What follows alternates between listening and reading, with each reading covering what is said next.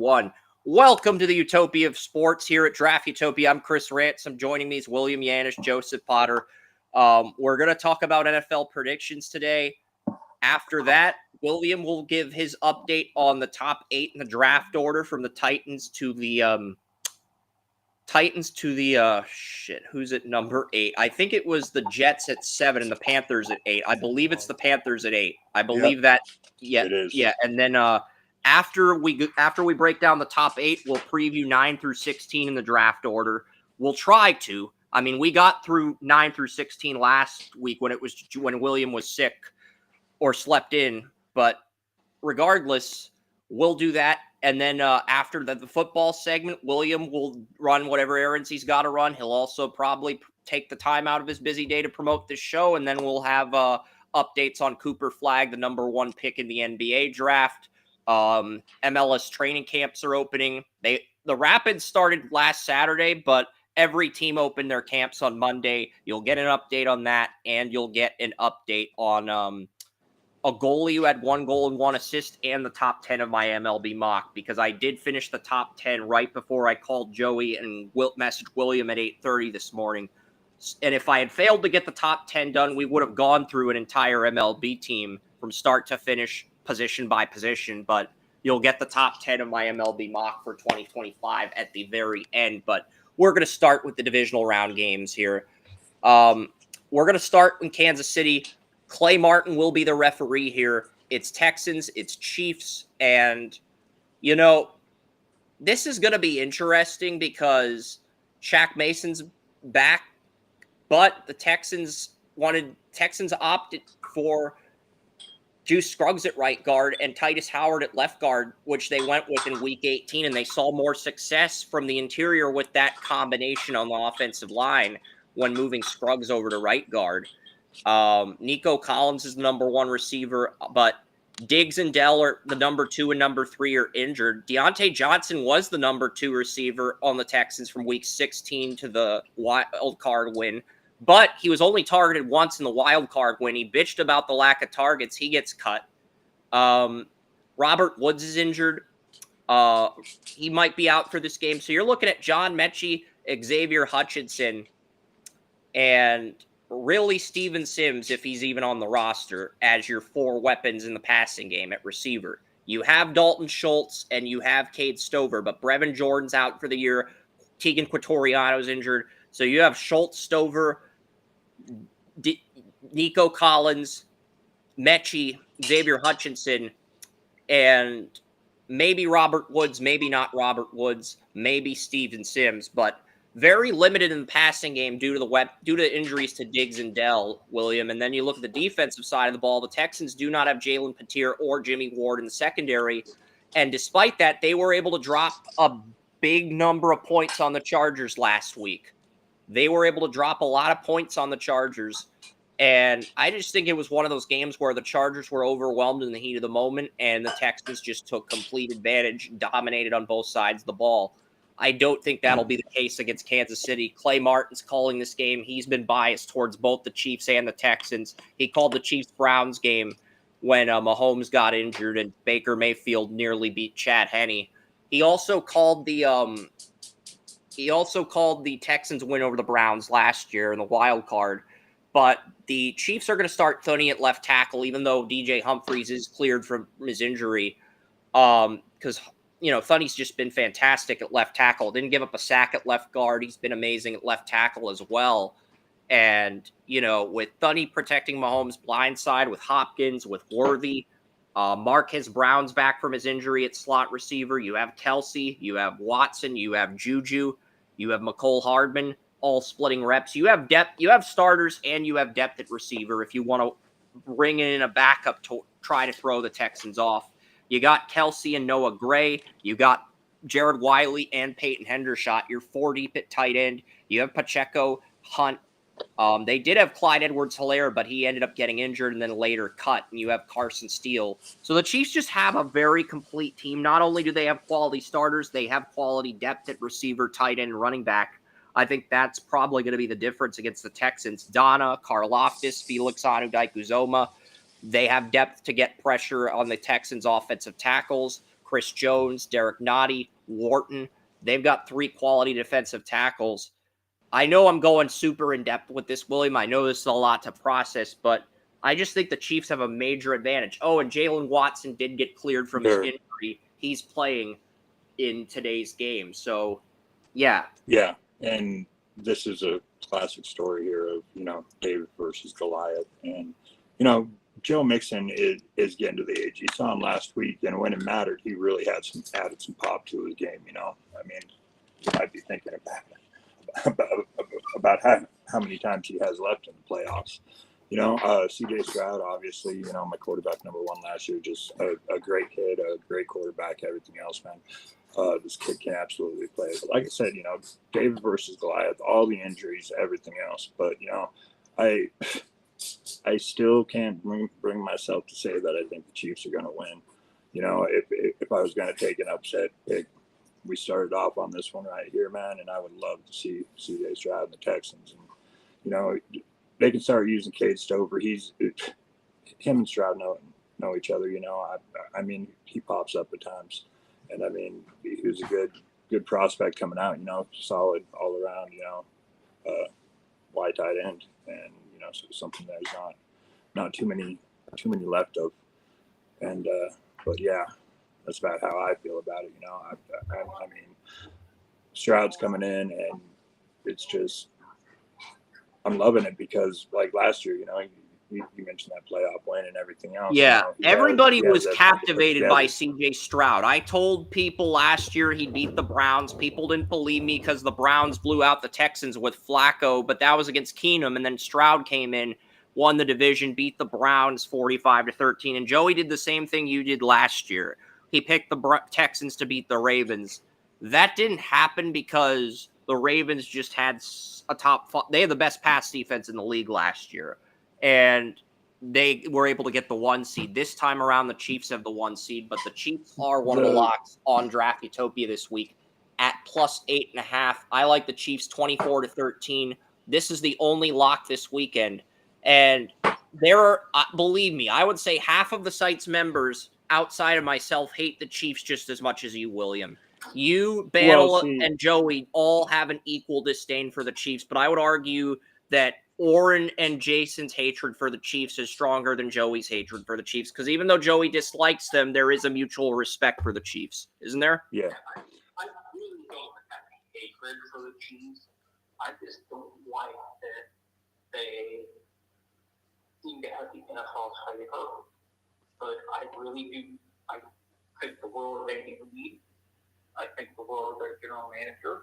I think the world of Patrick Mahomes.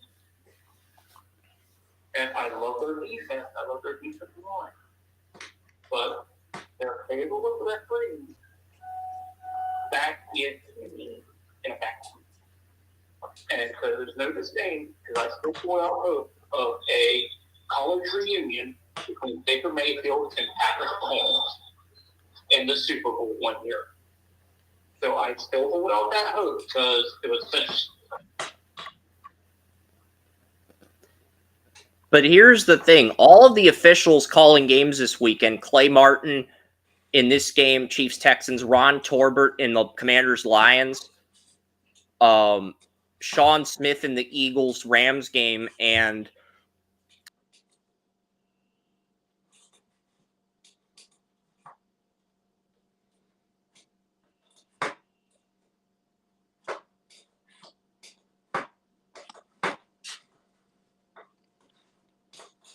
well, I guess his mic might be on. Anyway, speaking about the Houston Texans, I see this, and he was just talking about the Ravens and how they, last year up against the Houston Texans, and what Joey said, the Ravens always lead. When they get ahead, it's not really generally a close game. Sometimes whatever, but the odds are, and I see the Chiefs playing, and I see 1-score games and ones that can be won, just simply. So I have to say that this is probably the closest that I have, and that's one reason that I want to pick the Chiefs last year. But yeah. Anyway, not sure where we were going next on this. I mean, What was back? that, William? I couldn't hear your last thought. I'm trying to. Joey's gonna listen to you, and then he'll tell his story. But what were you gonna say? Oh no. I was getting to the end because I heard your mic coming back on, but I was just talking about the Chiefs in one-score games, or ones that were closer than what the Ravens, generally do. Mentioning these teams from the last 2 years, obviously, this is a team that's gone over a massive rebuild and had pretty massive success, with the first year of that, or second year of the rebuild when they finally, got a coach and got a quarterback, and like I said, that's the two things that I really see. There has to be camaraderie in the team and everything, but CJ Stroud provides that. It's sitting there watching them. Should I attempt to load Restream on Brave browser? Because this is the second week in a row where it feels like Restream, our screen turns black in the middle of the show. We've only been live for a minute. Okay, no.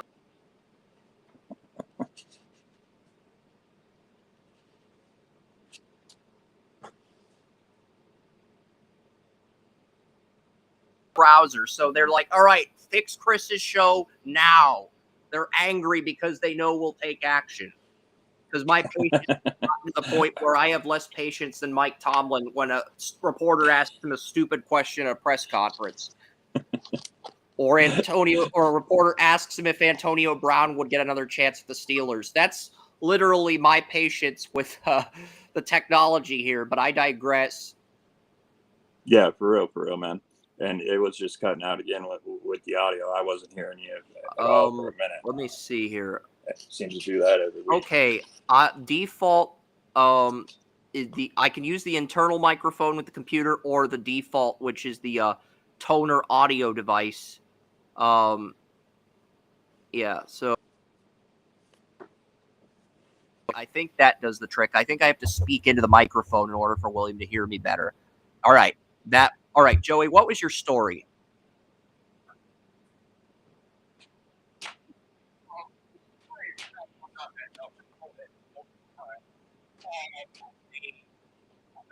Basically,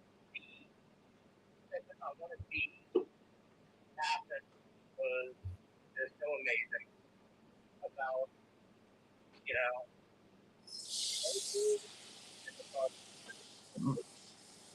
technology with the whole as a full circle culmination of their relationship, because Mayfield was the guy that welcomed her to home visit college.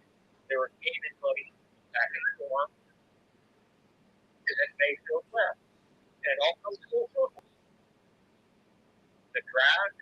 I don't think we'll get a Mayfield Mahomes Super Bowl. I think Mayfield will probably get to an NFC title next year. Maybe he plays the Packers in next year's NFC title, and then maybe they beat the Commanders in a rematch of this year's playoff game in a future NFC championship, like in 27 when I'm picking them to make 62. That's kind of what I think will end up happening with the Bucs. Is I think Baker gets to an NFC title and loses, and then he gets to a Super Bowl, probably loses that. But if they hire the wrong offensive coordinator, they could take a step back. But if Godwin's going to stay and they're going to keep Evans, the thing with the Bucs is they were averaging 30 to 34 points a game when Godwin and Evans were both healthy. Jimmy. That's the thing with the Bucs. And then Godwin goes down, Evans goes down, and then the offense fell off a cliff after that. But Baker and Evans kept things steady once they were healthy again. The thing is, they lost different stuff. So that'll figure directly into the draft this year, which we can talk about that later. But that's why they lost. Yeah. That's the whole thing. And sky's the limit. And Kansas City, at this rate, I'm looking at them. If they win this game coming up, hey, the AFC Championship game is going to be incredibly exciting. Okay? And there is no guarantee Because the only reason Kelsey came back this year was get a three-peat. If they do that, there's no guarantee he doesn't run it back, and the Chiefs don't run it back for next year. So, I mean, the possibilities are. I think if the Chiefs play the Lions, they'll be underdogs. Majority of people bet on the Lions. The Chiefs were the most bet AFC team, but the Lions had the most overall bets. But I think it's largely due to the fact that people are tired. Most people are tired of the Chiefs, so they bet on someone else to win. So if the Chiefs three-peat, but we'll get into that conversation next week as well. Well, that's kind of why I'm going with stories, because we know what the Chiefs are. You know, you've got to get a story with it, but we know what's going to happen to the Chiefs. And I feel like if the Chiefs get the right gets the Super Bowl, they'll probably win because of the referee matchup. And for you, it's about the story more than the. I think in sports, you have to have a complete team on paper to win a championship. And the Lions, while they have the best team in the NFC, I don't think they have a complete team on paper with all their defensive injuries. But we'll get into that discussion.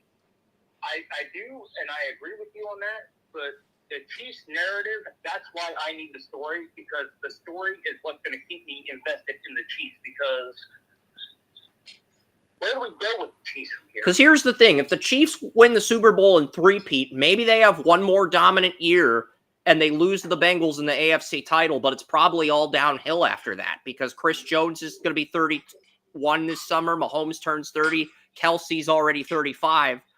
They have this year and next year, and then the decline's going to happen. Even if Mahomes continues to play at a high level, the decline's going to happen after this year and next year. Maybe they get to another AFC title and they lose the Bills. But they have this year, next year, and the year after that. They have a 3-year window. And then the decline is going to happen, Joey.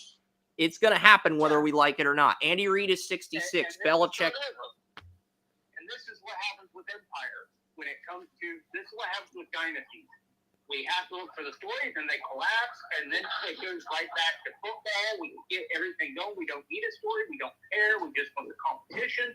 And then another one rises, and it gets so repetitive that you have to look for. Because as good as Mahomes is, I think this will be his last chance to win another Super Bowl for a while. Because I like the Bengals next year. They're angry. They're pissed off about not making the playoffs. I think they're going to be much better next year. And then I think the year after that, the Bills probably win it all. Or the Chargers. One of those two emerges in the year after that. And then I think we could be looking at a Bills repeat or Bills and Chargers trading windows. We'll see. The Chargers have to prove they can win a playoff game first. They have to prove they can win a playoff game first before they enter this conversation.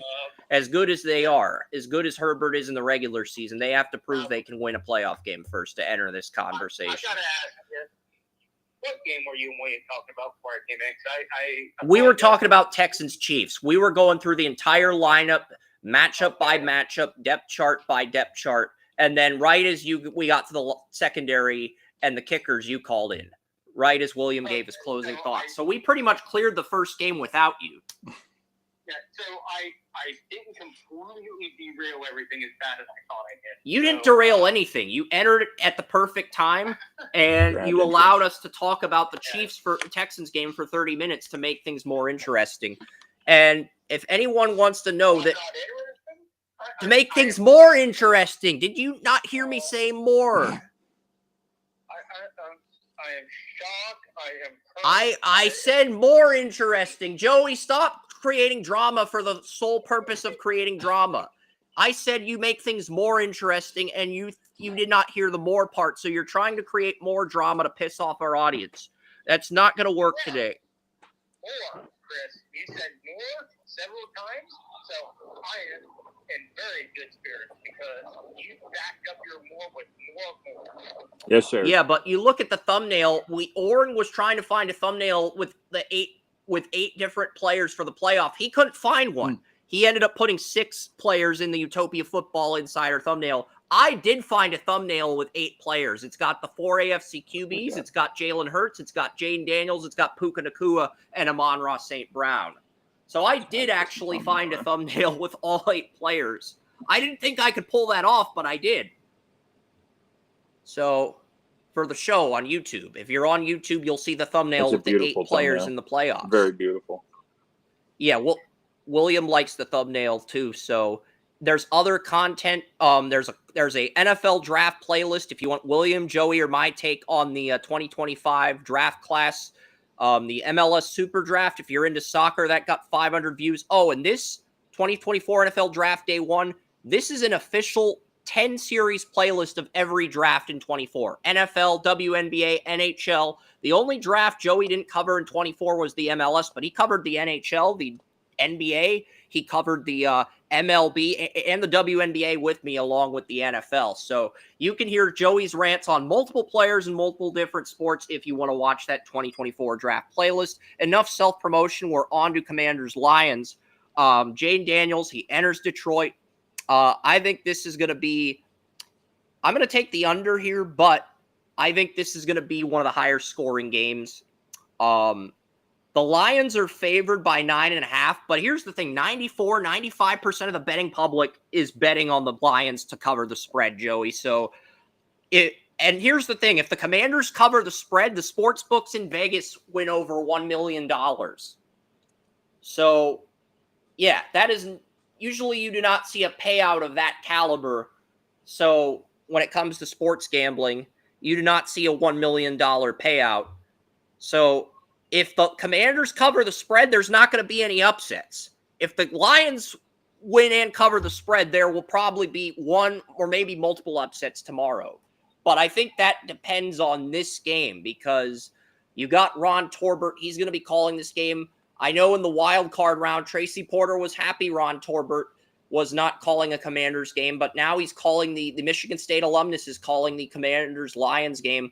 I will go 31-23 Commanders, and the only reason we went 23 for the Commanders again is because Carlton Davis is out. I do not trust Amik Robertson. I know he was great in the regular season, but I think he will get burned if he's matched up against McLaurin. You do have Terry and Arnold clear off the injury report. You have David Montgomery back. Zeitler is out, and some players in the defensive line like Ali McNeil, Aiden Hutchinson are out.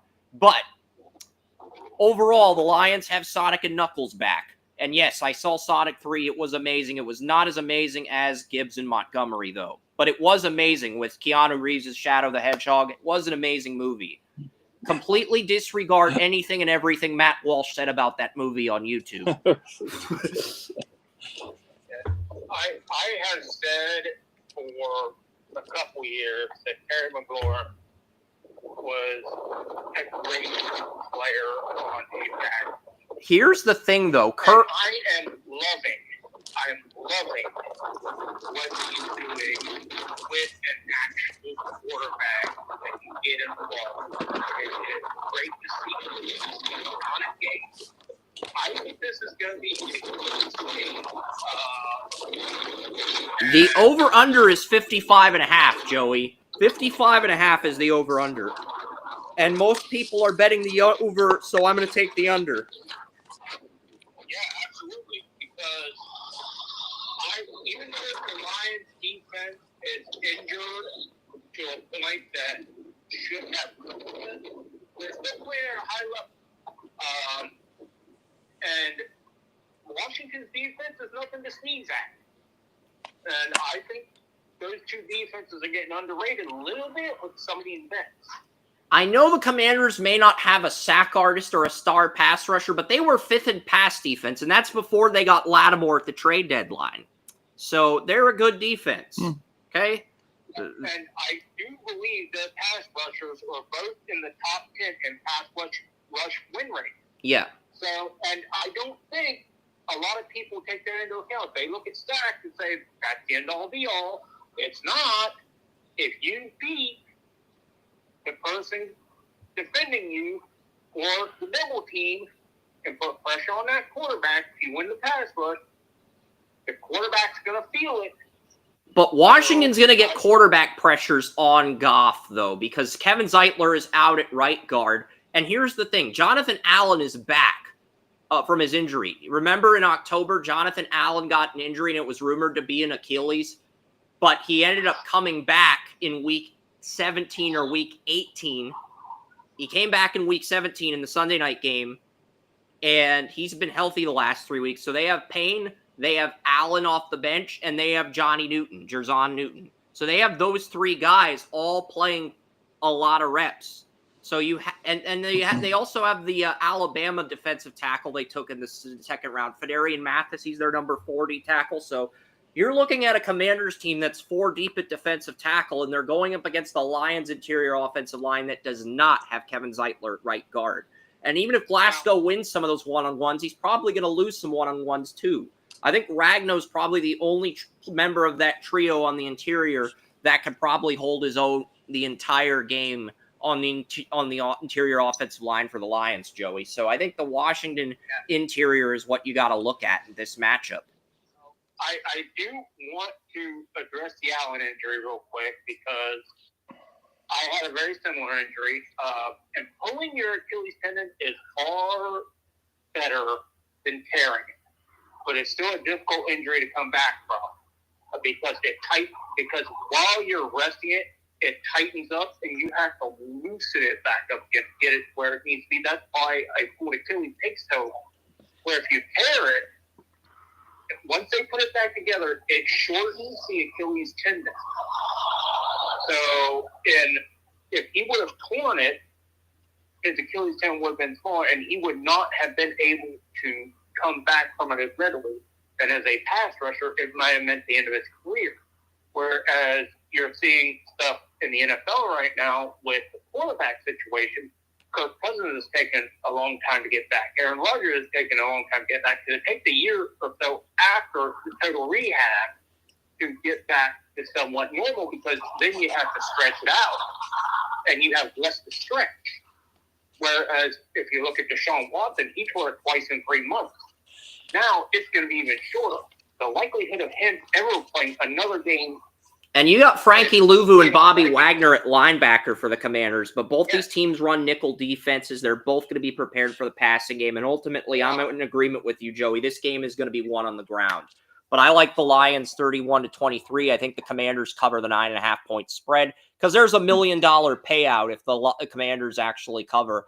And Tracy Porter and Andrew Kermish both picked the Commanders, and that's big because Kerb leads predictions on the site this year, and he is third in the country, trailing only Matt Bowen and I think Emmy Bantle, who finished second to Lisa last year at 188. Lisa had 199. So, I mean, if the Commanders win, this is literally what's going to make or break the draft. If Draft Utopia 5 peats in NFL predictions, the Commanders essentially have to win.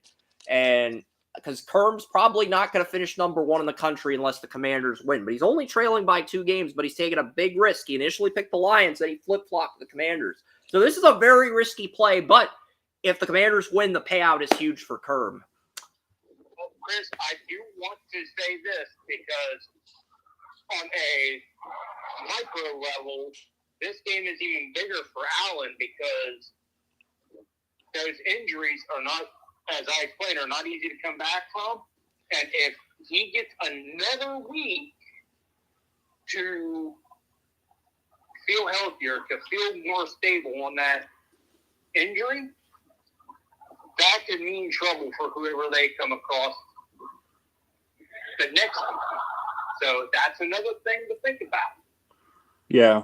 What I see but looking at the Rams have injuries on the interior offensive line. The Eagles, I think, are pretty healthy up front on the offensive line. I think Becton might be the only player that's had multiple injuries on that interior. But, William, what are your thoughts on the Commanders-Lions game, and who do you like in this one? Well, I know that the inside of that Commanders-Redskins defensive line, I mean, has some bad men. And but, you know, there's been Detroit, and there's been so much charge behind them, you know, after last year, and man, they finally lost in the championship game, but I didn't mind that one. But no, you know, that is probably exactly that matchup with the interior offensive line being injured and the defensive line coming back. That's probably going to make the difference in the game. I do like Goff because, you know, I feel he's a little bit more prepared than what Jaden Daniels is going to be. You know, Jaden Daniels is you know, obviously a rookie, but inexperienced rookie. You know, he was in college for a while. He's 24 years old. You know, same age as Bo Nix. But you know, the one thing I see is just the offense driving things, and offensive driven league, and I think Detroit is more than capable of winning this game. And I kind of have a hesitant pick on that, but I mean, I just think there's too much hope, too much faith there. So you're right, because the biggest weakness, I think boundary corner is the biggest weakness in the Commanders. Their number 2 corner is Michael Davis. He was the Chargers' number 2 corner last year, and he was awful on the Chargers last year. I love Lattimore and Sane Ristel, the rookie corner they have, but their number 2 corner is Michael Davis. I think he's the weak link of that secondary, and whoever the Lions line up against with Michael Davis, whether it's Jamison Williams or St. Brown, they're probably going to have 100 yards. And if they line up both receivers against Ben Johnson lines up both receivers against him, because Ben Johnson, the reason he wanted the Commander's job is he wanted to start Sam Howell, and Adam Peters told him, look, we're drafting a quarterback at 2. And both parties mutually parted ways with each other, and Ben Johnson returned to Detroit. So that's why Ben Johnson did not take the Commander's coaching job. We found out that was why in a YouTube video last week. But there was Chris, I do want to ask you guys both a question, and this is Amon-Ra St. Brown kind of reminds you of the Larry Bird of the NFL, where he's just a silent assassin that feels like he's being slighted by everybody and everything, and he just wants to go out there and freaking John Wick the entire freaking league. Yeah, when you look at personality type, strong, silent type, St. Brown is that. He'll wear a hoodie where there's cut profanity or he's talking trash, but he backs up his play with his actions, and he doesn't really talk shit about opponents off the field. He conducts himself like a role model. So, I'm with you on Amon-Ra St. Brown. Yeah, if you mess with Amon-Ra St. Brown's dog, you're all screwed, NFL. He's going to come off for 3,000 yards, and he's going to make y'all look like dog shit. Mess with his dog. Very much, man. And well, yeah, like Chris said, there's shit talking, and then there's cockiness and arrogance and everything else, and that's not what he has. He's silent about it. He's cocky. He knows he's better. He doesn't have to say it. Doesn't have to brag about it. I mean, sometimes it happens, but you got to have that little bit of cockiness to make it so far. To where there's only 2,000 players in the NFL. In the whole world, and it's one of those things, man. But the difference between cocky, arrogance, and there's entitled. There's a bunch of other ones in there, but it's a whole depth, and it's been coming into the league a lot lately with some of these quarterbacks and such. But other than that, I mean, I definitely I like St. Brown, and just because of that, just that quietness. Yeah. Before we get to Rams-Eagles, do you want me to pull up the results of an online football simulator I found? Not only did I get scores, I used weather, I used precipitation, wind factors into the simulation, I typed them in, and I got actual scores and statistics for each offensive player in the games. You want me to go through that for the first 2 games really quickly? All right. Yeah. So for Texans-Chiefs, here's what we got. For Stroud, 17 for 31, 219 passing yards, 1 touchdown, 0 interceptions. Nico Collins had 5 receptions for 90 yards and 1 touchdown, with his longest play being a 45-yard receiving touchdown. Mixon had 11 carries for 62 yards. Tank Dell's injured. This says Tank Dell ran for 56, but Tank Dell is on IR. The simulator doesn't know. Maybe Dameon Pierce has a 56-yard run, so we'll add Dell's yards to Pierce. So Joe Mixon gets 62 rushing yards. Dameon Pierce gets 69 rushing yards, and the Texans still lose. And here's the kicker, Joey. The Chiefs win 31-22, but the Texans lead 19-17 after 3 quarters of play. But the Chiefs win in the 4th quarter, outscoring the Texans 14-3 according to the simulator. Patrick Mahomes, 18 for 27, 226 yards. only 7 more yards than Stroud, but he has 3 touchdowns through the air versus 1 interception. The simulator has Kareem Hunt getting more carries and rushing yards than Pacheco. And Travis Kelce, 6 receptions, 54 yards, 2 touchdowns. Juju, 2 receptions, 33 yards, 1 touchdown. Worthy, 4 receptions, 53 yards, a 20-yard play. Justin Watson, 2 receptions, 40 yards, a 20-yard reception. Samaj Perine with a 21-yard third down conversion. Hopkins, 2 receptions, 14 yards. Kareem Hunt, 1 reception, 10 yards. So those are the stat lines. And the penalties, the Chiefs won the time of possession, 32-57, 27-03, and the Texans, 7 penalties, 45 yards. Chiefs, 4 penalties, 30 yards. I can live with that. If both teams have under 50 yards in the penalties and the Chiefs win outright, that just means they're the better team, Joey. If the team has like 8 penalties or 10 penalties or 100 yards in penalties and they're playing the Chiefs, then you can begin to question the integrity of the official. But 7 penalties, 45 yards, I don't think you can question Clay Martin's integrity if that's the final result for the penalties. And the Chiefs 8 for 15 on third down, Texans 5 for 13. So, yeah. Any thoughts on that? And then I'll pull up the Lions in the simulator. Well, I think it's a pretty cool simulator, to be honest with you. But while we're on that, I don't think people really realize the significance right now of what C.J. Stroud has done, not only for the Texans, but for Ohio State University and the quarterbacks that come in there. Because even past Ohio State quarterbacks that are still in the league, he's changed the perception of them and given them hope. C.J. Stroud may be the biggest asset to Ohio State University in many, many years, and he's not even there right now. So just think about the impact of what he has done and the perception of what he has created. Yeah.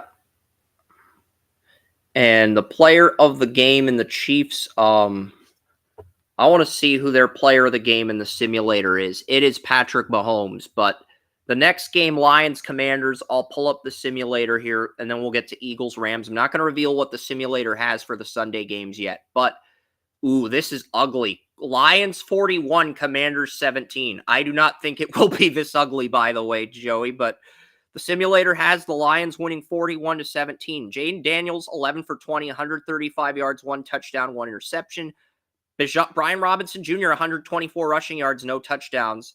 Eckler gets a rushing touchdown, but he only has 9 carries for 36 yards. Jaden Daniels has 41 rushing yards. Noah Brown leads the Commanders in receptions with 3 for 44. I think he got injured. I think Noah Brown's out for the year. So I'm gonna all of his yards are going to go to McLaurin as a result. So McLaurin has 5, because the simulator has McLaurin getting 2 receptions for 17 yards. I'm sorry, that's not happening. And since Noah Brown's out for the year, we're going to take those numbers and add them to McLaurin. So that gives McLaurin 5 receptions for 61 yards. And I think that's a best case scenario for the Lions. 5 receptions, 61 yards, and they keep McLaurin out of the end zone. That's a best case scenario for the Lions. The simulator is a harsh mistress, and she's pulled out her whips and chains.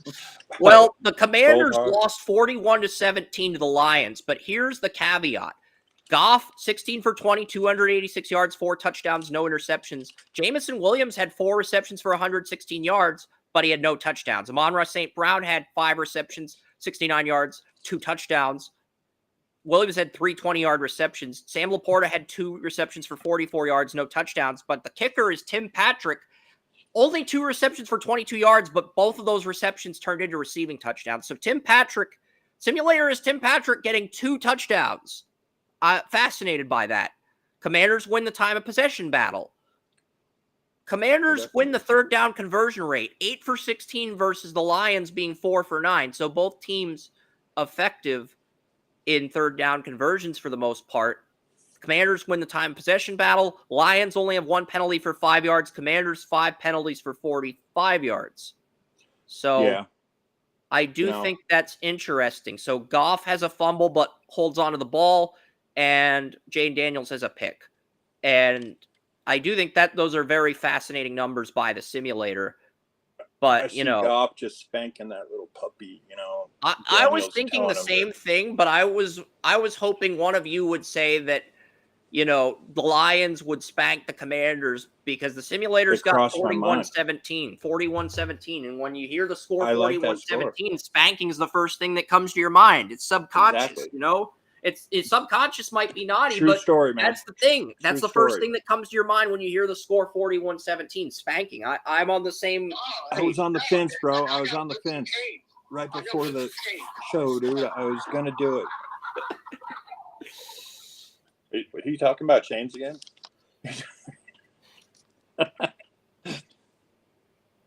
Yeah. All right, Ram. Oh, anyway. And the bitch got a mask on, so you can't even see who's whipping your ass. Yeah. All right. Next up, we have the Rams and the Eagles. I think this is going to hit the over. Stafford's back from his injury. The game's in the snow. I know Cooper Flagg hasn't been targeted as much, and I think Kyron Williams is going to have more rushing yards than Saquon Barkley this time around. I know in the first game, the Eagles stopped Kyron Williams, and Barkley went off. I think Kyron Williams is going to have more rushing yards than Barkley, but the Eagles are going to win because Jalen Hurts does a better job against the Rams secondary than Stafford. But it's going to be in the snow. I think it's going to be an incredibly competitive game. I am taking the over here. 54% of the public's betting on the under to happen. Defensive game with the over-under at 43.5. A lot of people are betting the under. I like the over. I like the Eagles 31-24 over the Rams in a shootout in the snow. And this is not a lock on Draft Utopia. Ord and Tracy took the Rams. Everyone else has the Eagles winning. And to be fair, Kerm and I were the only two who picked the Rams to win last week. Everyone else took the Vikings because they were infatuated with the 14-win season. I'm like, this is the most fraudulent 14-2 team ever. The Vikings are the most fraudulent 14-3 team in NFL history. I know. I was rolling the other day on they are on so Facebook. Fraudulent. They make Mitt Romney look like Alabama man on South Park. That is how fraudulent the Vikings are. I was trying to learn how to troll the other day on Facebook, and I posted, what if they win the Super Bowl? God, man, that went the wrong way. Yeah, and the Alabama man, that was a toy in the South Park episode of Chin Pokemon, so that was that's why I compared Mitt Romney to Alabama man. That's how fraudulent the Vikings are. I don't want to compare Romney to Alabama man. That's just how fraudulent the Vikings were. Just wait until J.J. McCarthy becomes their quarterback. You'll see how fraudulent they are. I think they're going to be better with McCarthy than they are with Darnold. Oh, no. You have to really look at that and say, Mitt Romney was really bad at being fraudulent because he would come out and brag about something, and then people would just smack him on the face and whatever, and say, no, you go back out there and be fraudulent. And he was like, oh, yes, my mistress is I'm on this mistress kick right now. I'm so sorry. Who's wearing a mask now? But the Vikings are that fraudulent. Yeah. I mean, a lot of people picked them to beat the Rams twice this year. In the first game, Vikings were hot. They had Darisaw. It was understandable why people picked them to beat the Vikings. But I just felt like the Rams, when they're fully healthy, they have a better team on paper than the Vikings. I didn't pick them to win, but I wanted them to win. Injuries were going to be a thing, and they weren't. The Rams were the ones wearing the mask. They spoke their wit. They fucking hung Sam Darnold up by the chain, and they whooped his ass. Everybody has injuries, Joey, but it's the teams that avoid season-ending injuries that prosper in the long run. And that's why I try to lock in on. It's like they whooped his ass so bad he was seeing ghosts again, and he wasn't even regular ghosts. No, here's what happened. Dan Campbell took Sam Darnold to Applebee's before the game. He said, look, I'm going to buy you Applebee's, son, but you're going to see ghosts after you eat this meal at Applebee's. And then Sam Darnold saw ghosts in Detroit, and then the ghosts came to SoFi Stadium. And that's essentially what happened.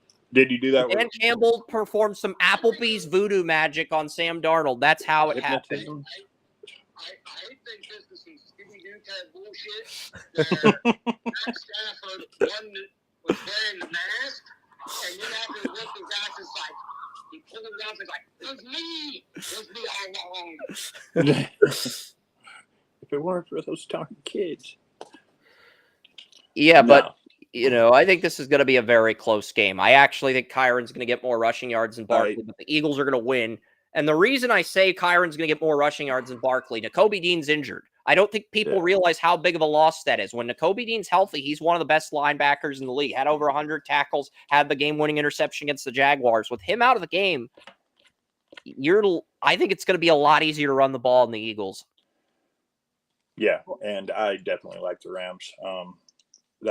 It's just one of those things, you know, more experience in Stafford, you know, he's been there more times. The Eagles have been so up and down with the team, you know, they've had this high ceiling with all these high draft picks, you know, Jalen Carter and Jordan Davis have to win matchups against the Rams' interior offensive line. That's the only way the Eagles can limit. And if they don't, Kyron Williams is going to outrush Saquon Barkley. It's that simple. Yeah, and you know, I mean, Well, I think, you know, let's face it. And look, we put Saquon Barkley on the cover of Draft Utopia. There were fans that were pissed he wasn't on the cover last week because he won the poll question for the wild card. Joey voted for Barkley, but I couldn't find a Barkley photo that I could convert to a JPEG. The only Barkley photos on Google were SVGs and WebF images. I cannot convert a WebF image. I cannot edit the photo size of a WebF or an SVG file. So it has to be a JPEG, a ping, or a GIF. Otherwise, I can't edit the size of the photo. And if I can't edit the size of the photo, I can't put it on the site. So here's the thing. Saquon Barkley, there is a good chance in this game that he pulls some Power Rangers bullshit and just flips over somebody, legs in the air, whatever, runs for 30 yards after that flip. But at the same time, you got Matt Stafford, who, I mean, for my money, he may have, it's argumentative, but he may have passed Dan Marino as the best pocket passer of all time. Saquon Barkley is not going to pull some green Power Ranger bullshit. Jalen Hurts is going to pull some Voltron bullshit. That's how the Eagles are going to win. Oh, man. Hell, he doesn't have full Green Ranger bullshit. He might pull Pink Ranger bullshit. Who knows? How about my boy from Iowa, man? I mean, is he going to do something? You know, back there playing safety or whatever the hell he's doing. You know, the Eagles don't have Darius Slay, but Slay's going to play. Darius Slay got injured in the Packers game, but he's going to play. And if Slay plays, he's going to be the number one corner, which means last week Quinion Mitchell was the number two corner, but when Slay got injured, DeJean had to go from nickel to number two corner, and Quinion Mitchell had to go from number two to number one corner. And Quinion Mitchell did have the game-winning interception, so Quinion Mitchell was the last rookie to win player of the game in the wild card. And you have Quinion Mitchell, you have DeJean, you have two of those rookie corners that you draft in the top 40, and it's really tough to throw on the Eagles. What I just have to say about DeJean is that freaking taking Derrick Henry off his legs. Yeah. And CJ Gardner-Johnson got ejected the last time Sean Smith called a game. That was the Eagles-Rams game in Week 16. He is refereeing this game. Eagles are 0-3 in games under Smith. I think that trend breaks. I think they put him in this game so they could bait people into betting on the Rams. And to be fair, the Rams do have momentum. They've come together as a city after the wildfires, and we hope everyone who's been affected by those fires has been safe. They're getting good food. They're getting good shelter. They're getting good everything.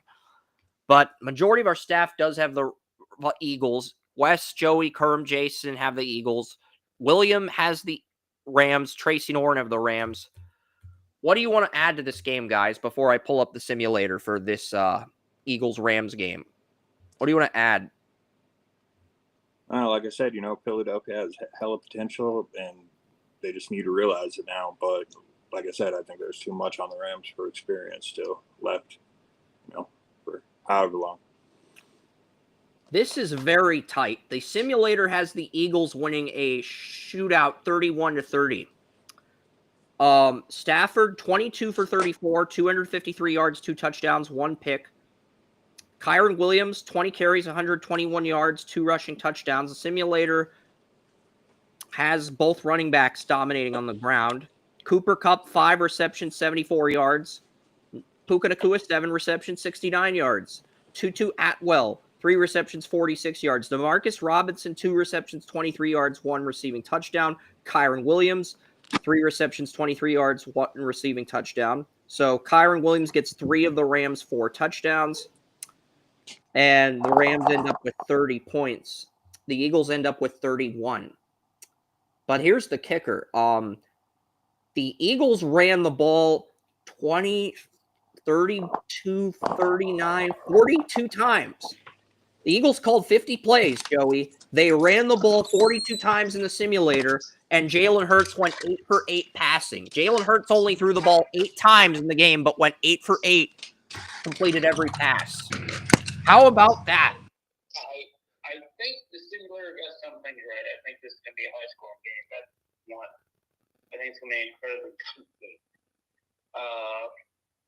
So I think the simulator got those 2 things. And the Eagles had more penalties, 6 for 35 yards versus 2 for 15 yards. Look, if we see more penalties, but it's 7-4 Texans, 7 penalties, Chiefs 4 penalties, but the penalty yards are under 50, fans are not going to bitch about that. If there's 10 penalties, 100 yards in penalties, or it's a 8-to-1 ratio in penalties where the Texans get penalized 8 times, the Chiefs don't get penalized, fans are going to bitch. But if it's 7-4 in penalties and both teams are under 50 yards in penalties, I think people are going to say it was a fairly officiated game and the better team won. And that's really what fans want, Joey. So, yeah, William. I think that the whole thing comes down to the Rams better third down conversions, 8 for 13 versus 6 for 12. But yeah, go ahead. I really do think it's going to come down to who performs better within the last 8 minutes of the game. If the Rams can get points, they may win. If the Eagles can control the clock with their run game, they'll probably win. I think it's going to come down to that. And running back was one of the things that, that the Eagles, they had a few, but nothing like Saquon. And, like I said, I just feel that the Rams are going to be too much. I mean, it can easily go in the Eagles' way, but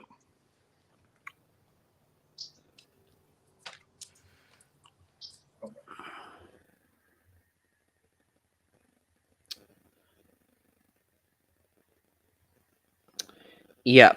So, all right. Last game we will preview, Ravens and Bills. As far as this is the updated playoff, you can see on the screen share here. I have Ohio State winning 31-17. Oregon has Notre Dame winning 28-10. So we both have a blowout in the championship game. We both have, even though we both have a blowout, we are on opposite sides of the spectrum with the national championship, which I do think is interesting.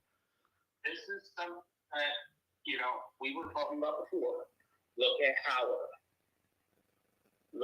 Howard, the quarterback for Ohio State. He is a wild card, and he has made himself a lot of money in this playoff.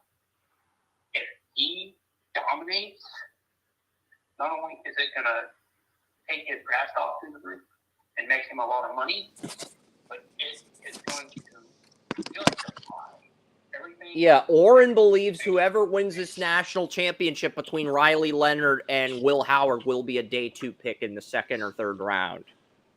So, whoever... Oren is not wrong, because especially with these guys, because I've been watching both of them. I've got a 7th on Howard and a 6th on Leonard, by the way. But, it's interesting that Oren brought that up because it's just such a wide open QB class after the top 2 or 3 guys. After Cam Ward, Shadur, and Milroe, it's wide open. It's really... Yeah, it comes down to exactly who. The thing is, there are stars. There's going to be one guy taken at 3 through 7 who's going to be a big star in this league. And that's what you got to look at. Who is it going to be? That's where the research needs to go. Yeah, and before preseason wise, I hadn't done a full formal evaluation on Will Howard, but I did like him. I figured he would probably go around a fourth round grade somewhere, and he has that potential to step out. He always does. He got some things he needs to clean up, and the consistency, considering he's got some of the best skilled players in college football around him.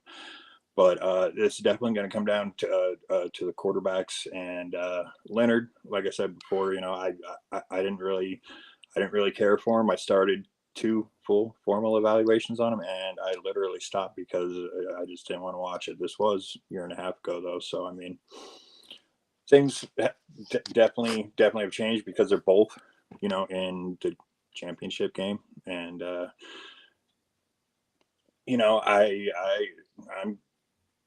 I'm just going for Notre Dame to win. I mean, I feel that that is something that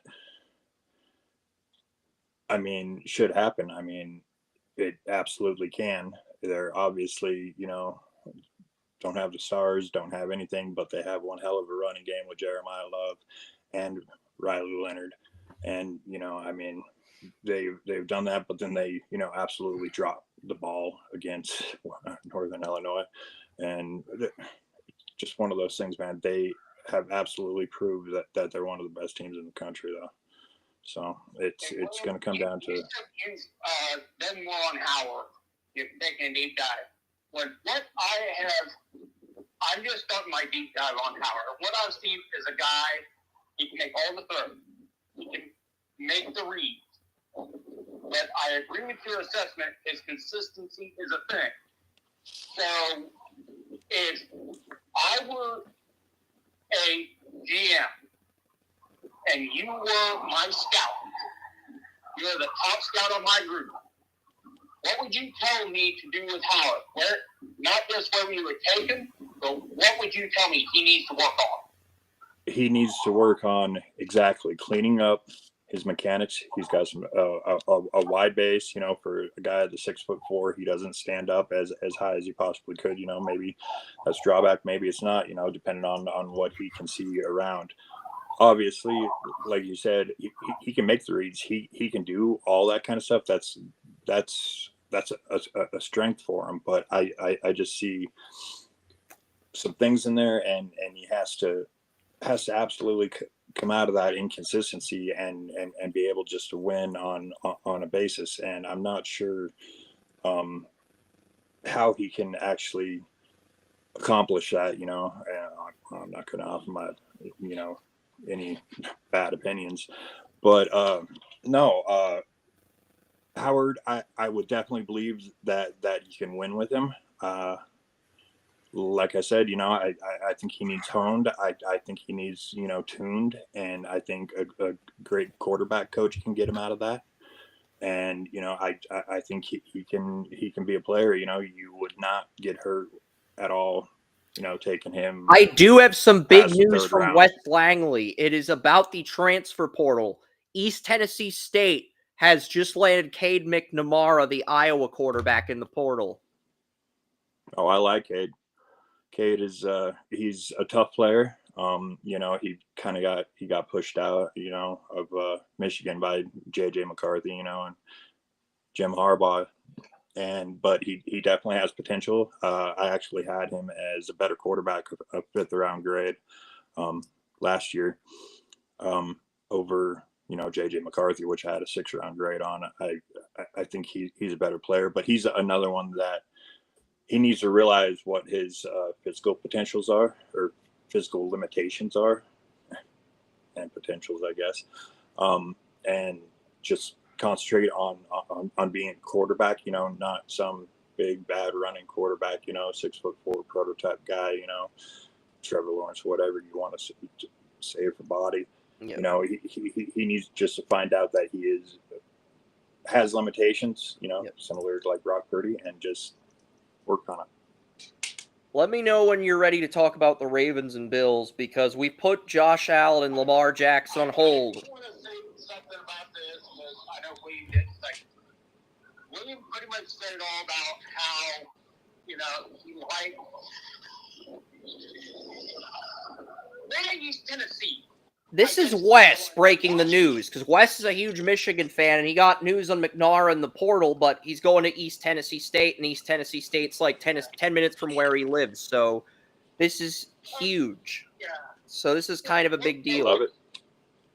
Why East Tennessee State? That was I like the player, but why East Tennessee State? What is the thinking there? Is it maybe they can cover up some of his weaknesses? Is there a coach that can fix some things? What's the thinking here? Is he from that area? What could be the thinking that you can go from a major place to East Tennessee State? I mean, Tyson Bagent's the last FCS QB to get drafted. Will Healy is the head coach there. They were reinstated in 2015, but I do have one thought on that, Joey, and it's going back to you being on that cold hard mistress trip. I mean, it's the same reason that Carson Beck went to Miami, because he's got a girl there, so maybe it has something to do with that. But maybe it just has after playing in the Division, maybe he just wants to step down. I don't know.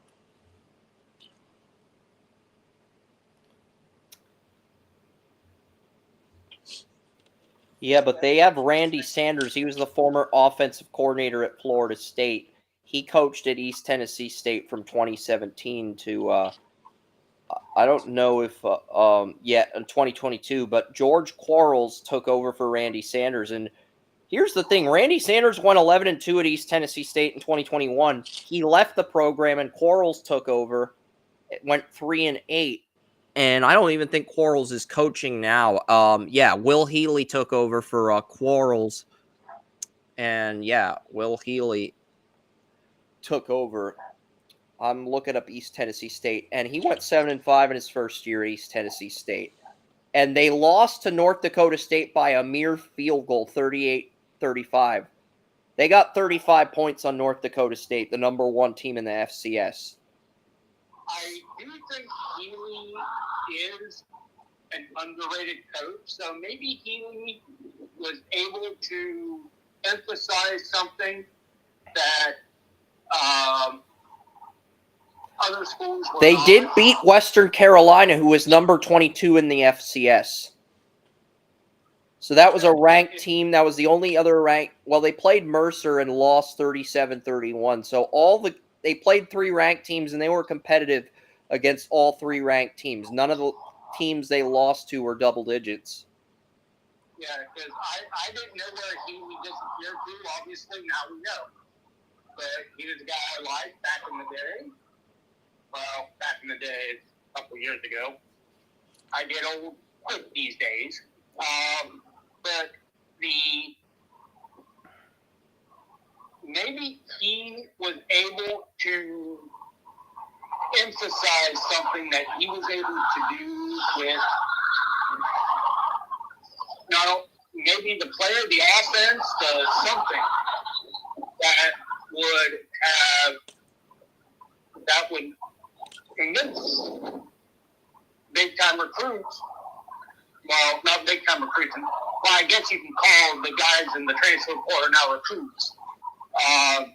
Things have changed. I guess we're going to have to come up with a term for that.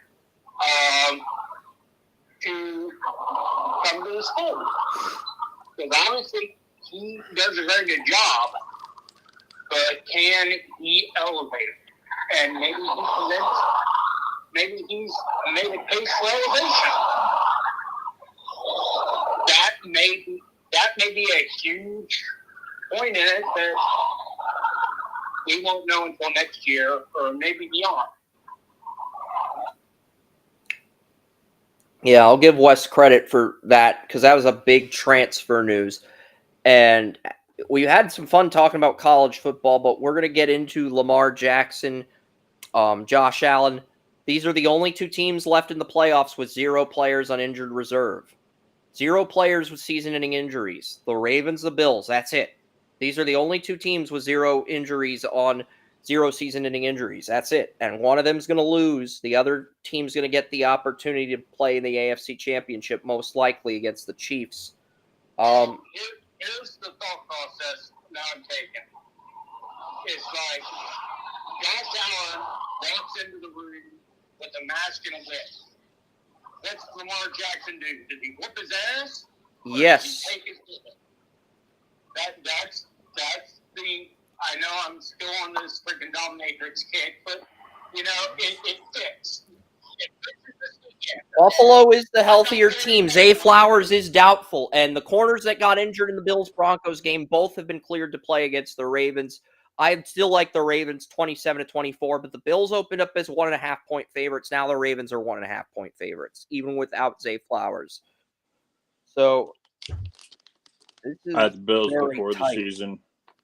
Carl Sheffers is the before referee, and the Bills have done better under Carl Sheffers, whereas the Ravens were penalized for 100 yards against the Chargers when Carl Sheffers called the Monday night game. So the Bills do have the referee advantage, but I still think the Ravens are a slightly better team on paper. I've got 27-24 Ravens, and majority of our staff picked Ravens. Bannell, Kerm, Tracy picked the Ravens. Wes, Joey, and Oren picked the Bills. But Joey initially did pick the Ravens, so he did pick the Ravens last Saturday, but he flip-flopped on this game. But he'll tell you why he flip-flopped. William, I want your opinion first. We all know Lamar Jackson's a Swiss Army knife.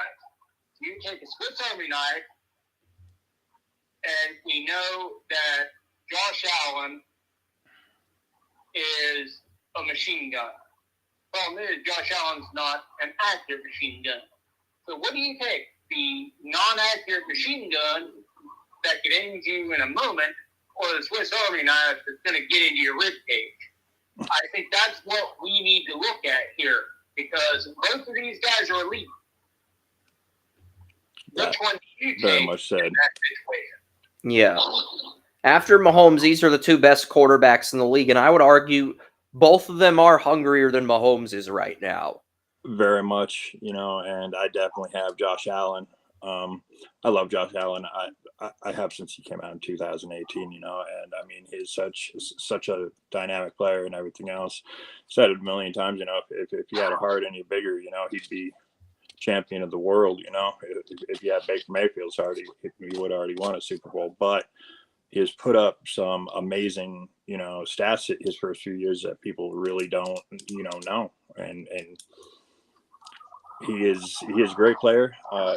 I feel if you put him on the Ravens, that would be just one hell of a team.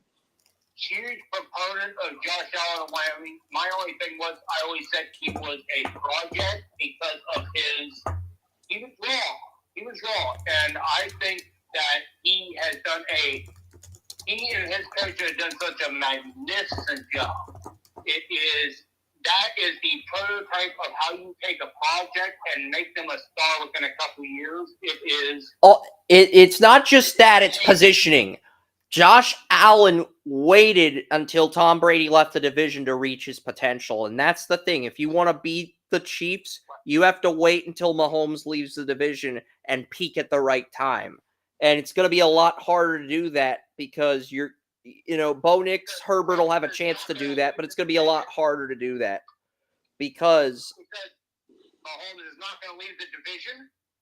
Mahomes is 29. He may, if he plays into his 40s like Brady, you're looking at having to deal with him for 15 more years. This is a generation where the quarterback... Hey, Chris. Shame on you. They're going to play at 35, 40 years old. I mean, one of these guys is going to be thrown Mahomes. Whether anybody likes it or not, it's just not a thing where you can wait until Mahomes leaves the division. It's not like it was back in the day when quarterbacks were getting teed off. Okay, you're not Terry Bradshaw where after 9 years you got so many concussions you can't even think straight. It is a different era. These guys are going to have to be better. These guys are just going to have to be better. And that is going to up the competition level. Now, that being said, I think Lamar Jackson, he had 2 years. Everybody says, oh, he got better. He may have gotten better, but he had 2 years where he looked pedestrian. And then the last 2 years, he has looked like the freaking MVP. Lamar, maybe he looked pedestrian, but he had injuries. In 2020, and yet after his MVP season in 2019, he had injuries. He did underachieve from his MVP form, I'll give you that, but he also had 2 season-ending injuries. And the Ravens led the AFC North when both of those injuries took place. He did. I'm not going to discount that. I'm just saying what it was. But when you say he's pedestrian, it sounds like you're discounting that, even if that's not your intention. It looked like he was pedestrian. It looked like he was pedestrian. Yes, and he did have 2 subpar seasons. So those 2 things are factually accurate. But he's been healthy the last couple years. And part of that might be Greg Roman, who's now on the Chargers. Herbert looked pedestrian with Greg Roman in the wild card. So part of that might be the Greg Roman problem more than Lamar. I honestly think that's the case because Todd Monken has been phenomenal with the Ravens. I mean, he was the Buccaneers head coach with Winston back in the day, and he's been phenomenal as the OC with the Ravens. Yeah, and let's put that in perspective. Todd Monken was I believe he was the OC when Jameis Winston threw 43 touchdowns, 30 interceptions, and 5,000 yards. No, I think that was Arians' first year. Was that Arians? Yeah, that was Arians. It wasn't Arians the head coach? Arians was the head coach. Todd Monken, he was the Buccaneers he was the Buccaneers offensive coordinator in 2016 and 2017, and then in 2018 he was the Bucs offensive coordinator. He left the Buccaneers to go to the Browns in 2019 during Baker's sophomore year, and that was the year Winston went off. So he just picked the wrong time to leave Tampa. And then he went to Georgia. He was the Georgia offensive coordinator during their national titles, and then he went back to the Ravens. Okay, that was leaving the Browns during that time was great because that was a very bad time for him to decide to jump ship. I don't think he jumped ship. I think Arians was hired as the new head coach, and Arians wanted to call the plays on offense, so he ended up leaving as a result. And that is something I've been hearing a lot of these days, offensive coordinators. A lot of the older offensive coordinators want to call plays, and they will not go to a place where they're not calling plays. So where the younger guys just want to get their foot in the door and learn. So that is something I've been hearing a lot of on philosophy. So I can see Monken saying, oh, I'm not going to get to call plays. I'm going to go here and do this. And, so, okay, I can see that. But Monken is a great offensive mind. So I can see how the Roman effect, as you put it, would negatively affect Lamar Jackson. So maybe that was the case. Maybe that was the reason for Lamar Jackson having the down years. Maybe it was Greg Roman. Yeah. That is a firm possibility that should not be discounted. But the thing is, Lamar has rebounded since Monken has come on board.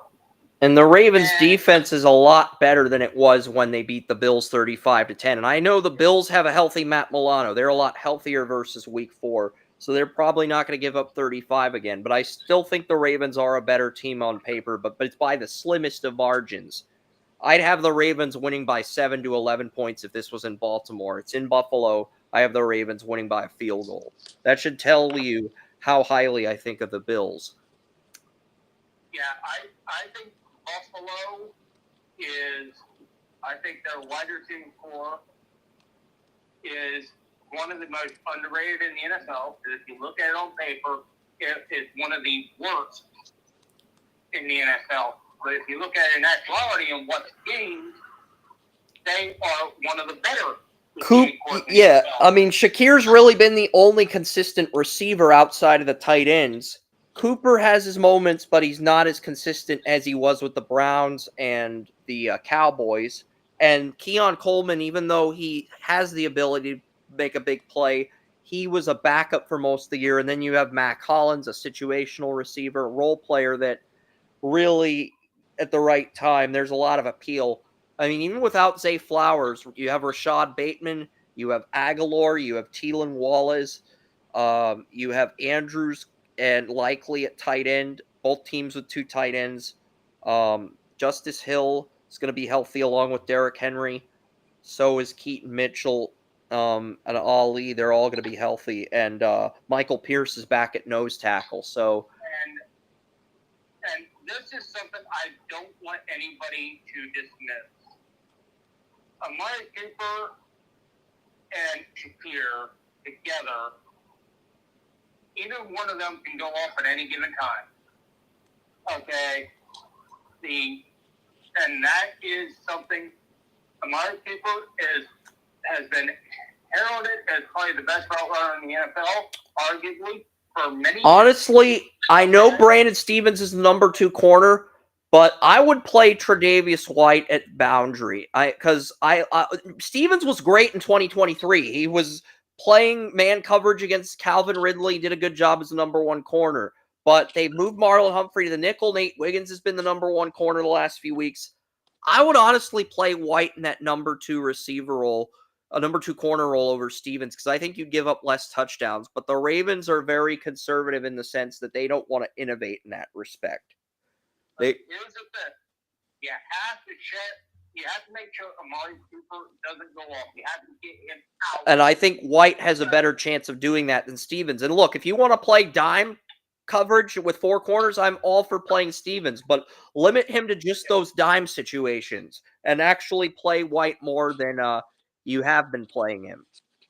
Yeah, because it's a route running that's going to kill the Ravens if you do not shut Cooper down. But outside of the first few days with the Browns this year, he has been sure-handed and one of the best route runners, arguably the best route runner in the NFL over the last several years. You have to eliminate that because that will kill the Ravens in the defense they run. But if you eliminate that by putting your best corner on it, now you're shifting things where Shakir has to carry the load. Yeah, but, Cooper's been very inconsistent this year. Only 24 receptions, 250 yards, 2 touchdowns. He looked good against the Jets. 3 receptions, 56 yards, a touchdown. But the Patriots held him to 1 reception for 10 yards in Week 16. The Jets held him to 2 receptions for 8 yards. So that's my thing with Cooper. It's a peeve. He is inconsistent, but at the same time, when I feel like you're banking on Cooper to exceed expectations because you've loved Cooper dating back to your time with the Browns, which is your thought process for the Bills winning. I love Cooper dating back to his time with Alabama. Yeah. He was our number 1 receiver in the 2015 draft that we did on Talk Show. We both had him as the number 1 receiver. Yeah, so I am banking on that, but I'm also banking on what Cooper has done.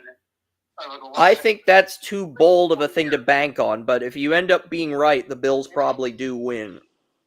Well, see, Are the Bills going to take the chance that Amari Cooper shows up and says, who you got?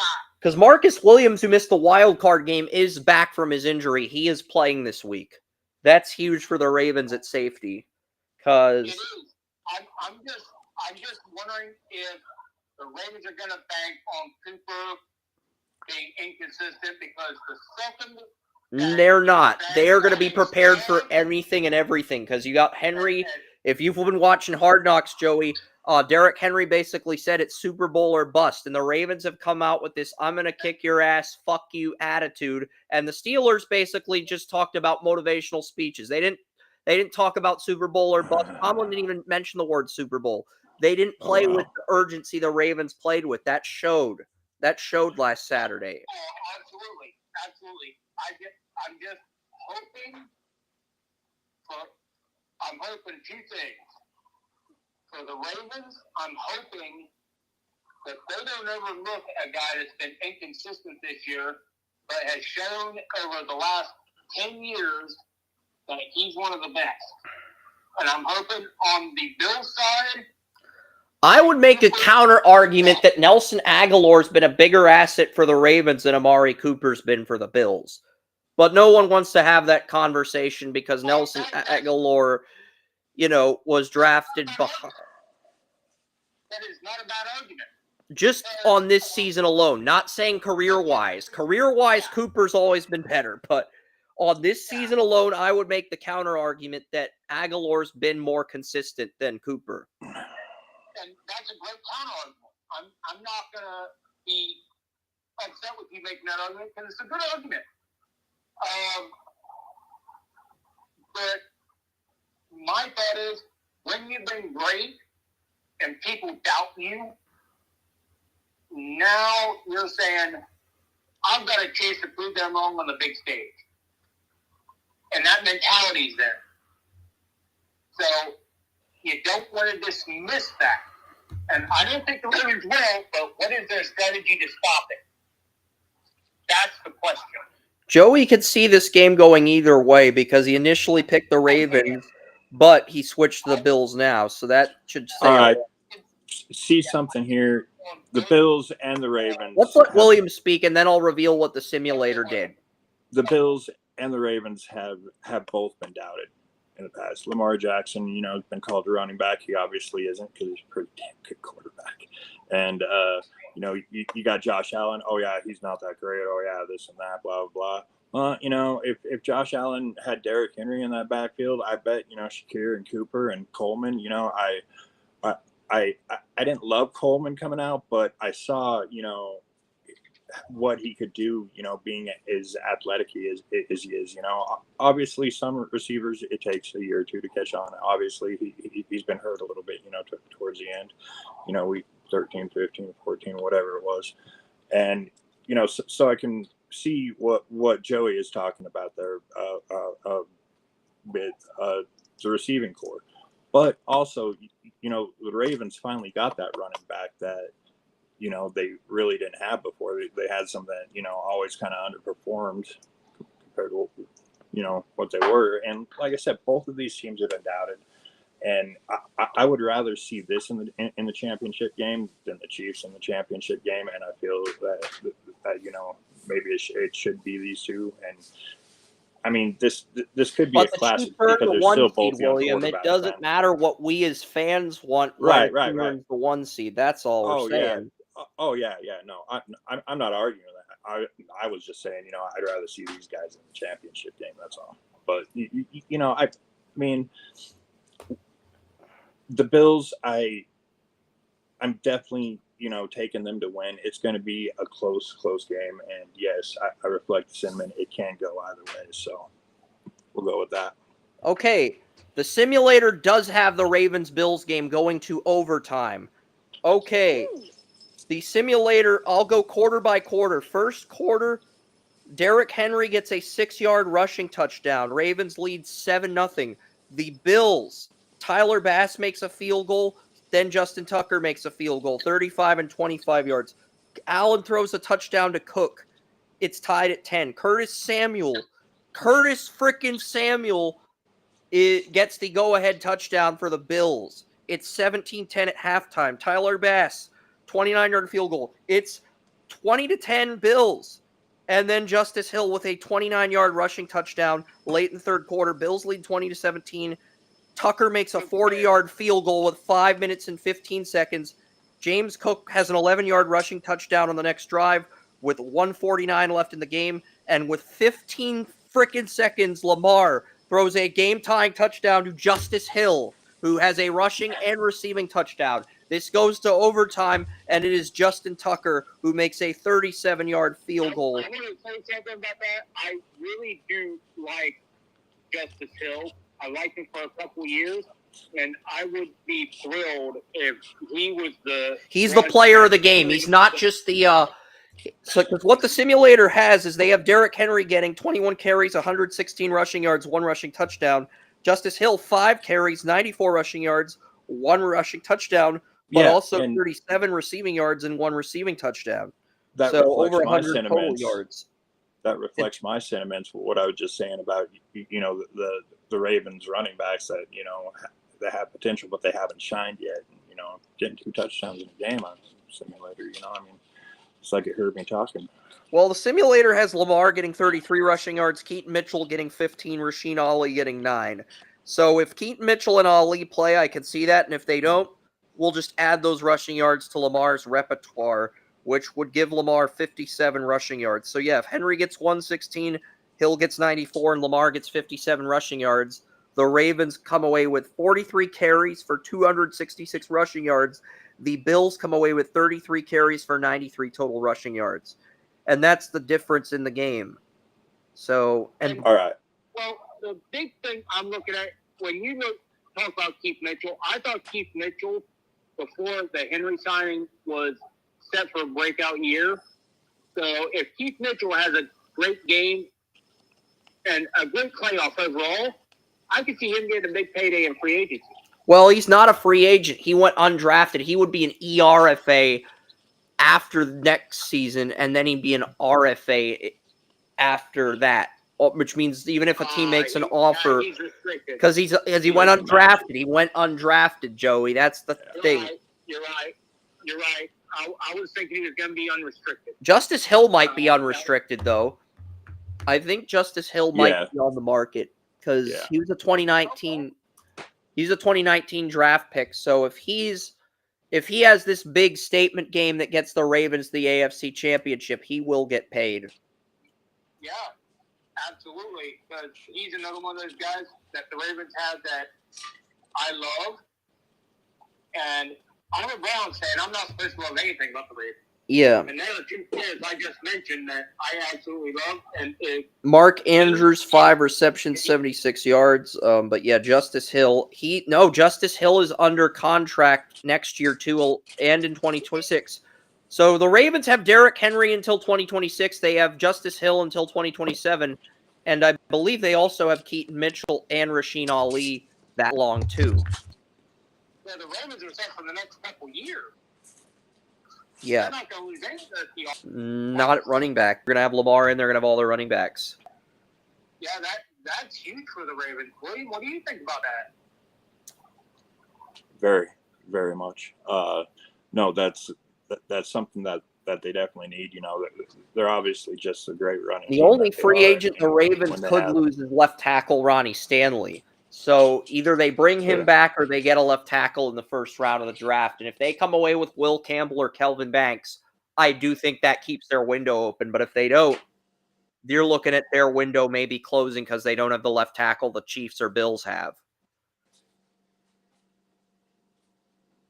But they're still going to be potent offensively with the depth they have at running back, the receivers they had, like you and William said.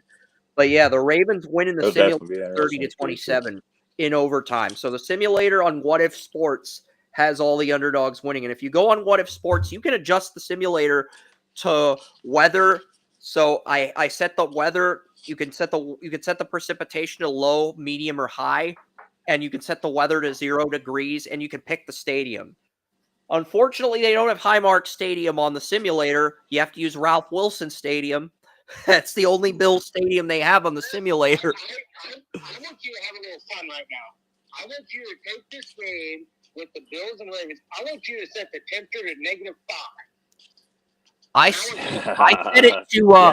set it to 3 degrees because that's what the temperature is projected on Sunday. Okay, set it to -15 and tell us who wins. Okay. You don't even have to go through the stats. Just tell us who wins.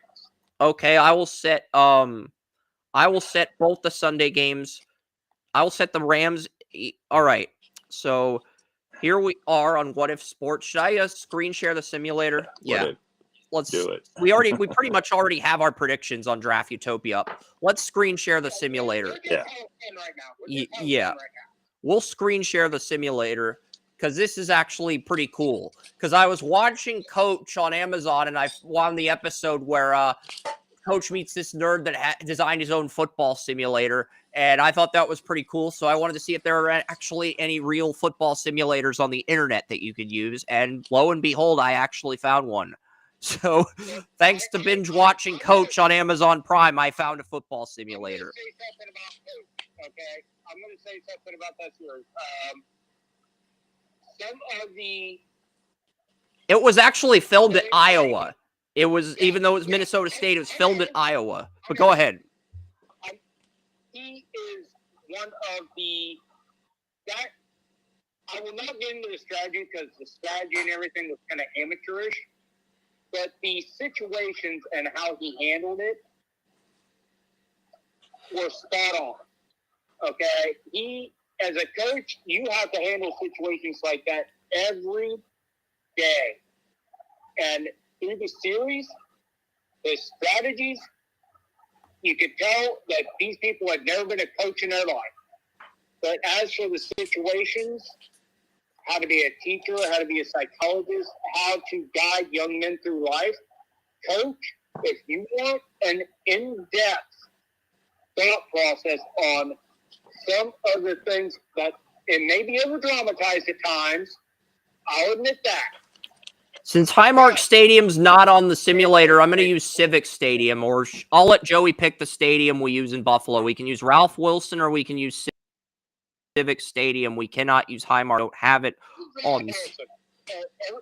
Everybody knows Ralph Wilson. Use Ralph Wilson. All right. That's what I did last time, but I had the temperature to 3 degrees. So precipitation, I set that to light last time. Should I set it to medium or heavy for precipitation? I can use none. There is no precipitation in Buffalo. There's going to be precipitation in Philly. There's no precipitation for the snow in Buffalo. Yeah, just go none. Because, all right. You know, that's what I got from Google. That there will. It's just going to be freaking cold. Yeah. All right. Once Geico gets their ad out of the way, I can set the temperature to the coldest you can make it is negative 20 degrees. Should I set it to negative 20 or should I set it to negative 5 or 15? Just go negative 20 because if we're at negative 15. What about the wind? What about the wind? None, light, medium, or heavy? None. All right. Let's find out what happens. Negative 20 degrees. Yeah.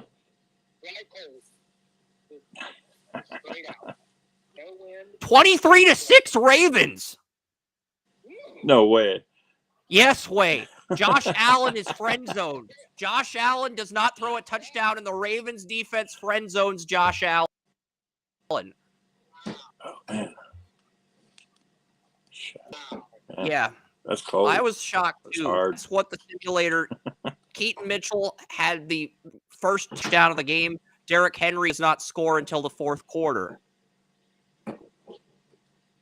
Yep. Oh man. And the Bills hold Derrick Henry to under 100 yards, and they still lose. All right, make a negative 15. See what they say. And Keon Coleman leads the Bills in receptions. Amari Cooper has 1 reception for 8 yards.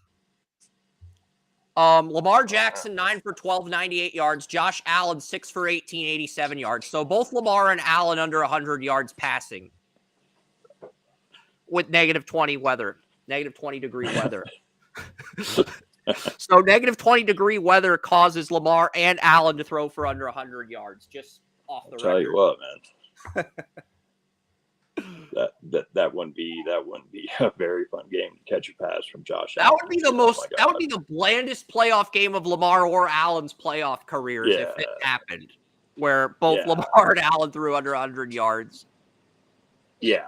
Wouldn't you say, just based on the situation, couldn't it be considered one of the best games in their career, just based on the situation? Yes. It's negative 20. Yeah.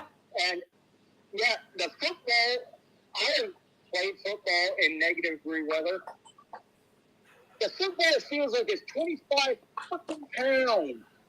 So when Lamar Jackson, I've never done it in a negative 20, I'd be freaking freezing. Lamar Jackson does have 21 rushing yards versus and Josh Allen ends up with negative 2 rushing yards. So Josh Allen ended up with -2 rushing yards, even with the weather. 100 yards in that condition for me, playing in cold weather like I had, and knowing the football. And Derrick Henry ends up with 99 rushing yards in -20-degree weather. The Ravens have the football for 40 minutes. The Bills have the football for under 20 minutes. The time of possession. This would be the greatest playoff performance by any two quarterbacks in history, based on the fact that the football weighs 25 fucking pounds, and they're trying to throw it.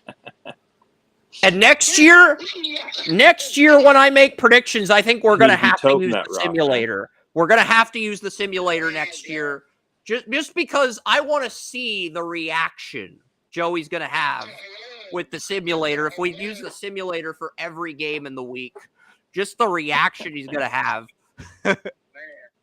We don't have to do it for every game, just like the game of the week or the Browns game. Just see what the simulator pulls up, because now that I know there's a football simulator, I probably am going to use it more often. But yeah, William, what do you think of that? 23-6 Ravens. What's your thought on that?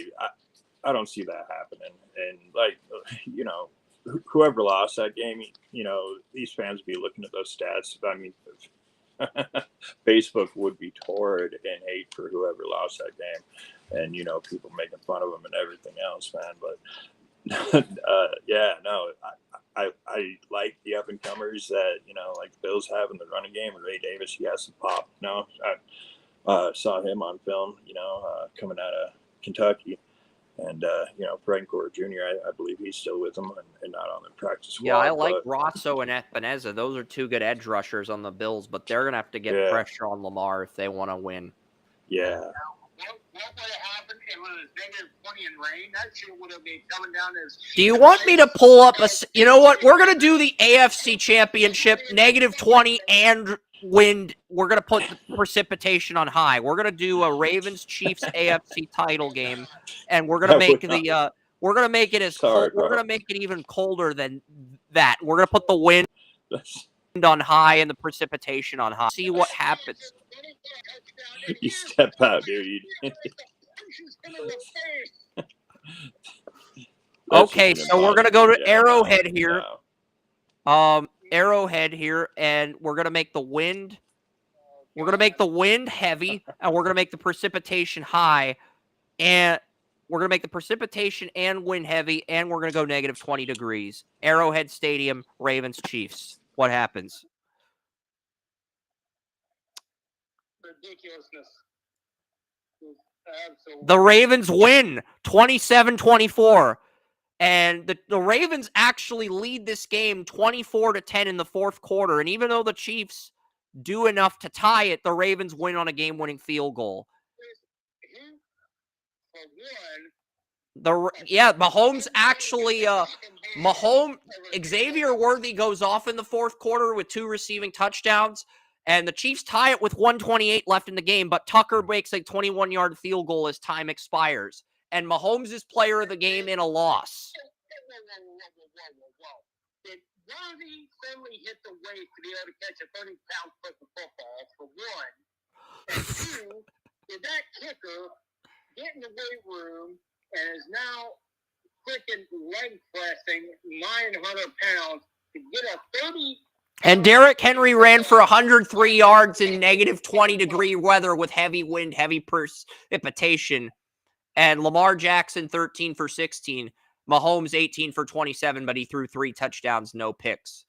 Kristen, have you ever tried to kick leather that feels like a freaking brick?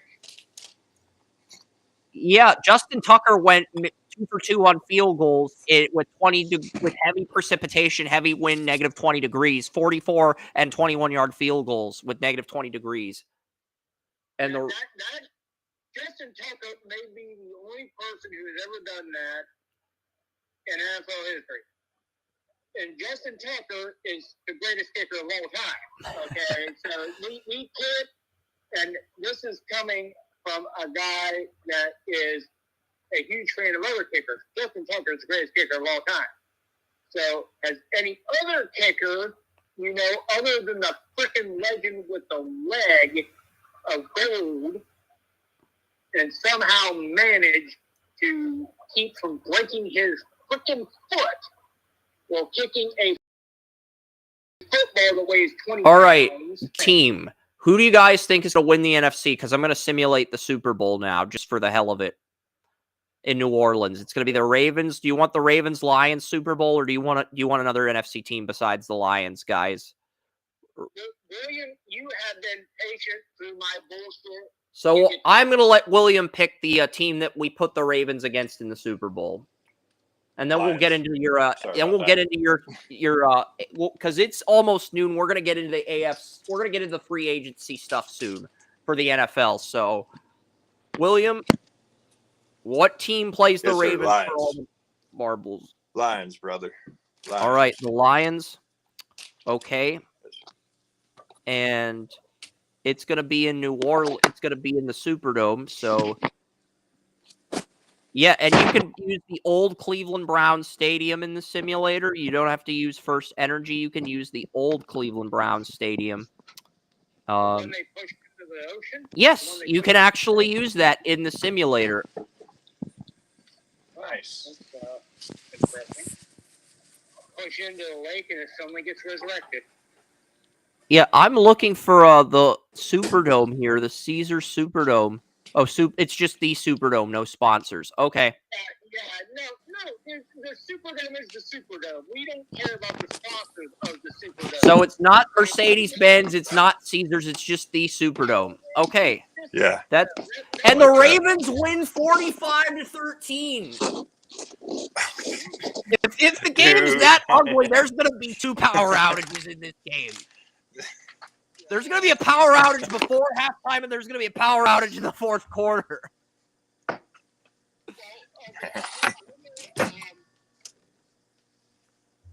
it's a dome, but I will say I have a friend that's living. Well, the Ravens ended up getting a pick 6 in the Super Bowl. Goff threw a pick 6 for 50 yards, and that made it 14-0 in the first quarter. Bates got a field goal. Rasheen Ali got a touchdown to make it 21-3. And then Derrick Henry gets a touchdown from Lamar Jackson, which makes it 31-6. And the only difference between this and the 28-6 lead over the Niners is it's a bigger margin. And there's no power outages, and Henry gets 2 garbage time touchdowns in the fourth quarter. You missed something. And Derrick Henry, not Lamar Jackson, is Super Bowl MVP. You missed Amon-Ra St. Brown making several Ravens players disappear at halftime. Actually, Amon-Ra St. Brown's the one doing the disappearing. 5 receptions for 33 yards. He is held to 33 yards against the Ravens, and I'm calling bullshit on that.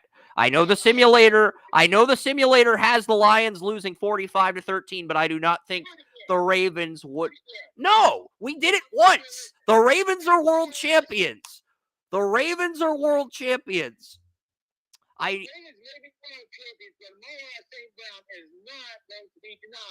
He's getting held to 5 receptions for 33 yards, no touchdowns. That's about as much denied as possible. Jamison Williams, 2 receptions, 21 yards. Goff threw for 91 passing yards, 0 touchdowns, 2 interceptions. That's the stat line for Goff.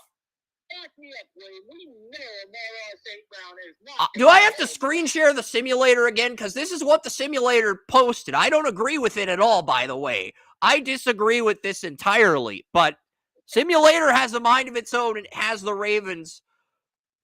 Somebody, Brian Lewis, Dion Reed, is one of you guys operating the simulator behind the scenes? Because it's just weird to have the Ravens beating the Bills and the Chiefs in negative 20-degree weather, and then they blow out the Lions 45-13 in New Orleans. Is one of you guys in charge for this website? I'm genuinely curious. Something. Because Amon-Ra St. Brown. Marlon Humphrey had 2 interceptions in this Super Bowl, including the pick 6, the 50-yard pick 6, and he loses Super Bowl MVP to Derrick Henry, who had 141 yards and 3 rushing touchdowns. So, yeah. That I could buy. But it's holding Amon-Ra St. Brown. So basically, the simulator is saying that T. Higgins will hold Amon-Ra St. Brown to 5 receptions for 33 yards. they're also saying that Brandon Stevens will hold Jamison Williams to 2 receptions for 21 yards, and that Marlon Humphrey will be money at nickel corner and completely shut down Tim Patrick or Detroit's slot receiver. They are saying all of that will happen. And I can see why Joey's calling bullshit, and I'm in agreement with Joey. Not the simulator, by the way, but I'm just showing our audience how ugly the simulator thinks this Super Bowl is going to be. 45-13 Ravens. It's like Amara St. Brown has been campaigning since draft day that he is going to take names, kick ass, and go. And he's done that every step of the way. And you're telling me in the Super Bowl, in the biggest game of his life, he's just going to disappear for the first time in his career. Yeah, apparently. And Amon-Ra St. Brown until the end of that 22 season, but once he did, he became a consistent superstar. And he's been consistent ever since. What was going to happen? And you think that he's just going to step back because the Ravens come calling? Oh, the Lions defense ended up with 0 sacks and 1 interception. The 1 interception came from rookie corner Enos Rakestraw Jr. He had the lone interception for the Lions. But the Lions pass rush with Aiden Hutchinson back, 0 sacks against the Ravens. 0 sacks. I do like Rakestraw. I think he has a great future. I like Chris Abrams-Drain more, but Abrams-Drain fell to the 5th round and Rakestraw fell to the 2nd. But yeah, that's interesting that Rakestraw is the only pick. And Marlon Humphrey with 2 interceptions, including a 50-yard pick 6. Probably the biggest pick 6 since the James Harrison pick 6. But yeah, looking at... And I should probably pick a more stable rock to stand on than the one I'm standing on because... I'm not sure what irritates Joey more, the Rock or Amon-Ra St. Brown only having 33 yards and 0 touchdowns. I went into St. John's River because I'm sitting on an unstable rock. All right, William, are you ready to get into free agency? You've been more than patient with us, and I feel like it is time to discuss this. Yeah, I think William is just muting us and shaking his head. No, he's walking around the house doing his thing, but yeah, let's we talked about the bottom 8 teams in the draft last week. What are your thoughts on them? Well, I went over this last night, and I figured I was going to make something real quick about this. The first thing, well, we talked about that last night, Chris, was Tennessee at number 1. They've got, $51 million in space. That's obviously not a concern, but they need to get an identity, and then they need to get a quarterback. Will Levis, stop trying to be Mahomes, straighten out his sloppy mechanics, get rid of the entitled mindset, and he might be able to do something. He's got all the skills in the world. However, number 2, Cleveland.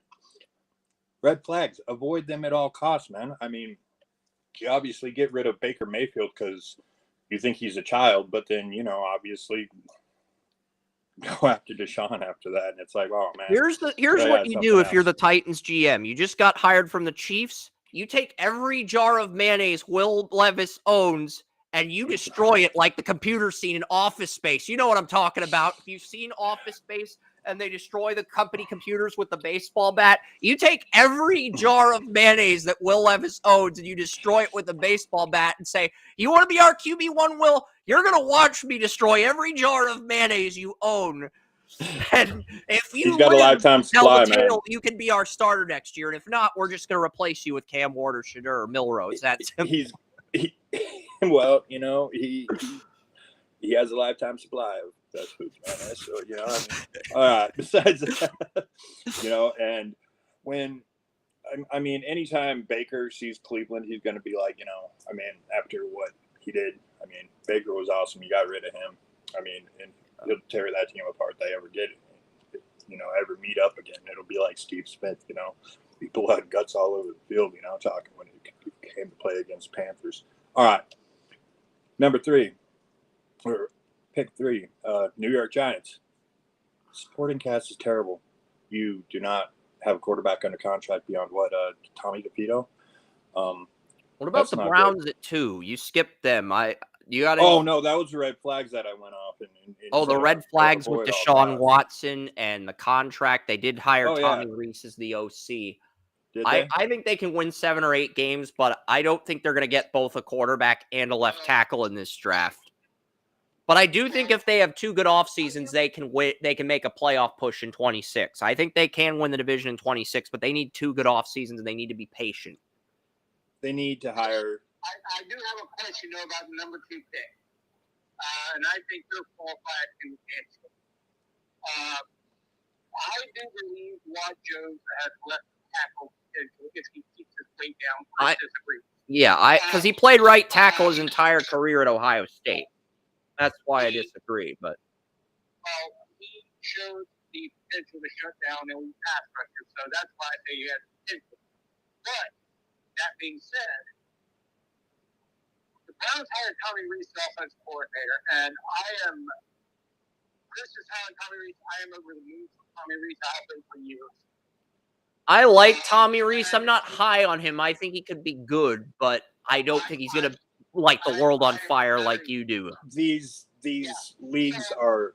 Do you think that the Browns take Shedeur Sanders if he's the guy, and then just let Tommy Reese mold him? How do you think this goes with number 2? Because it is a fascinating thing that we're looking at right now. Yeah, and I don't think Shedeur's even a first round pick. I think they'll take Caden Proctor if the Browns are terrible enough to where they start Cousins and they finish in the bottom 5 again. I think the new regime will keep Tommy Reese aboard. Sperry will go and the new GM will come in and he'll get Caden Proctor, a guy Tommy Reese coached at Alabama his freshman year. And Caden Proctor would be the blind side for Shedeur, and then you move DeJuan Jones back to right tackle. Boom. Kill 2 birds with 1 stone, and then the Browns pull a 180 and become a playoff team in Garrett's contract year. I can see you definitely thought, of all that. I think of how the league's driven and everything else. And like I said, they need to bring in an offensive coordinator and a quarterback coach and somebody that's going to actually work on developing a quarterback and not just trying to throw somebody Tommy out there Reese or buy was someone. OC and QB coach at Alabama in 23 with Milroe, and he was the tight ends coach with the Browns this year. Now he's the OC with Stefanski. I like Milroe too. He was also a high-level college quarterback and did spend a year on a practice squad in NFL team. He also was an OC in Notre Dame for a year too. Yeah, but all right. Now, getting on to the next one. Wow, I was getting into talking about. We're not going to bitch about the Browns. Let's let William discuss the Giants. He acknowledged the Browns. But that was the question, though, is that did he think that Tommy Reese could take Shedeur Sanders and make basically if they rather Shedeur Sanders, could he make Shedeur Sanders into somebody? I don't think Shedeur or Ward is going to be Jane Daniels overnight. If that's your expectation, you need to turn your expectations down from a 10 to a 5. But let's get to the Giants at 3, please. That was what I was asking William, though, is that could Tommy Reese turn Shedeur years? It may take a year or 2, but could he do it? Shedeur is going to have to get away from his dad, and he's going to have to, do something to actually calm his ass down, stop doing dumb things like poking people in the eyes and everything else that happens, harassing water boys, this and that. He has potential. He has an arm, but he's reading defenses backwards. It's going to take, I'm not sure if his new coach is even going to recognize, that's happening with him. If Reese is going to do that, because it's just one of those things, man. And I think it could happen.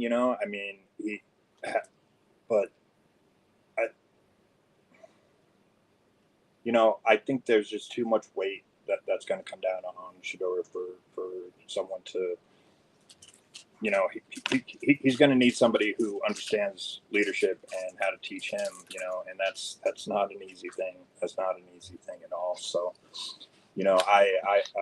I would see something else there. I'm not sure, who Tennessee is And high if on. Shadur has a bad game at the East-West Shrine Bowl, assuming he plays in the game, wouldn't that set off enough red flags not to take him at 2, William? Because bad bowl game, bad in big games against college opponents, bad bowl game, bad college all-star game. Wouldn't that be enough to where you've seen enough film to filter him out as a prospect?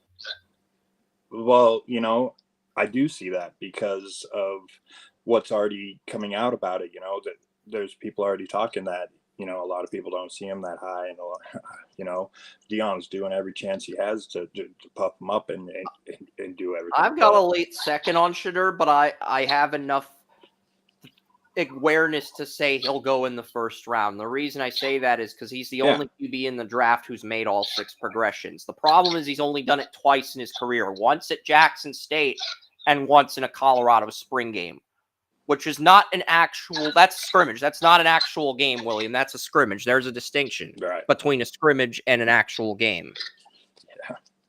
And Yeah. going to Chris's point of wanting to move on with the Giants, and William, I got to ask you, I see him as Shadur Sanders as the most intelligent quarterback in this draft, and maybe even the most active.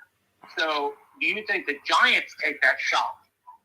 Do you think the Giants take their shot with Sanders if the Browns pass on him? Well, I don't know if the Giants do that because Deion's already come out and said that, that shouldn't happen.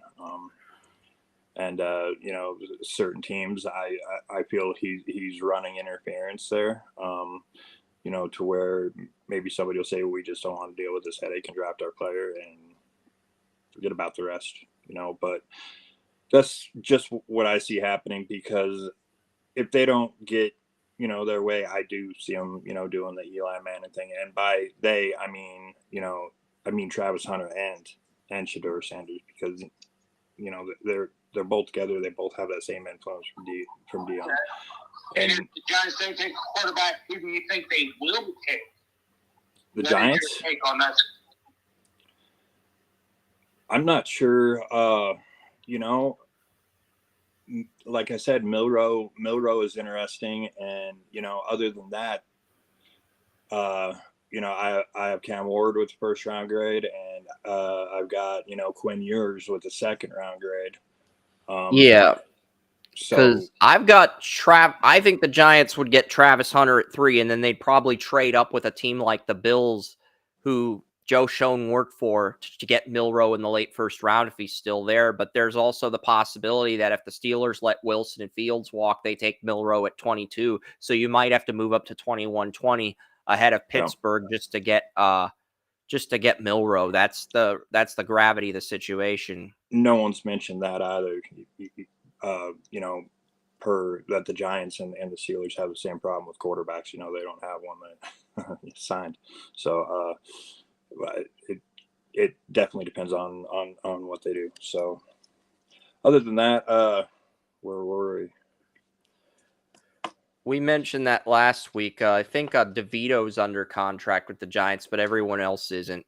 Locke's a UFA, Boyle's a UFA, Jones is a UFA, and Patriots hired Vrabel, but I mentioned most of the talking points, most cap space, Drake May. What are your thoughts on them? And then we'll go from there with the other 5 through 8. Let's see. We got 5 through 8. I got Jacksonville. Their secondary is turning into the contracts are coming up. The next year, a couple of them are in their contracts years. Another one's a free agent.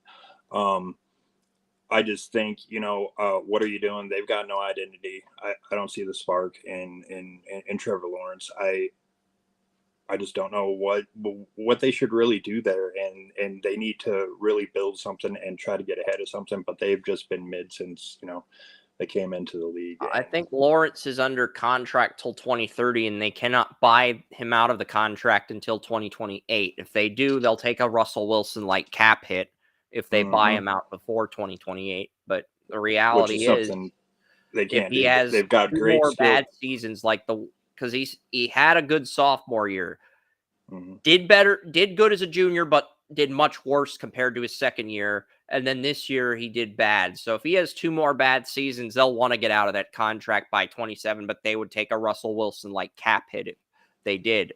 Yeah, for real. So there's no way they can get around that. They obviously have the skilled position players, to actually do something. I don't know what Evan Ingram's even at, or there's Trevor The Etienne and Jaguars stuff. might move on from We'll Lawrence, just but I agree, William. It's probably not yeah, going to be until the new stadium opens in 28. yeah. So I mean, they can't really do anything with that. So let's just skip past it because they're just going to be mid the rest of their, for a while. Anyway, 6 we got the Raiders. They're have Second most cap hit of space behind the Patriots. Yep. 97.7 million. I have that, that baby Favre will develop into a starter, but Tom Brady's coming in, he's getting that control. They're going to take a quarterback. They already mentioned it, in the search for a quarterback. They probably see AOC as a backup. Anyway, besides that, I would love to see them take Milroe. He's a high character kid. He's a good kid, got a good attitude. There's nothing wrong with him. He's not overconfident, not entitled, nothing like that. I would love that, but they also have some other needs. The defense is pretty bad beyond the front seven. I mean, it's just not something that But I feel that Brady's going to come in, and with him getting that little controlling power, he's going to want to groom quarterback, bring him in and groom him. So, maybe they do that with AOC starting, or maybe they sign a cheap backup to like the Russell Wilson thing. What do you think of the Patriots at 4? I know I didn't. I know. Oh yeah. You said 5, right? Anyway, I said sorry. 5 through 8 after the Patriots. I guess Yeah. I kind of that's my bad, but yeah. Yeah. No. New England. Am I talking to myself about these quarterbacks and everything else with these skill positions and needing protection? And, if you bring in a quarterback, you need to do something. I mean, they realize that, halfway through the season, maybe we should start him, but, still be had a bad offensive line. And that's what they need to do. They've got talking about Cole Strange, coming off of not playing center anymore. It depends what they want. They have, like you said, 126.8 million. They need to be that next man up to the Patriot way. They have the Patriot way for years. Because they do have a lot of needs. A number 2 corner, if Jonathan Jones leaves, an edge rusher. I mean, Anthony Jennings hasn't been bad at 34 right outside linebacker. The problem is he's better at left outside linebacker, and a true edge like Abdul Carter that's a better fit at a 34 outside linebacker versus a 43 D end. You put him at right outside linebacker. You move Jennings over to left. You fix the pass rush. You have a good defensive line. If you trust Isaiah Bolden to be the number 2 corner, you can work with that defense, and it'll go back to being a top 10 defense under Vrabel right out of the gate. The question is, will that be enough to help the offense out, or will Drake May have a sophomore slump with the lack of supporting cast? Yeah, and I obviously love Drake May. Here's my QB1 last year, and he has some of the highest potential. Great arm. Patriots need a left tackle and a true number 1 receiver, but that they do. Problem is, after QB, the most important positions are edge, left tackle, corner, receiver. Patriots don't have an identity at any of those positions outside of number 1 corner with Christian Gonzalez. Their defensive line is good. I've seen some people mock Mason Graham there, and I wouldn't have a problem with that if the Patriots ran a 43, but they run a 34, and sometimes they run a hybrid defense. They did under Belichick, but they were mainly 34 base this year. And Vrabel's a 34 guy, so I don't think that's going to change, William. But yeah, those are just my thoughts on the Patriots as a Patriots fan. Yeah. I mean, how high do you have Nolan ranked? I have Nolan ranked below Deion Walker and Mason Graham. I have both Graham and Walker in my top 16, and I have Nolan in the 18 range. But who Gotcha. knows? Maybe some people like Nolan Moore. So yeah, Could be, man. And I have a question. It's not exactly according to the draft. It's something Chris and myself were talking about before. I want your opinion on it. Sure. What if Vrabel says, "My guys are gone. I want to rehire Alex Van Pelt. We're going to keep him as offensive coordinator." How do you think that affects the draft if that eventuality would actually come to pass? Do you think that affects the draft pick, or do you think it's just business as usual? I think he's definitely going to hold that and do it his way. It's not going to be what do you say? Shit. Sorry, go ahead, man.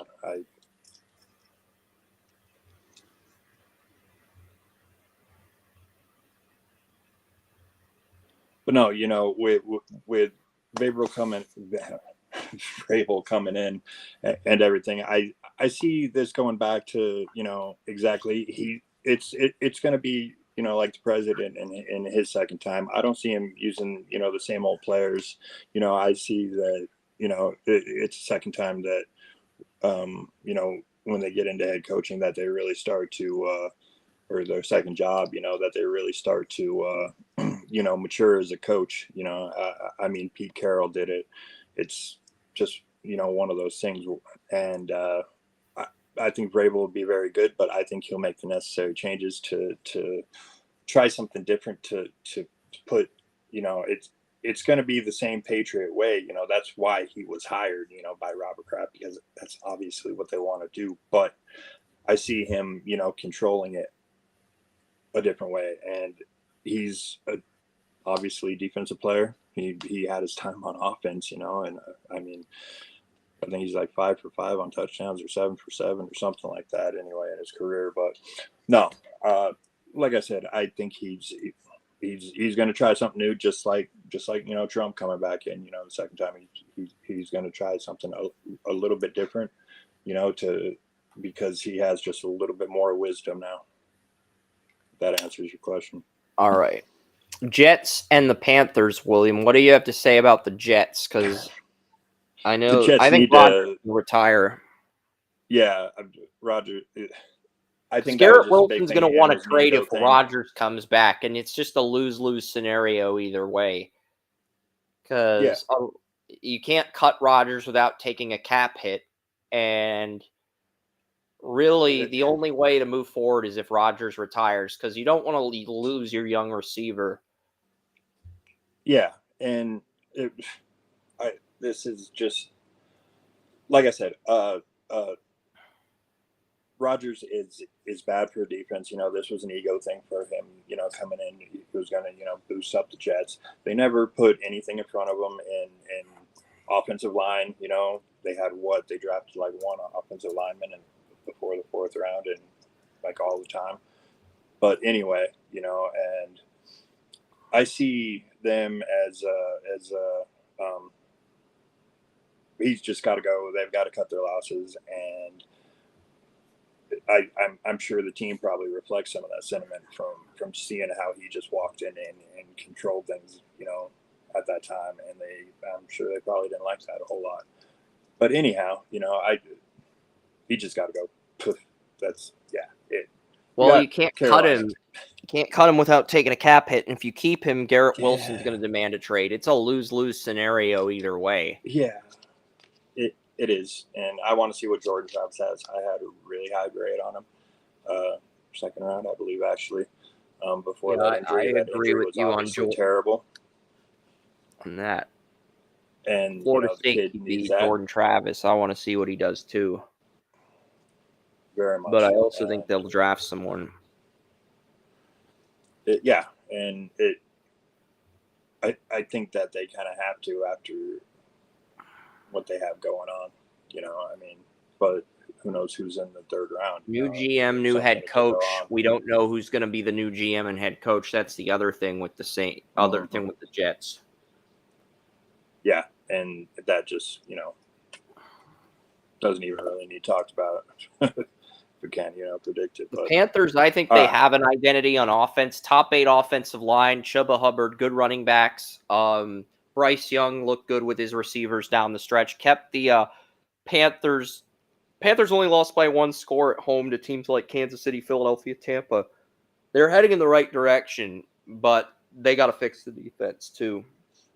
They very much have to fix the defense. They've got a Derek, what's his name, back there, and he is a great playmaker, Derek Brown.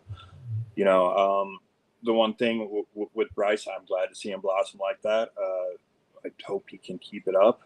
If he's your boy, then you need to really stuff something into that defense.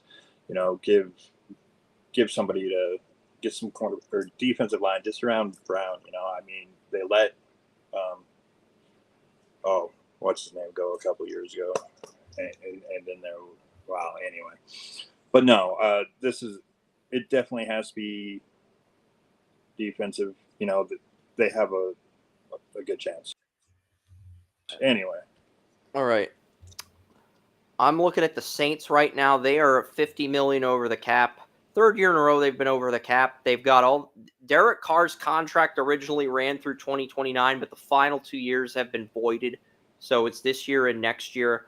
So Carr and Hayner will both be 27 UFAs. Rattler under contract through 2028. Ben DiNucci is technically under contract as a practice squad QB, but he's also listed as an RFA. But I would think DiNucci's nothing more than a practice squad guy. And then you've got Kamara, Williams, and Kendre Miller. Other 2 running backs are practice squad guys. I'm not even going to acknowledge their names. They're worse than Ben DiNucci. William, I want to add to what Chris is saying by preferencing something. I was listening to Capologist here a couple weeks ago, and he was talking about how the Saints were banking on the salary cap going up, and that's what they were banking on all the contracts. And then the pandemic hit, and the salary cap went down, and that's what put them into this situation. And I heard that they were just going to bite the bullet and go ahead and let these contracts run while trying to rebuild through the draft. So I just wanted to add to what Chris was saying. But every time they're close to getting under the salary cap, they do something like extend Alvin Kamara, give him a 2-year extension, and it delays. With all the moves they're making, they might be over the salary cap until 2030. Just saying. why did they pay Taysom Hill like they did? Taysom Hill, they gave him a 3-year extension, but voided the final 2 years, so Hill will be a free agent after next did they? season. Yeah, because But Juwan Johnson's his contract was originally going to run through 2029, but they voided it entirely. He will be a free agent after this year, so Taysom Hill will be the number 1 tight end next season in New Orleans. Foster Moore back again. and Dallin Holker, an undrafted free agent, spent rookie year on the practice squad. I think Holker will probably be the 3rd string tight end if I had to take an educated guess. Because he's not an RFA until 2027. Holker is a good tight end. Yeah, because he came in late, and he's a kid from CSU, and that's where Trey McBride is from. That's where my kid went to school, and there's I told that kid it was definitely good. And I totally forgot where he ended up. So I do like that. I had a 4th round grade on him last year. Yeah, and I think the thing is, I don't think anybody thinks Taysom Hill is a bad player. I just think everybody knows Taysom Hill was overpaid. Yeah. And the Saints cap situation, where other teams may have been able to keep him for what he is, the Saints cap situation is that we screwed up because we didn't even really screw up. We were the victims of circumstance, and then we tried to keep our core together. And where Taysom Hill may have been able to stay on other franchises, but because of the circumstance, the contract was just not something that could be sustainable. And William, am I wrong with assuming that type of thought process? Yeah, no, but the thing with Taysom Hill is, he's one of the smartest guys on the field. He knows everything there is. So there's that, when you're bringing along stuff. But I don't think that's a very bad, sentiment that you're putting down there. Yeah. Or that you're wrong for thinking that way. I think it's urgency but- more than paying him, because Juwan Johnson was the number one tight end entering the season, but as the season progressed, Taysom Hill became that guy. And because Juwan Johnson's a free agent this year, I think that Saints panicked and said, you know what, we need to pay Taysom Hill. They probably are going to draft another tight end to push Holker for that third string tight end, I would think. But if I think they have to as well. They've got Foster just Moreau for one building more that, year, and they've 2 more years, and they've got Taysom Hill for 1 more year. And at this point, your top 3, that's an okay top 3, but that's not a top 3 past this season, William. That's why I say the Titans are Saints are probably going to draft a tight end at some point. Yeah, and I definitely see that. I think they need to, build around Radler too. And they don't have a number 2 receiver. I mean, they have Chris Olave, who will have a 5th-year tender, but he's already had 3 different concussions in his career, 2 this season. And Rashid Shaheed is going to be a UFA in 2026. He's been good the last 2 years, but can he blossom into that number 2 receiver? I think they'll probably pick someone in the first round and move Shaheed to the slot. Cedric Wilson, he's been the slot receiver this year. He will be a 26 UFA. And then Bub Means, the receiver they drafted out of Pittsburgh in day 3 last year, is the number 4. But they're going to roll with those 4 as their top 4. Saints are. Yeah. Yeah, Eric McCoy, Ramczyk, Cesar Ruiz, Trevor Penning. If Ramczyk's not healthy enough to play next year, Penning will be the right tackle. Fuaga will be the left tackle. McCoy will be the center. They had Lucas Patrick at left guard at the beginning of the year, but Nick Saldiveri, who's on a rookie deal, Old Dominion left guard, took the left guard job from Patrick. He's back. And they also have Cesar Ruiz, the former first-round pick in 2020. So Saints offensive line is pretty good for the most part. They could add some depth players, but I don't think they will be adding any starters. They will be rolling with Fuaga, Saldiveri, McCoy, Ruiz, and either Ramczyk or Penning. They'll try to keep both, but if Ramczyk's injured again, they'll just move on from him and go with Penning. If Ramczyk's healthy, he will be the right tackle, and Penning will get demoted to swing tackle. Or maybe Penning gets to compete with Saldiveri for left guard. Either way, that's kind of what you're looking at with the Saints. And that's their identity in the offensive line. That's not changing. Defense for the Saints. Look at the defensive line. Cameron Jordan and Granderson are the defensive ends. Chase Young, one of the situational pass rushers, his contract's voided. He will be a free agent. Nate Shepard, Colin Saunders, Brian Bressie will be the 3 defensive tackles. And then you have Foskey as the situational edge. What the heck? What's going on? Why is my keyboard? Something's going on with my keyboard. It's typing random stuff. Oh, I think it was my toes were accidentally on one of the keyboard. But let's get back to the Saints defensive line. I know it's because Chase Young just fucking sucked this year. No, they voided the contract. Tano Kapasinon's contract's voided too. Well, that's you don't void a contract if somebody's playing out of their freaking mind. Yeah, and they drafted Foskey in the 2nd round out of Notre Dame, but he hasn't blossomed yet. In 2 years, he hasn't blossomed yet. So he looks like a bust so far, but he's got 2 years to turn that around. Demario Davis and Pete Werner are the starting linebackers. You do have DeMarco Jackson, Jalen Ford for depth. So I like the Saints at linebacker depth, but they lose Paulson Adebo. They traded Lattimore. So right now, Alante Taylor, who's going to enter the final year of his rookie deal, and Kool-Aid McKinstry are going to be the number 1 and number 2 corners.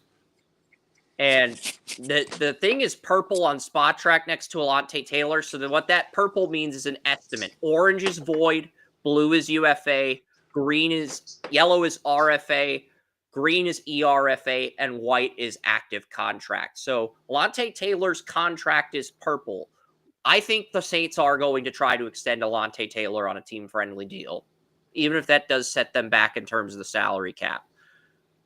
I think he will get extended. He's 27. He's been the nickel corner for 3 years. Showed he could be the number 1 corner this year, but had 10 deflections in each season at nickel corner.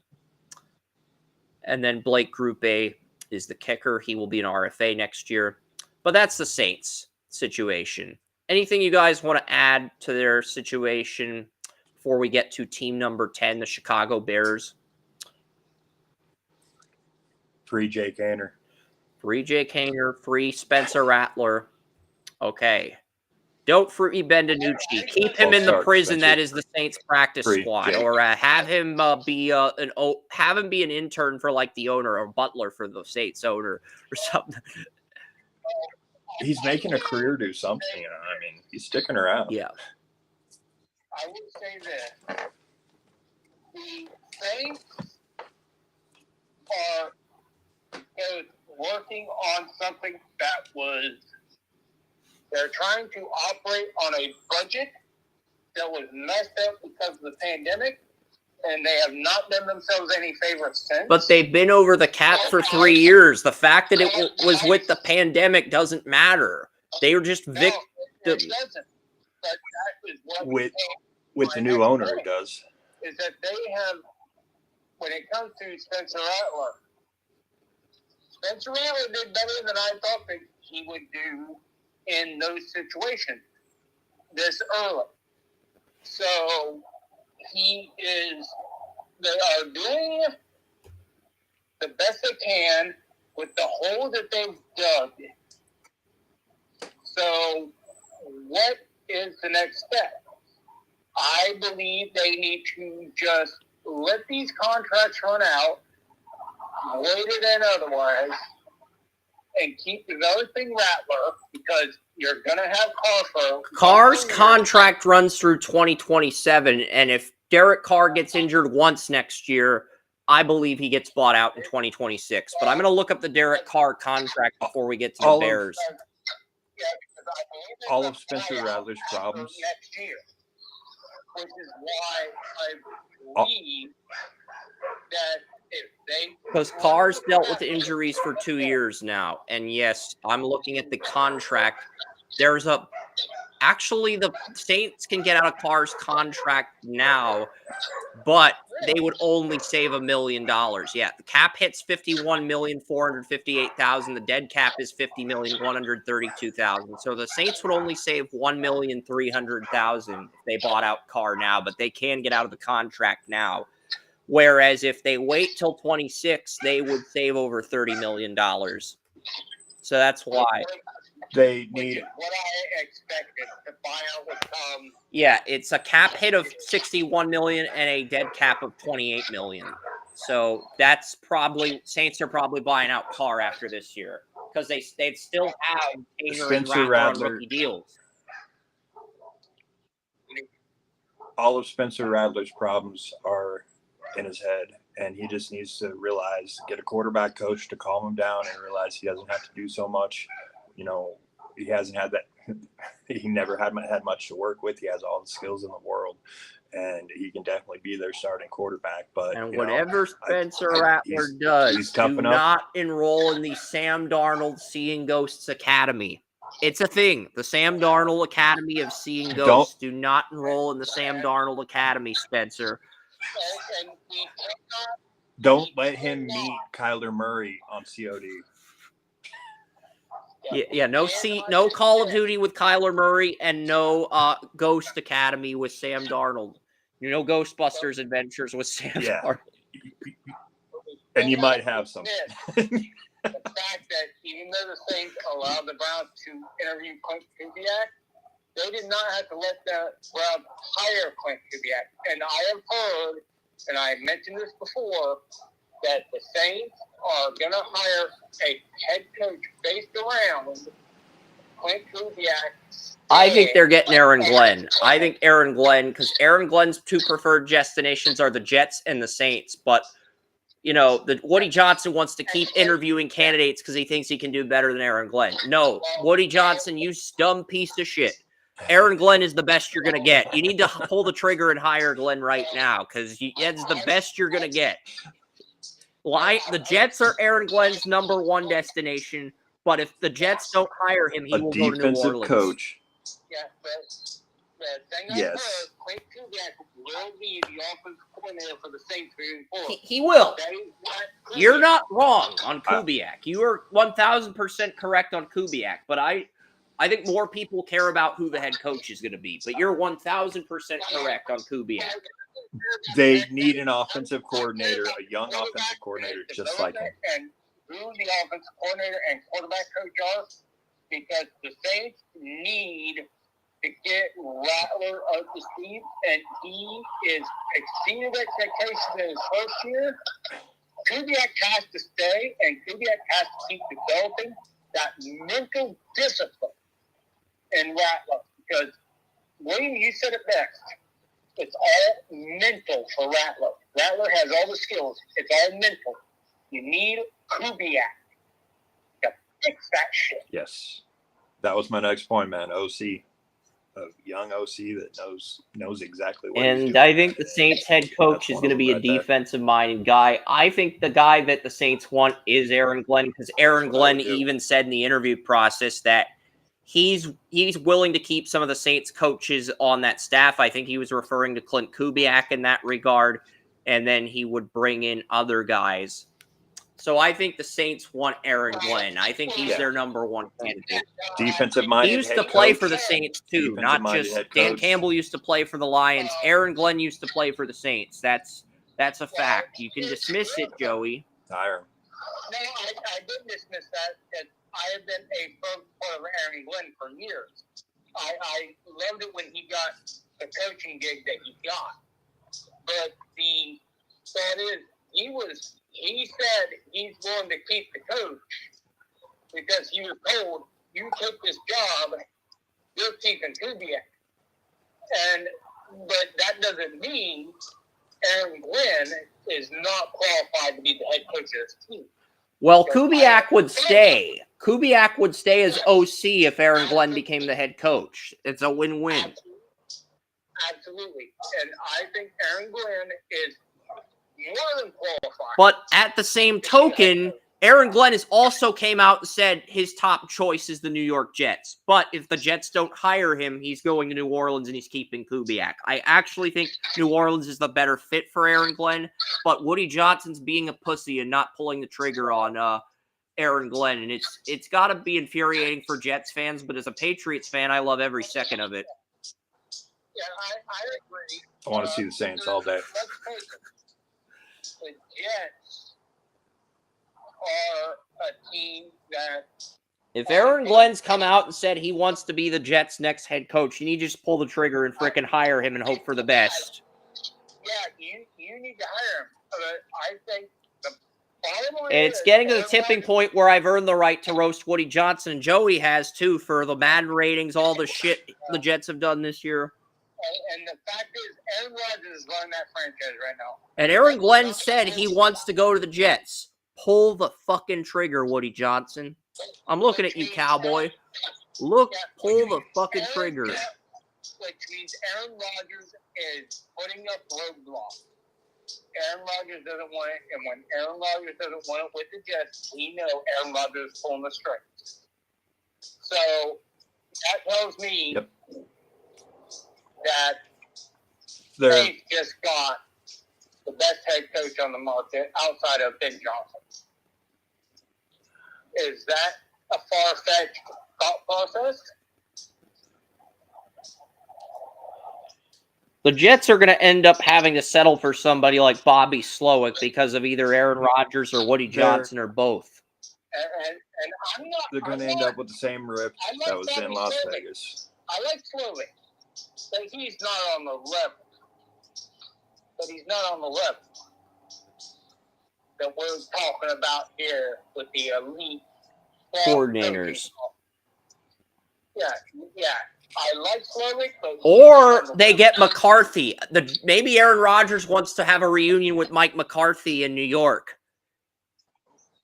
Well, let's just do Rex Ryan, man. I agree. I'd rather see Rex Ryan coach the Jets again than an Aaron Rodgers, Mike McCarthy reunion. But I'm just saying, you can't downplay the possibility that Aaron Rodgers, who won his only Super Bowl with McCarthy, wants McCarthy and is holding the Jets ownership hostage unless they get McCarthy. You can't discount that possibility. The Rodgers-McCarthy relationship is why McCarthy was ultimately dismissed. I don't think McCarthy wants to go back to the Jets, but I think Rodgers is at the point where he's open to bringing him back. Yeah, And that's the guy he wants. But McCarthy, I don't think he wants to come back. I don't think the interest is mutual. I think McCarthy takes a year off. He either goes to the Bears or he takes a year off. I'm with you on that. Yeah, Let's get to the Bears. Oh, God. Why? That's what I said. Because Joey's written in having my more notes. fun roasting the Jets, and he really doesn't want to do a deep dive on the Bears. He just wants to keep having fun roasting the Jets. And I'm just halting him like the fun police. I'm being like the fun police by halting his fun.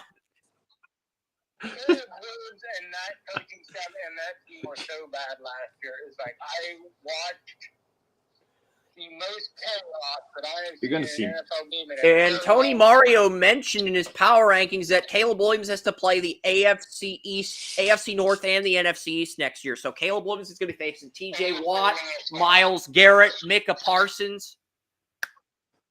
Oh, I love it. William, Love it, please man. save us. Trey Hendrickson, who led the NFL in sacks too, is going to be facing Caleb all right. Williams. So yes. Yeah. Caleb. Caleb Okay. did not throw any interceptions, and he did beat the Packers in Week 18. I will give him credit for that, but the Packers crazy, did rest man. their starters in that game. That is also factually true. And he only beat the Packers by a field goal, and he beat the Packers' second team by a point. It's not the victory you think it is. It's not the flex you think it is. I watched Rip Norman, he made me cry. He was so bad. Caleb Williams got me to a fantasy football championship because I picked up the Seahawks defense the week they played the Bears on Thursday night. But Baker Mayfield cost me a championship since he helped my opponent win. So Caleb Williams deserved to beat the Packers for taking a dive in fantasy, and Baker Mayfield deserved to lose to Jaden Daniels in the playoffs. Oh, man. Dude, he trucked Bobby Wagner. That was so great. That's true. But yeah, Caleb Williams is under contract. 5-year tender does apply. I think Caleb will turn it around, but it may be a situation where he doesn't turn it around until 26 or 27 because the level of competition he's facing in 25 is just so brutally bad. I mean, you're facing Watt, you're facing Myles Garrett, you're facing Hendrickson, you're facing Micah Parsons, you're facing Thibodeau and Burns at full health, you're facing the Commanders again, you're facing the Eagles. That is just a motherfucker. I'm sorry. And you're facing the same division twice, the NFC North twice. You didn't ever see that in the Pac-12. I understood when you did say one because he may have a concussion and may be out for the game. I'm just focusing on the pass rushers more than the secondary and receivers. And the Bears, even if they draft a left tackle, even if they draft Will Campbell, I think they'll draft him as a guard because they have Braxton Jones at left tackle in the rookie deal. I do think Will Campbell will be the blind side for Caleb if the Bears draft him, but he will be the left guard the first year because Tevin Jenkins is gone and Braxton Jones still has 1 year left. But that, in that situation, that would be a good pairing because I like Braxton Jones' potential, and you would be able to pair him side by side with, in my opinion, probably the best prospect in this draft, offensive line-wise. So I think in that situation, things would go incredibly well for the Bears But still, I think Caleb Williams is nothing more than the product of a college program to let him do whatever the fuck he wanted. I still think Caleb Williams can turn it around, but Tony Mario believes he's a bust because he's never trusted USC quarterbacks. Tony Mario just does not trust USC quarterbacks. He trusts the booster shots more than he trusts USC quarterbacks. That's going a little far. I'm kidding with the COVID booster shot part, but he doesn't trust he doesn't trust the USC QBs. That's why I say it's going a little far. But he's got some good quarterbacks. Let's look at the other positions on the Bears. Williams right. We're going to be here forever if we don't focus on the other positions. But Swift and Roshan Johnson are going to be back for the next 2 years. You're just going to get me in so bad how the media and everyone treated, Caleb Williams. That just DJ Moore's under contract till 2029. Roma Dunze has a 5th-year tender. Keenan Allen is gone. Keenan Allen's a UFA. Right now, Tyler Scott is the slot receiver. I like Scott as a backup, but DeAndre Carter started over Tyler Scott when Allen or Odunze was injured, which says something, Joey. If Keenan Allen's gone, the Bears are going to have to draft another receiver for Caleb for 3 receiver sets. I do like Cole Met. He's under contract till 2028. Cole Met, I've always thought Gerald Everett remains the backup tight end. I've always thought Cole Met was one of the most underrated tight ends. He's amazing. I interviewed a guy at Notre Dame, a defensive back at Notre Dame at the Senior Bowl, and they told me Cole Met's a special tight end. I didn't know who Chase Claypool was at the time, but I am glad I dodged the bullet. That was Chase Claypool. But the Notre Dame defensive back that I interviewed said, because I interviewed 23 players at the 2020 Senior Bowl, only 3 of those players went undrafted. But the Notre Dame guy I interviewed said Cole Met was a special tight end. That should have been a warning that sign not to dismiss Cole Met, take it for granted. He didn't start the first year. They wanted to ease him in, and then he ends up taking off in year 2, and he's been a beast ever since. Yeah. Yeah, Cole Met is definitely one of those guys that if the Bears want to build around Williams.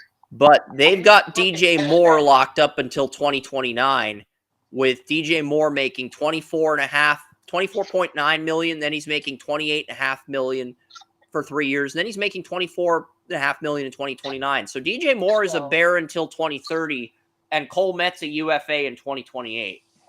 Let's dismiss that a little bit. William, let's ask. I want to ask you this: if you're the Bears general manager, where the hell do you go with this? Because you know what you got. Where do you go if you are the guy in control? If I stepped into this,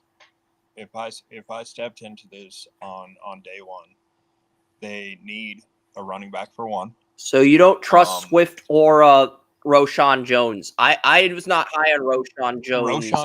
Roshan Johnson, the Texas running back. I was not high on Roshan Johnson either, William. To be fair to your point. Yeah, he's a Texas running back. I mean, there's potential there, but I view him as a backup running back too. But you have Swift, and if Swift gets injured, it's either Roshan Johnson. But yeah, you need another running back if Swift goes down with an injury. You could definitely get a Kyron Williams. If you got Omarion Hampton, he could be the Kyron Williams to this offense if Swift goes down with an injury, and he'd be on a rookie deal. And if not, there's other running backs in this draft. Kyle Monongai. There's a lot of guys in this draft. Kyle Monongai, Devin Neal. I've got Damian Martinez, Caleb Johnson. Nicholas Singleton is coming back to Penn State with Aller next year, so Singleton and Aller are both going to be back at Penn State, Joey. I definitely heard that. But, going back to Joey's point, if I stepped in and had Caleb for a quarterback, I would have to decide, if him and DJ had their house, this season. And that's going to be a big thing because you just mentioned him being under contract for a minute. they have, like I said, other than the running back, they have the skill position players. I like Mario Hampton. He's a Brees Hall kind of back. You know, he's a franchise back, and I would have to get a quarterback coach. Somebody real close to Bears Caleb, have two second-round picks Caleb this year really got thanks to along the Bryce Young trade. So the Bears have two second-round picks, and they have their first-round pick. They are going to have to hit on all three picks if they want to be contenders down the road. And very much. And I would go offensive line, running back, and then just if you best miss player on one of these available. picks or hire the last wrong one. coach or wrong coordinator, Caleb Williams' career as a starter is not going to pan out in Chicago. He could be one of these journeymen who's good on the second team. He's with like Winston, but his career in Chicago will not be what people think it will be, and it will not be good. Yeah. And yeah, that's not good at all. He was pegged as William, generational, and I'm that going to hasn't throw out a happened name here. a lot. I know it's not. Can we get to the Bears' offensive line, please? When you keep throwing these curveballs, it delays. It delays everything. It delays the positional breakdowns. Bears offensive line sucks. Is that good? They have Braxton Jones and they have Darnell Wright. The rest of their offensive line is cheeks. We would have accepted the Bears' offensive tackles are good, but their interior offensive line is booty cheeks. That's 40%. That goes into sucks category. I like Coleman Shelton more than Ryan Bates, but Ryan Bates is back. Coleman Shelton isn't, and they cut Nate Davis in the regular season. Tevin Jenkins is a UFA. I don't think they're bringing him back. Not after his fuck up against the Lions on Thanksgiving. So, I think he could do all right with 2 out of 3, like you were saying, or instead of hitting on all 3, hitting on 2 out of 3, with somebody like Mario Hampton and best interior offensive line. There's a ton of good. It's a deep guard draft and a deep running back draft. You might be able to get a starting running back and a starting guard on day 3 with how. Guard draft. And that's what I'm saying. You could also try Kenron Amagaji at guard. I mean, I know the Bears used him as a swing tackle, eased him in, only played him when Braxton Jones was injured, but he was a right guard his first year at Yale before moving to left tackle. You guys make great points. You guys make great points right there. It's and I'm going to look at the. You got to try Amagaji at guard if he's one of your 5 best starters after the draft. You just have to try him. I'm not saying it'll work out, but you at least have to try playing him if he's one of your 5 best linemen. Because it's just something's got to change in year 2. Well, if I'm the general manager of the Bears, I've got to look at, because you guys make great points, I've got to look at both Georgia guards and center. I've got to look at Georgia interior, and I got to say, guys, these guys got to fit into our system because they are some of the best interior linemen in the. Both Georgia guards. I have Tate Ratledge as my guard 1, the Georgia right guard, and then I have Tyler Booker, the Alabama guard. Clay Webb is my number 3 guard. Donovan Jackson's my number 4 guard, the Ohio State guard that moved to left tackle. And then I have Dylan Fairchild, the Georgia left guard at 5, and then Logan Parr, the SMU left guard at 6. So yeah, I have a second round grade or better in all 6 of those guys, and I would say at least half of those guys are going to be there in round 3, maybe round 4. 1 or 2 will be there in round 4. I think the Bears need guards and centers. I think their entire interior needs redone, and I'm looking at Georgia and Alabama. I'm looking at those guys, and I'm saying, if I can get both of them and 2 of those guys in round 3 through 5, we can revamp this thing quick. But if you don't get those guys, you're going to either have to settle for Clay Webb or Logan Parr, and if you don't, or Luke Kendra, the Cincinnati right guard, and if you don't want one of those guys, you're probably going to end up picking the wrong guard. That's the reality, the business. Yeah, but there is, William, is there any argument about that thought process? It's like, I've got Georgia, Alabama. Those guys are some of the best in the business coming into this draft. Yeah, got Georgia, Tate Alabama. There's Ohio 6 State. guards. 3 of them are on Georgia, Alabama. So instead of revisiting everything in depth, you just like to simplify things as much as possible so we could get on to the next talking point with the Bears defense. But yeah, No, it is a very. These guys are the best of the best. they are. I mean, You're I not watched wrong. it. I mean, I have Ratledge and Booker as Yeah. 1 and 2, and I have Fairchild as guard 5. But I'm saying Donovan Jackson of Ohio State, Clay Webb, they have first-round tape. I think Webb and Logan Parr, the SMU guard, could be there on day 3, and I think they're both day 1 starters. So that's why You're not taking a guard at like number 8 overall. I'm sorry. the Bears are picking at 10. They're not picking at 8. We already went through 1 through 8. See, William and I, we planned the show out. We reviewed 1 through 8, what William missed last week. Bears are picking at 10. There's a. Well, I'm sorry, number 10. You're not picking a guard number 10 unless he is the freaking bee's knees. Unless you plan to move him to left tackle, like a Will Campbell or a Kelvin Banks. Unless you plan to move him to left tackle next season, you're not taking a guard at 10. That's the only thought process. And even if people say the Bears are drafting him as a guard, no, they're drafting him as a guard for this season, and they're going to move him to left tackle if they don't want to re-sign Braxton Jones, who's a 5th-round pick, who's done well as a starter. But the Bears did the same thing with Charles Leno. They drafted Charles Leno Jr. in the 4th, 5th round, got a day 1 starter as a rookie, didn't want to pay him after his rookie deal, let him walk. Then they did the same thing with Larry Borum, and then they got it right with Braxton Jones after getting it wrong with Borum. Trial and error, find a day 3 tackle, trial and error.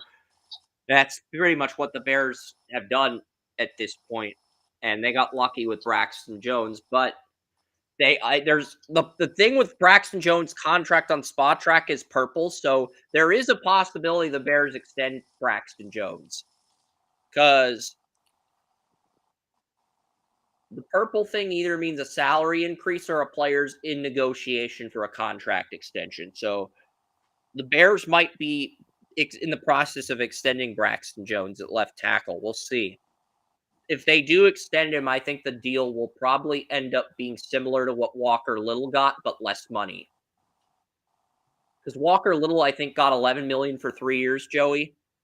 So I'm guessing it'll be around $9 to $10 million, but it will be a 3-year deal, and it will be structured very similarly to Walker Little's deal. I will say Walker Little is more talented, but my question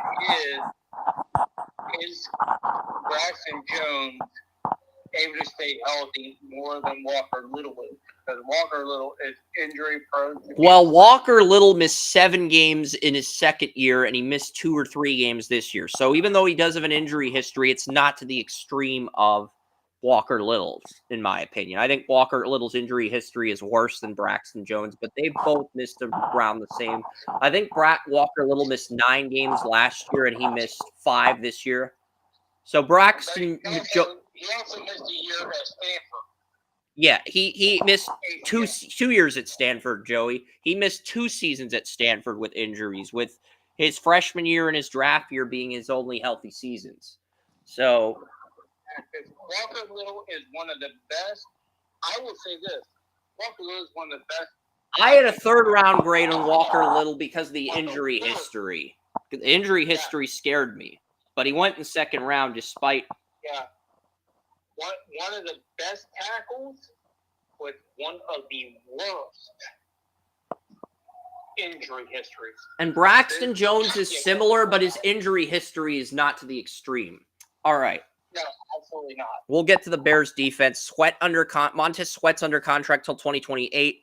Walker, 1 year left on his contract. Billings, 1 year left. Dexter, 2 years left in his rookie deal. Same with Pickens. I do think the Bears need another edge rusher, another sack artist. The Bears were looking at Jared Verse and Rome Odunze at 9. They went with Odunze, but they were looking at Verse. Probably should have picked Verse in hindsight. But they wanted to make sure Caleb Williams had a long-term number 1 target outside of DJ Moore. And if they view both O'Dunes and Verse as blue-chip guys, you can't fault them for picking the guy they like better. But I do think the Bears could be looking at a defensive end if they do not want an offensive lineman at 10, I think they're going to get a player in the trenches, Joey William. They're going to get a player in the trenches. It's just a question of whether it's an offensive lineman or a defensive end next to Sweat.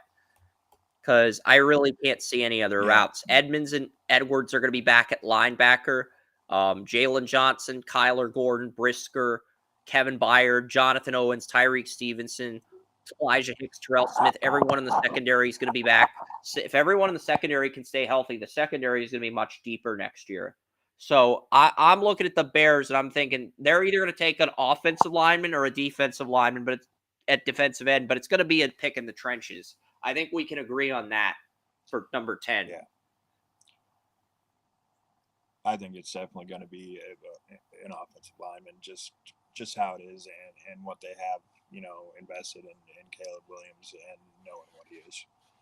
Jared Verse last year would have been a great pick. I mean, he is what he was obvious, but they had to. Why did the Bears draft Olu Fashanu? Olu Fashanu and Caleb Williams were high school teammates. Caleb did not mention that in the draft process. So is that a red flag on Caleb or is that a red flag on Fashanu? It's starting to look like a red flag on Caleb because Fashanu was fantastic in the Week 18 game against the Dolphins. So we'll see, though. It's still jury's still out on that one. Yeah. Too early to say. Yeah. Very much. All right. Who's at number 11? We went through everybody in the top 10. Give yourself a quick pat on the back. Oh man, don't even talk. Is it no? Yeah, number 11. I don't know if we'll get to 16 teams. It's 1 p.m. I'm gonna end the show by 3 because I know my mom wants to bring some eye medicine up, and I also know that I might want to go grocery shopping before the Chiefs game. So let's see what we got. We've got the 49ers, CJ Cuevas' team. Then we got the Dallas Cowboys, Andrew Kermish's team at 11 and 12. This is Happy gets to talk about his team, the 49ers, and he gets to roast his rival, the Cowboys. This is literally happy hour. And then 13 through 16 is Miami, Indy, Atlanta, and Arizona. So, but yeah, let's get to your Niners, William. Let's get to my Niners. I mean, everybody's blaming everything else, but they're not talking about. I think Salah's coming back, and I think Purdy's going to get extended, but that's going to affect them in 2026 more than 2025. The Brock Purdy extension would not kick in until next season, but I do think he's going to get extended. And they're saying like 60 million, 64, maybe 65 million per year for Brock Purdy. Which is just. Well, I mean, he has put up some of the best numbers in the league. People don't realize that either. He has put up is he still at the most? Brock Purdy was originally only going to get $2 million on the final year of his rookie deal, but because he met contract incentives, that got bumped up to $5 million. So he made $3 million more by meeting team bonus by meeting team goals in bonuses. And I mean, he absolutely deserves it. He's taken this team, to the Super Bowl. Can I get $2 million in bonus? $3 million in bonuses. Brock Purdy got $3 million in bonuses. Can I get $3 million in bonuses? Man, yeah. That's. You're gonna have to get on a Zoom call with one of the Waltons or whoever's running Walmart now. But I think we can make that happen. Okay, all right. There are fans out there that are terrible, man. He's a financial officer. So he's a CFO, not a CEO. Okay. All right. Yeah, he's the CFO. It's like he has a financial degree, and it's his sister is one of the most world-renowned alcoholics that has ever been. She has blown some numbers that would make your head spin. All right. Niners running backs.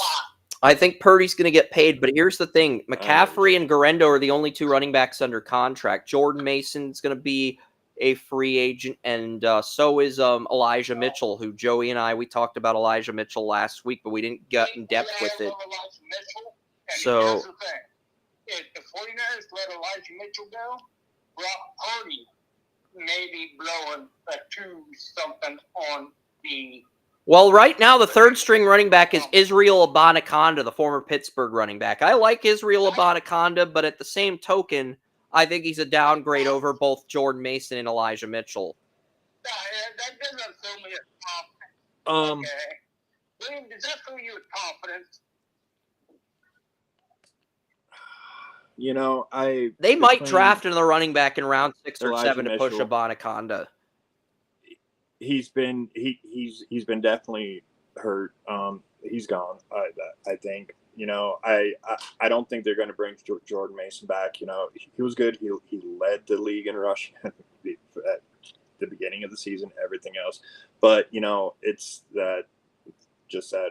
And Dobbs is also a free agent. Right now, Brock Purdy's backup is practice squad quarterback Tanner Mordecai. Tanner Mordecai, he went undrafted. He went to Wisconsin. I like Mordecai. Yeah, so he went undrafted in 2024, but Mordecai would be the starting quarterback if Purdy got injured and they didn't do shit in free agency.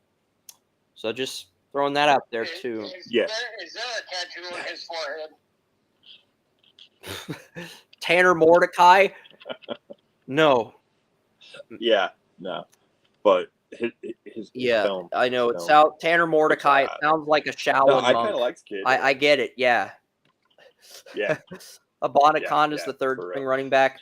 Deebo Samuel originally got a 3-year extension before Ayuk got extended, but here's the thing. Every year except 2025 has been voided on that contract. I'm looking at Spot Track right now to see if the 49ers can get out of. No, they can't.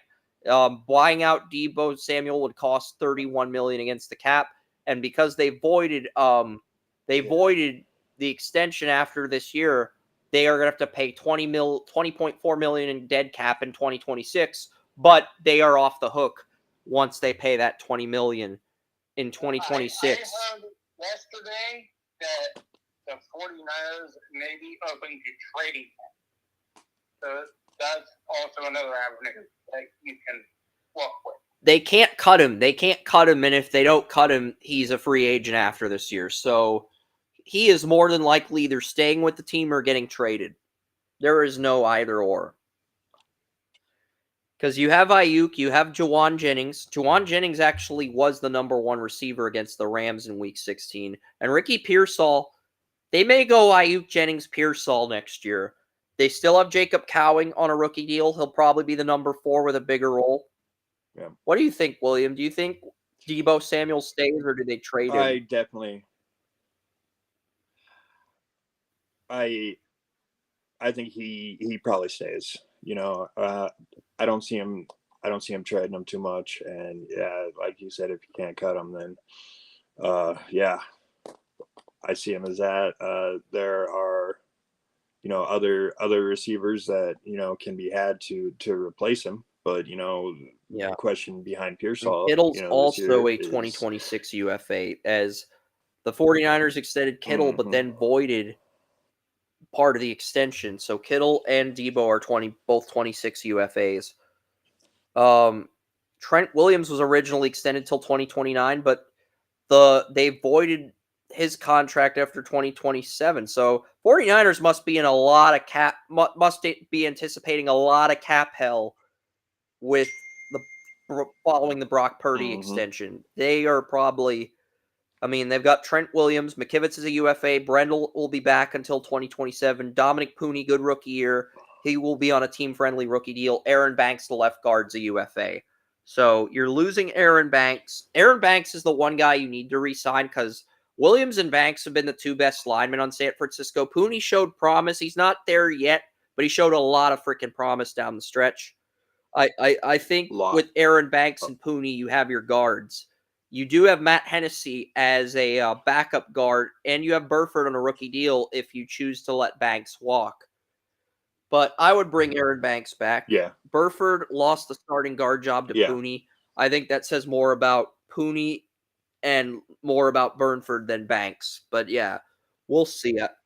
Yeah, well, and you know the contracts coming up with this team, and like you said, the free agents, the age. You know, also people talk about Super Bowl windows. You know, this is a team that, you know, this wasn't a hitch on their Super Bowl hopes, or window as a team. They still I have think that. they're a playoff team next But- year, maybe, but I also think their Super Bowl window closed. But I could still see them getting back to one more NFC title game if they play their cards right.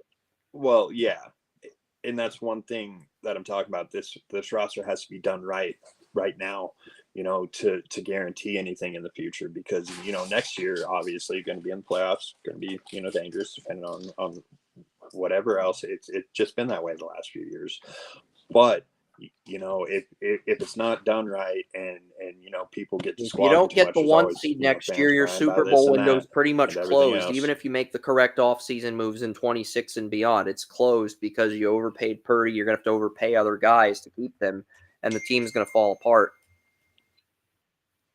Yeah, they have to do this right. Yeah, right now. Otherwise, I mean, it's going to be bad, and I'm not looking forward to defensive line, Nick Bosa. He wore the MAGA hat on Sunday Night Football after a win. I thought that was hilarious.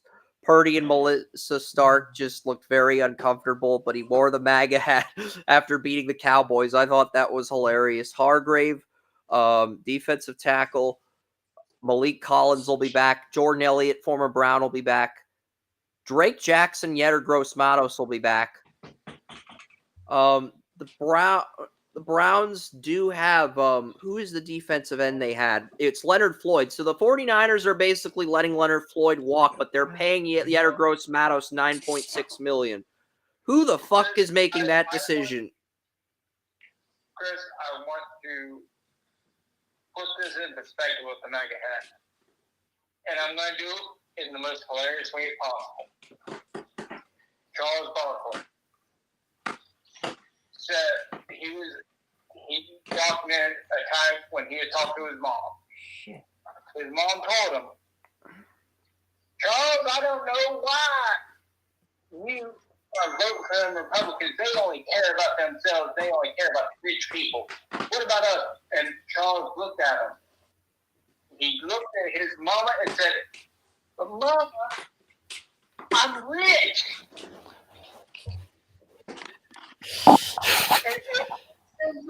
It's funny because in the 2021 election, he said he'd beat the crap out of anyone that voted for Trump when Biden ran. And then this year he said he'd vote for Trump because he's rich. He told his mama that. But yeah.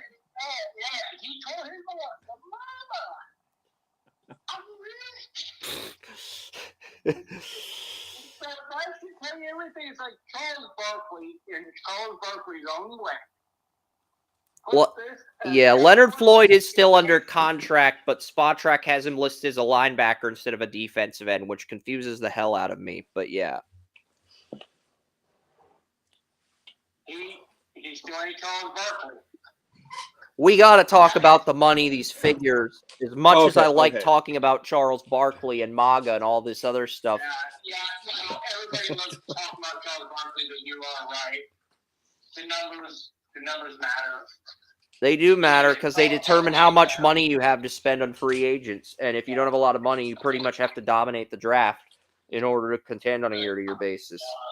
Yeah, we're just Otherwise, the NFL will become like Major League Baseball, where there is no salary floor. Can you imagine the NFL without a salary floor? And the Chiefs just get the top free agents each year like the Dodgers? Chris, I'm going to propose something that you and William can do and have a great time with. One of these days, we're just going to have to dedicate an entire show to Charles Barkley. That'll be the greatest show ever.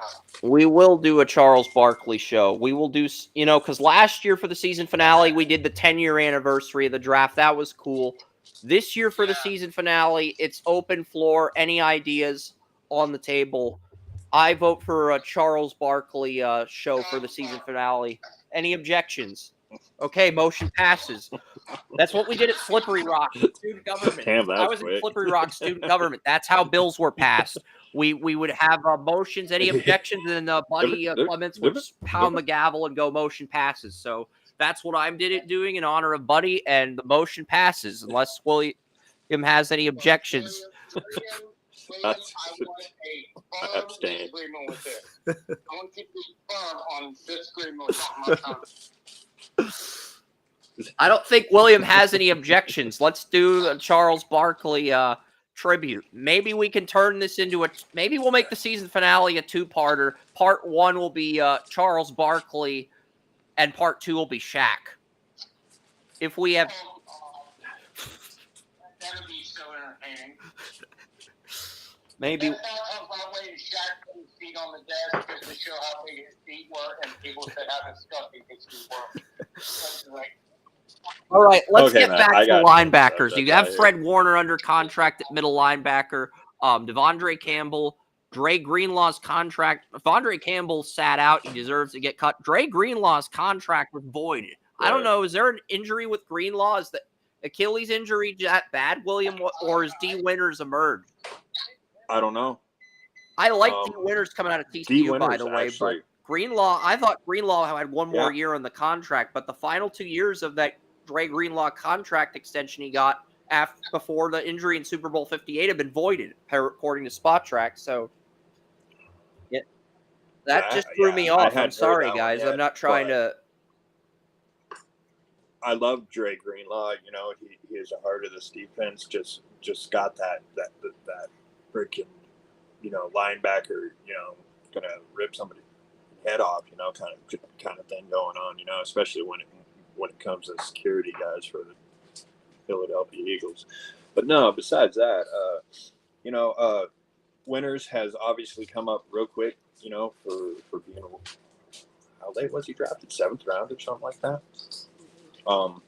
And he has shown he's come in. I'm not sure even what it looks like, but you know, I've seen him come I think I had a 3rd round grade on D. Winters in the 23 draft, so I'm not surprised. But the 49ers are voiding Ward's contract. Ward's 30, but they do have Renardo Green on a rookie deal, and they are paying Lenore. Lenore's 26. They're paying him. I think that is just an extreme thought process, but I mean, I don't disagree with much that John Lynch does, but I think that is. I disagree with this decision, John Lynch. It's like 90% of the time he makes a good decision, and 10% of the time he makes a bad decision. This is a 10%. This is. I think this is a bad decision. I think. Well. Because Ward had 3 years left on his contract, but because he's 30, they don't want to pay him, and Lenore's younger. But Lenore's getting 5.9 next year, 8.8 in 2026, $23 million in 2027. I am sorry. You're paying Lenore more money than Patrick Surtain's getting in Denver. Well, Patrick Surtain's getting $24 million a year, but you're paying Lenore almost exactly what Surtain's getting in Denver. I have a fucking huge problem with that. Not a minor problem, a huge problem with that. That depends on how quick Lenore comes on, because you know. Okay. What are you hearing with Lenore? Because $23.7.5 million in 2027, and then $27.95 million in 2028, and then $21.956 million in 2029. So Lenore locked up till 2030 now. Yeah, that's actually, you know, it's obviously a backloaded contract, you know, and such. Lenore is a good player. He has shown, I mean, some extremely, extremely good flashes and extremely, extremely good, you know, desire and want. And, you know, it's one of those things that I'm not real sure what, you know, you mentioned Lynch doing that, you know, 10% of the time. Well, you know, he's got Shanahan there too, who also screws up about 10% of the time, and it kind of. This is the thing: the Niners, so we'll like whenever they get a good corner, they always let a good corner walk, and that goes dating back to 2003 because they had Nate Clements in the Niners at one time.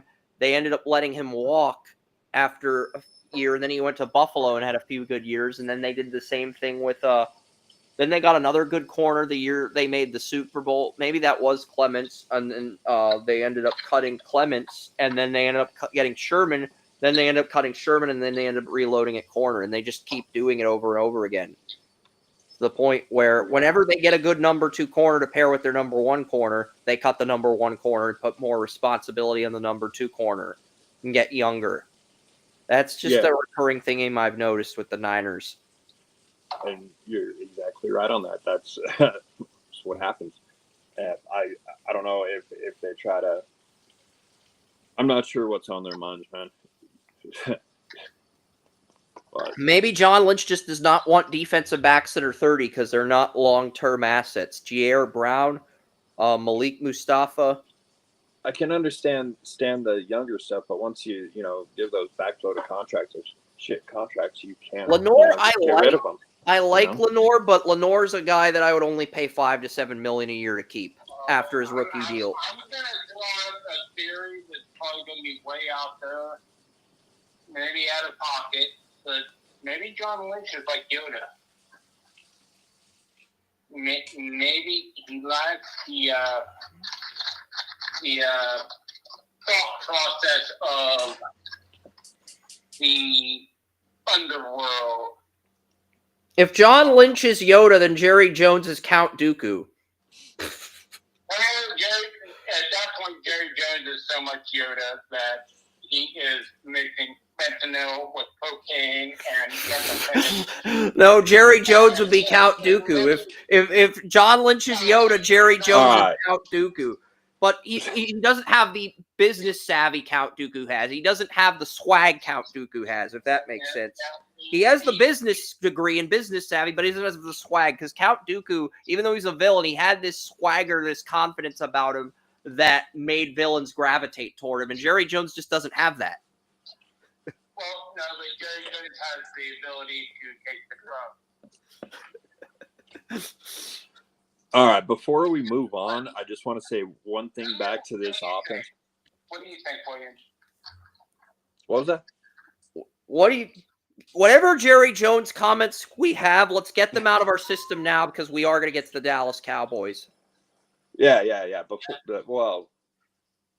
Get those out of your system. I just want to go back to the tight ends. What cap space do the Niners have? Do you have the estimates for the cap space, or should I pull up over the cap? No, 51.8. Okay, cool. Yeah, William's on it. Yeah, see, I'm glad William took notes on the salary cap because you have spot track, you have over the cap, and I figured I'll get the team contracts by year. William will handle the salary cap, and our teamwork will complement each other well. There we go. You and I are kind of eccentric. William's kind of down to earth. So, but the other thing is he compliments me on social media too, because I promote a lot on Facebook. I promote in like 15 to 20 groups. William promotes in 70 groups. So William probably could replace me. He's the one person who probably could replace me as CEO of this company, and there wouldn't be a drop-off. In fact, there'd probably be more production. I mean, there wouldn't be the coding I have, but as far as the show goes, it would be in more groups. It'd be more accessible. And now we have 600 subscribers on YouTube. And I know the last 2 years I've been a pain in the ass to Joey because I really haven't had that second person that has been my back on social media.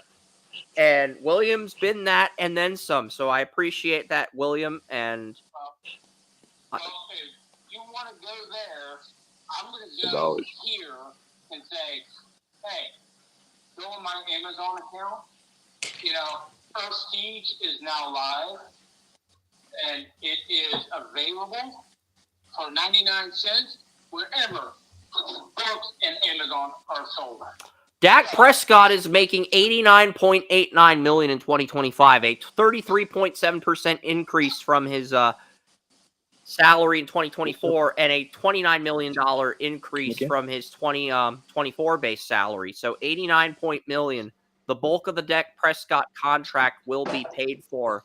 Dak Prescott needs to buy a bunch of my books and, put some of that money over to me.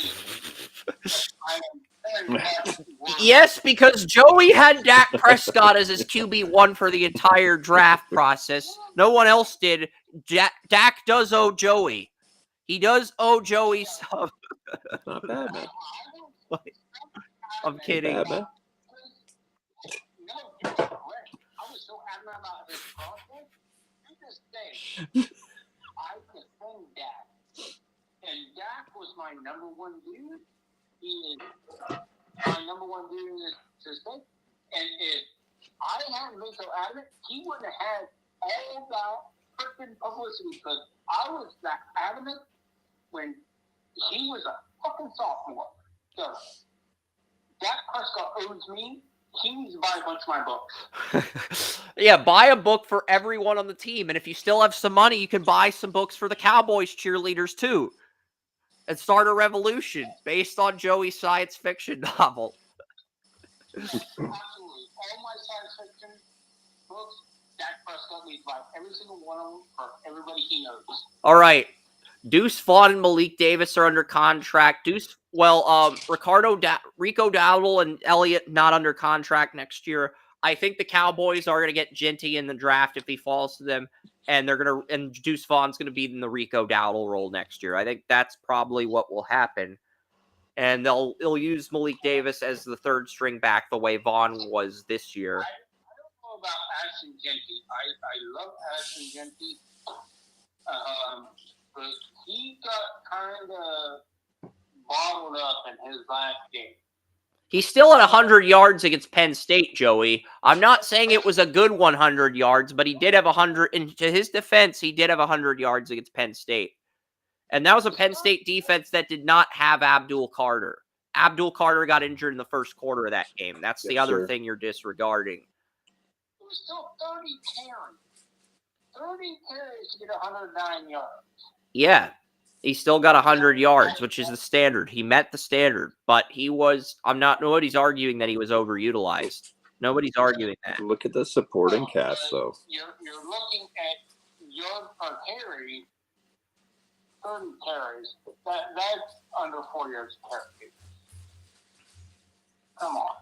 Nobody's going to mention the 30 carries because all the fans care about is the rushing yards.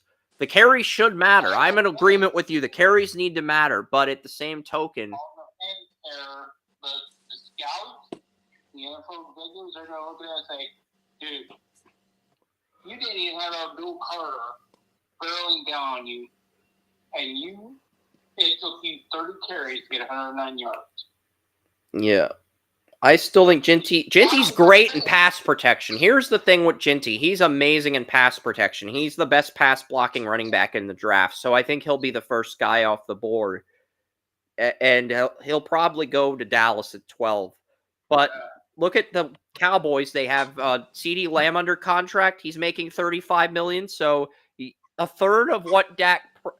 So CeeDee, you can get involved with Joey's books as well with the $35.4 million that you're making. You could get involved too. Brandon Cooks is a UFA. Jalen Tolbert enters the final year of his rookie deal, but his contract is purple, meaning he's either getting a pay increase in the final year of the rookie deal or he's in the process of getting extended. Mingo, 2 years left on his rookie deals since the Cowboys gave up a third-round pick for Jonathan Mingo, a second-round pick. Jalen Brooks is under contract for 2 more years. I want to put something really clear right now. Beyond all the jokes and everything else I do, the scouting is 100%. So if I say this dude has a problem because of this situation, because he failed in the biggest games, that's what you have to look at. Because when it comes to scouting, yeah, I will joke about this stuff. But he's good in pass catching. He's good in pass blocking. Vision's there. Good running back. He really doesn't have a weakness, but he took him 30 carries to get 109 yards against Penn State in the biggest game. The biggest game. Maybe he's not the top 5, top 10 pick people hyped him up to be, but he's not falling past Dallas at 12. I don't think. Absolutely not. I agree with you there. But what my point is, do not. He was bottom by Penn State. And there is nothing you can say to dispute that. I've watched the tape. The Cowboys are going to have to extend Tolbert or Jake Ferguson because Jake Ferguson and Tolbert, both 22 draft picks entering the final years of their rookie deal, and they're both getting pay increases for meeting quotas.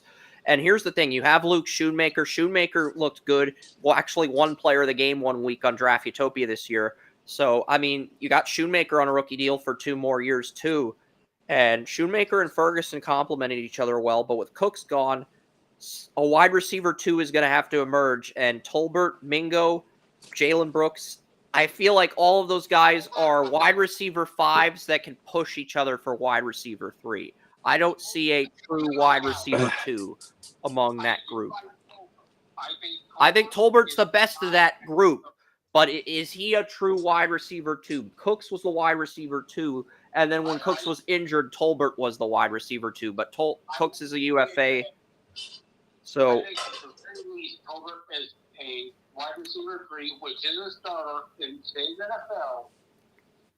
Wide receiver 2, is he? The question is not whether he's a wide receiver 2, because we've seen. Because this is a tough spot for the Cowboys to be in. Because Tolbert has potential to be a good wide receiver 2, but he's an unproven wide receiver 2. He's more of a wide receiver 3 right now. That's the reality. Doesn't mean he won't break out. He could very easily break out next year. A wide receiver, this position, this question is the bad question. Because it feels like the Cowboys are going to have enough money to pay Jake Ferguson or Tolbert, but not both. That's the ultimatum, and it's a horrible ultimatum. Because you ideally would like to pay both. I think they should pay Tolbert, but they'll probably pay Ferguson. This is why it's a bad question.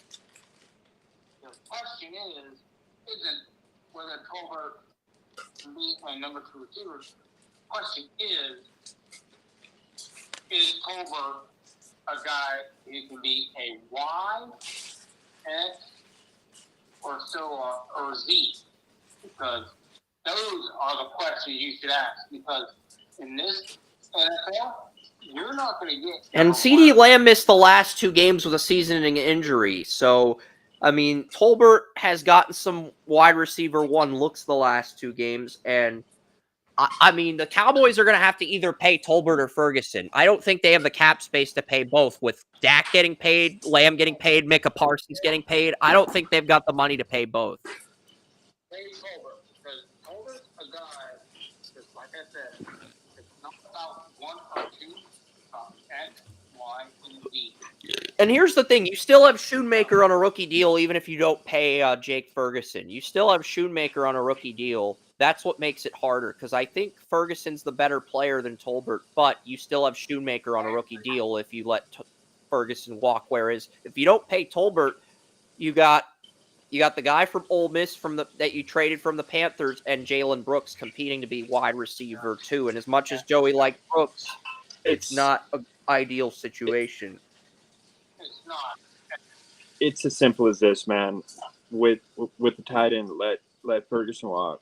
Let Shoemaker come. Okay, here's what Tolbert did in the final 2 games when Lamb was injured. 3 receptions on 4 targets for 30 yards and 1 touchdown against the Eagles, and a 41-7 loss.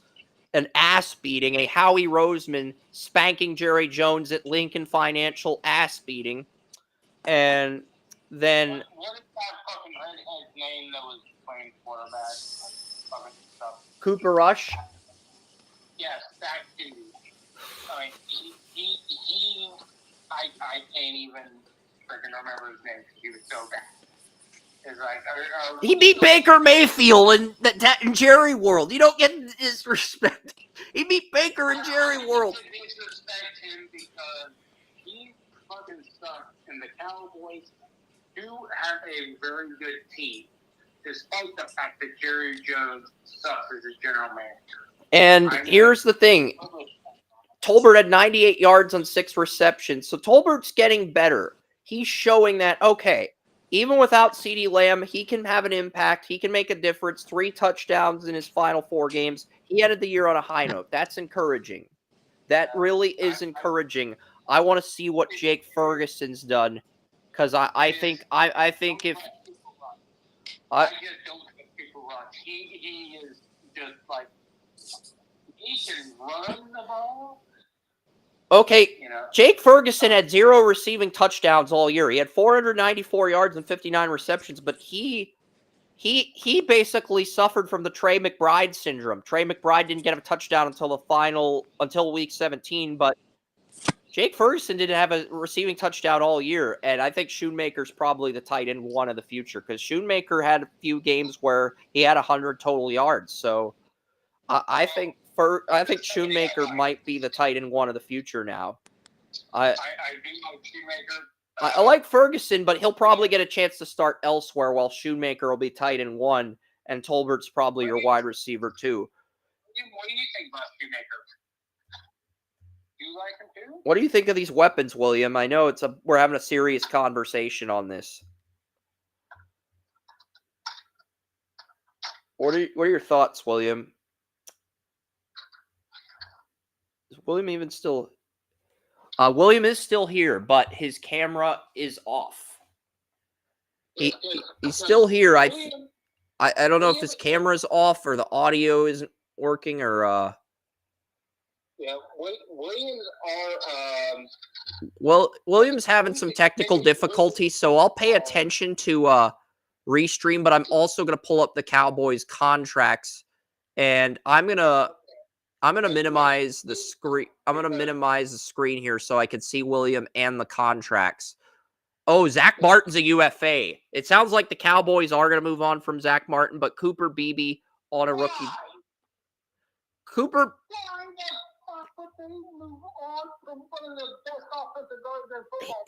Joey before. Here you go, Bears. This is your opportunity, Bears. Zach Martin played college football in Illinois at Notre Dame. I mean, his contract was scheduled to run through 2028 according to Spot Track, but when they paid Prescott and Lamb, they had to void the contract to stay under the cap. They had to void Martin's contract to stay under the salary cap. Unfrickin' real. Jerry Jones needs he needs cocaine. That's the only thing I could say is like he is so far beyond. He needs to scale it back. I don't even think Jerry Jones is doing cocaine at this point. He's probably doing Quaaludes like Leonardo DiCaprio in The Wolf of Wall Street.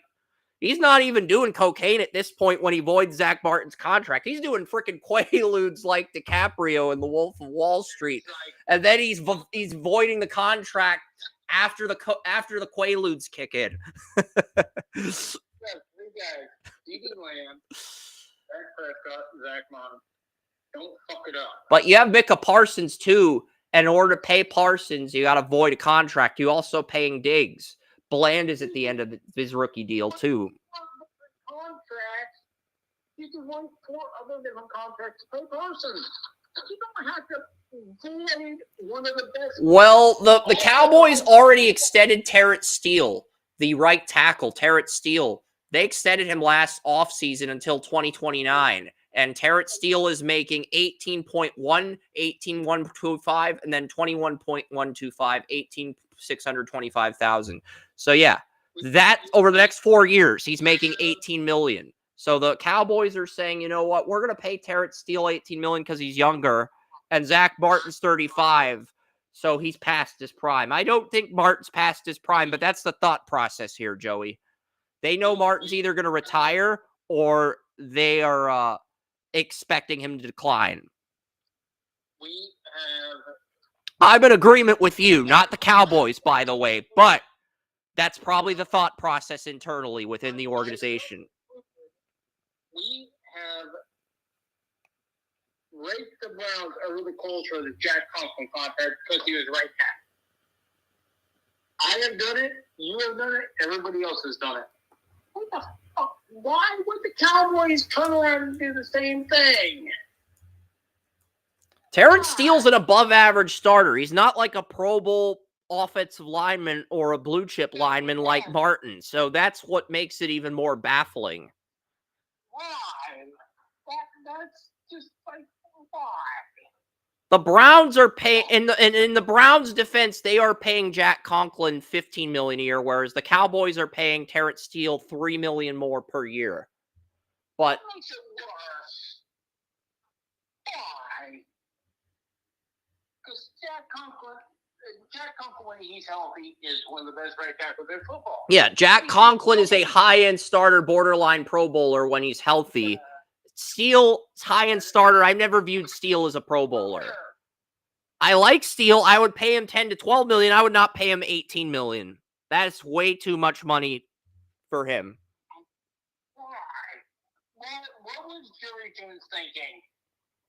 I don't get this. Maybe he was doing maybe him and Johnny Manziel, who he almost drafted in 2014, were doing a line of coke together, and he basically organized the contracts after doing coke with Johnny Manziel. I don't know.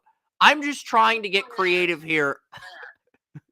He's mad. I mean, come on. I just don't get it. I don't get it. It's like it's almost like the Cowboys are saying, since Zach Martin's 35, he's either going to retire or decline. We're not going to pay him anymore. We can use that money elsewhere. But to pay Steele 18 million, I don't agree with that. I would pay him 10 to 12 million at most, maybe 15 million if he has a Pro Bowl season. But I don't think he's worth the contract he got. That's just me, and we're in agreement. That's the sad thing. We are in complete agreement, not minor agreement. We're in complete agreement. We're not saying Steele's a bad player. We're just saying, come on. You paid him more than he's worth. That's all. Yeah, you don't think Zach Martin, who spent his entire career with the Cowboys, want to restructure his contract so that he can keep Steele? They've restructured his contract 3 different times in the last 2 years. And I think Martin either wants to get paid or Cowboys are just done with him because they think he's going to decline. I don't know.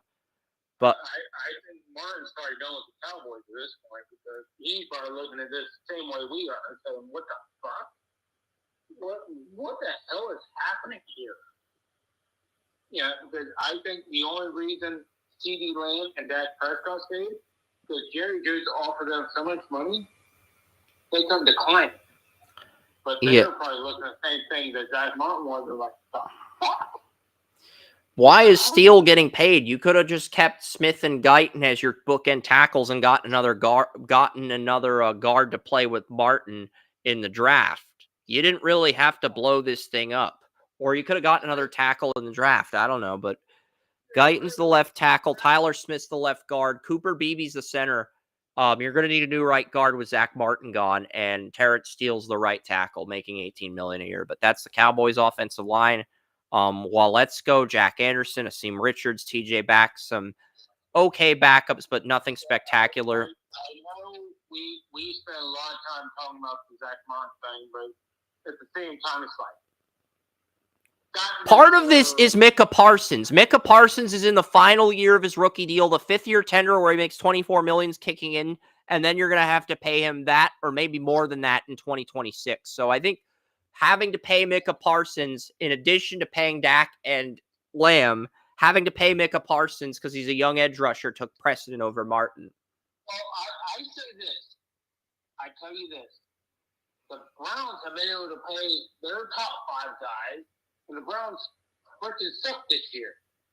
You're telling me Jerry Jones, who has more money than the Haslams. The Haslams have $13 billion. Jerry Jones is worth probably twice that much. You have Malik Hooker, and Malik Hooker is a good safety when he's healthy, but he's making $7.7 million this year and $9 million next year. You could have cut him to save cap space, and instead you choose to cut Zach Martin, which is a middle finger to Zach Martin. That's just not right. Cap always said you can go $125 million over the cap, 125% on the cap. Yeah. And all you have to have is an other willing to spend the freaking money, and it won't matter. Yeah. And guess what? Jerry Jones, that just tells me Jerry Jones is a cheating motherfucker. Well, the Cowboys are in the negative here. The Cowboys are $285,000 over the cap in 2025. That's all. They're $285,000 over the cap. Because Jerry Jones. So Jerry Jones managed to void Zach Martin's contract and get over the salary cap in the process. It takes a special amount of cocaine to pull that shit off. I'm just trying to figure out. You can go 25% over the cap. Jerry Jones isn't even willing to go 25% over the cap, but he's willing to go like 10% over the cap. I wouldn't even say 10%, maybe 1%, because $285,000 over the cap. I would argue that's maybe 1% of the 1% over the salary cap at best. But who am I? And he is the richest owner in the NFL. And he is the owner that is most capable of fielding a New York Yankees like dynasty in the NFL, and he can't. The sad thing is the other teams in Dallas are just doing a better job. Well, to be fair, Jesus Ferreira got traded from FC Dallas to the Seattle Sounders. I don't want to get into an MLS rant, but Ferreira had 2 seasons with 10 or more goals, and then he had 6 goals in 24. So FC Dallas, because he's 23 and has a bad year after 2 dominant years, FC Dallas gives up on him and trades him to a really good team. Sounders, why? Oh, Clark Hunt already has Super Bowl rings, so it doesn't matter if FC Dallas sucks. Just set the franchise back. And I mean, really, the only team that's drafted consistently well in the first round of the draft, the Mavericks have done a good job, but the Dallas Stars, they've had 7 good NHL drafts in a row. They've gotten a good first round pick 7 years in a row, which is just impressive. And they've gotten a few second round picks like Jason Robertson and Logan Stankoven. They've hit on a few second round picks. So yeah, they've had 7 good drafts in a row. Just let Jim Nill and his hockey scouts run the Cowboys. Just let them run shit. I'm telling you, it will work. Cowboys will get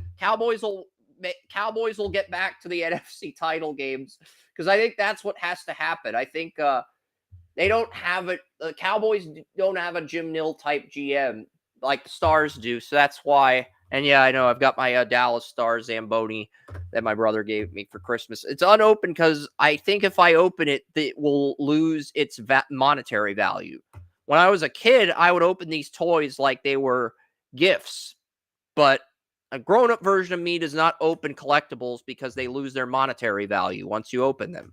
I have Super Bowl 39 trading cards from when the Patriots won the Super Bowl in Jacksonville that my friend gave me before he passed away. I've still left the box unopened. And that box is probably going to be worth a lot of money when Tom Brady gets into Canton. An unopened box from Super Bowl 39. Patriots, last Super Bowl before Spygate. But yeah, let's get to the defense here, Joey. Micah Parsons, you're going to have to pay him. DeMarcus Lawrence's contract is void. Mozzie Smith, Sam Williams, Marshawn Kneeland. I think Williams will get bought out or traded because Williams is still on a rookie deal, but Kneeland looked like a guy who was taking reps from him. Chauncey Golson also took reps from Sam Williams, so Chauncey Golson's a free agent. Cowboys are going to need a defensive end. Joey. That is a reality. Because with losing DeMarcus Lawrence, losing Chauncey Golson, you lost Dorrance Armstrong to the Commanders. You have Sam Williams on a rookie deal for 1 more year, but you have him, you have Kneeland. And the reality is, if Williams or Kneeland can't emerge next year, Cowboys, it's going to lead to the decline of their pass rush. And you still need another. Osa Digizua is also UFA. So Cowboys are in a tough spot with their defensive line. They are going to have to tweak the defensive line. They're going to have to pay Parsons, but they're also going to have to tweak the defensive line so they have pieces around Parsons. That's not going to be an easy feat, Joey. So, what do you want to say about the Cowboys' defensive line before we get to the linebackers in the secondary? You got a little bit silent. I don't think it's because you want to. It's because we have so much to get through. It's more because I felt that we need to move on a little bit. Yeah, I'll pick up the pace. It's 1:45. I do want to pick up the pace here. Damone Clark's entering the final year, and yeah. Clark's in the final year of his rookie deal. Overshown can be effective when he's healthy, but 2 season-ending injuries in his first 2 years may not last past his rookie deal unless he's healthy the final 2 years. That's just the reality with the linebackers. Cowboys, they're paying Trevon Diggs $14.25 million. Bland with team bonuses, and he goes from making $2.5 million to $5 million due to team bonuses. But Bland and Diggs will both be there next year. Donovan Wilson, Malik Hooker. I believe the Cowboys nickel corner Jordan Lewis is a free agent, but Kalen Carson will probably take over for him. He looked good against the Browns in week 1. He looked good until Bland came back, and he'll be the full-time nickel corner next year, most likely. Aubrey's the only kicker under contract. The Cowboys do not have a punter under contract. So that's the Cowboys. Yeah. So we'll move on to number 13. I believe it is the Dolphins. Mike McDaniel. Dolphins, Colts, Falcons, Cardinals. So yeah. All right. We're going to move on to the Dolphins here. Tony Mario put the Dolphins at 20 in his power rankings. He said if the Dolphins keep Tyreek Hill, they will move up in next year's power rankings from 20.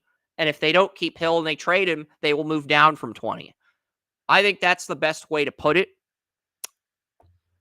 But yeah, Tua Tagovailoa is going to be making nearly $40 million, $39.44 million. He's going to be making $56 million in 2026. And I think that's partially why you want him to retire. Tua is going to be making $65 million if he plays in 2028. $65 million. Yeah, so Tua, let's see if Tua can stay healthy if he's making that much money. Mostert probably gets bought out. I think the Dolphins draft another running back. Why? Because Mostert began his rookie year and this year as the number 1 running back on the depth chart. But the reality is you're going to have to pay Achane tune. You're going to have to clear up some cap space. And I just look at the Cowboys. I look at the Dolphins and I say, okay, what can the Dolphins do to create cap space? And I'm looking at the contract that Dolphins are $11 million over the cap, by the way. Cutting Mostert frees up $4 million. I feel like you have to cut him at this point because it's just the second year in a row he began the year as the number 1 running back, and Achane's the leader in rushing yards by the end of the year. I just think you're at that tipping point where you have to move on from him.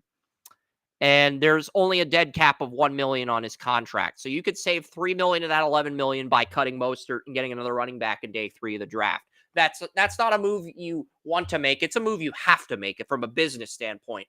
You're $11 million over the cap, and you have Devin Achane in a rookie deal for 2 more years. So get another running back and reload if you don't want to pay Achane. Get another running back right now and reload that running back room. My thought process is you also have Jalen Wright on a rookie deal too. They missed their window. Because things are about to get really messy.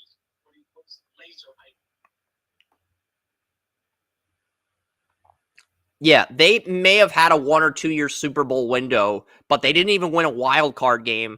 And here's the thing. Tyreek Hill's contract runs through 2027. It originally ran through 2030, but when the Dolphins extended Jalen Waddle, apparently they voided some years in Tyreek's extension because they are paying Tyreek Hill the $28 million this year, $51 million next year, and then after Waddle got extended, he will get $33 and $37 million after Hill's a UFA. So they managed to they front-loaded Tyreek Hill's contract and back-loaded Waddle's contract, so Waddle would get Hill money as soon as Hill's contract's up. Well done, Miami. Well done, Chris Greer. You get a shout out for that, Chris Greer. Malik Washington's on a rookie deal until 2028. Izu Kanma is your number 4 receiver. Odell Beckham was the number 3 receiver, but his contract was voided. The Dolphins did end up cutting him. Izu Kanma is going to be the number 4 receiver. You don't have any receiver depth if Hill, Waddle, or Washington goes down. Your backups are Tanner Connor, Izu Kanma, and Taj Washington at a USC. Tariq Black's on your practice squad. So really, Dolphins do need more receiver depth too. Jonnu Smith under contract for 1 more year. So is Durham Smythe. I think the Dolphins are going to stay put at tight end with everyone under contract, including 2 practice squad guys. Teron Armstead's making $22 million. He missed only he missed 8 games last year, but he only missed 2 games this year. To Armstead's credit, he only missed 2 games. Now, the Dolphins extended Austin Jackson, but Austin Jackson's missed 8 games the last 2 years. He's had 2 4-game stretches where he's missed time due to injuries. And both Armstead and Austin Jackson are UFAs. I'm looking at both contracts to see if the Dolphins can buy out either guy, because Patrick Paul looked good in relief of Teron Armstead at left tackle. He did. So can the Dolphins get out of either of those contracts to create more cap space? I think it's something you got to look at. It's not something you necessarily have to agree to. The Dolphins can get out of Austin Jackson's contract in 2026. They would only save $200,000 if they got out of his deal now. They're not doing that. Dolphins are not that delusional. They are not that incompetent. Thomas Coburn will tell you I'm wrong and that they are that delusional, but I'm saying they're not that delusional. Armstead, can the Dolphins get out of the Armstead deal? They can, apparently. Yeah, but they only save $4 million. They save $3.6 million compared to $12 million in 2026. So the Dolphins are probably going to keep Armstead. Because if you're $11 million over the cap, unless you got a player who is going to save you $3 or $4 million, you're not looking at cutting them. If you're paying them a lot, you're not looking at cutting them. Aaron Brewer, $8.1 million. I like Brewer enough to where I'd pay him $5 to $7 million. $8.1 million for Brewer does feel like an overpay. And both guards are free agents. Remember, they let Robert Hunt, the right guard, walk. He signed that 5-year deal with the Panthers. And the other guards that they brought in are UFAs. So, yeah, the Dolphins are going to need a left guard and a right guard. They're going to need multiple guards for Tua on that offensive line. Zach Seiler, he's under contract till 2026.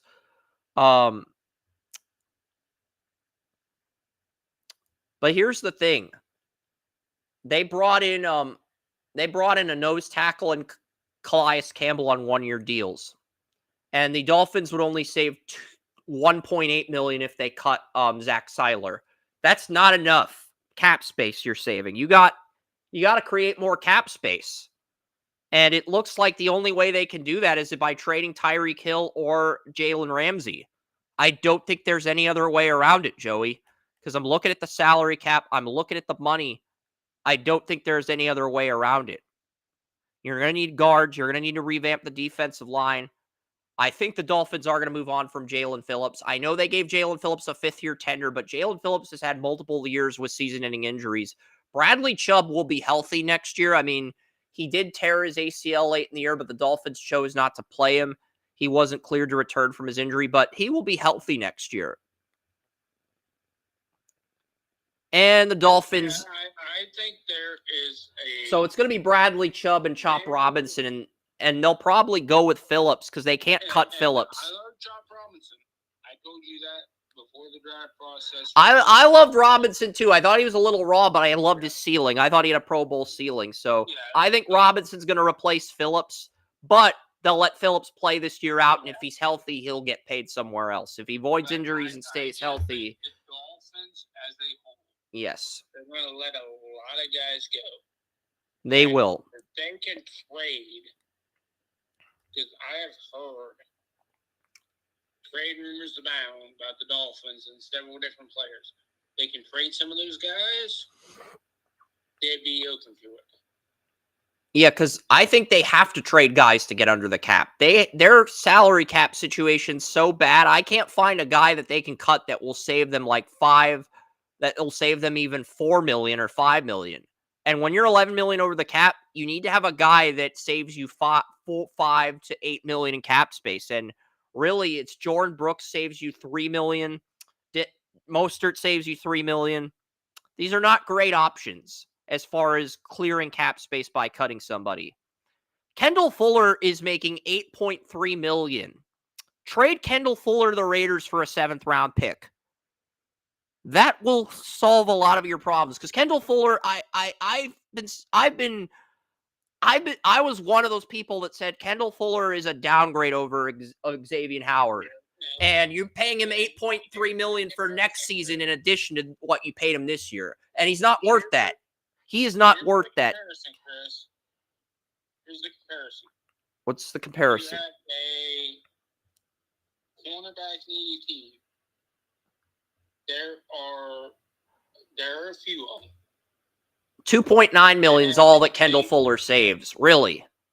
Trade him. Trade him. You're going to have to trade Fuller. You're going to have to trade him and get another corner in the draft. As much as I like Fuller, you have Cam Smith, you've got Cater Coe, you got all these good corners and rookie deals that are better than him, or you're going to have to trade Ramsey. And if you trade Ramsey and you leave Fuller on the team, this is going to be a bottom 5 pass defense. This is going to be... Yeah. Well, here's the thing. I've heard the same rumors for Caleb that from Mitchell from Browns. You got $13 million. You have $11 million.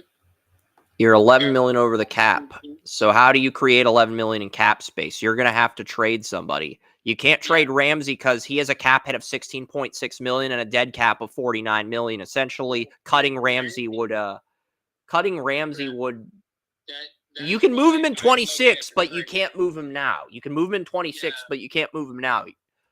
Yeah, that's why I'm looking at the trade value. So Fuller will probably get you a 7th. I think if you traded Jalen Phillips, you could probably get a 3rd or 4th for him.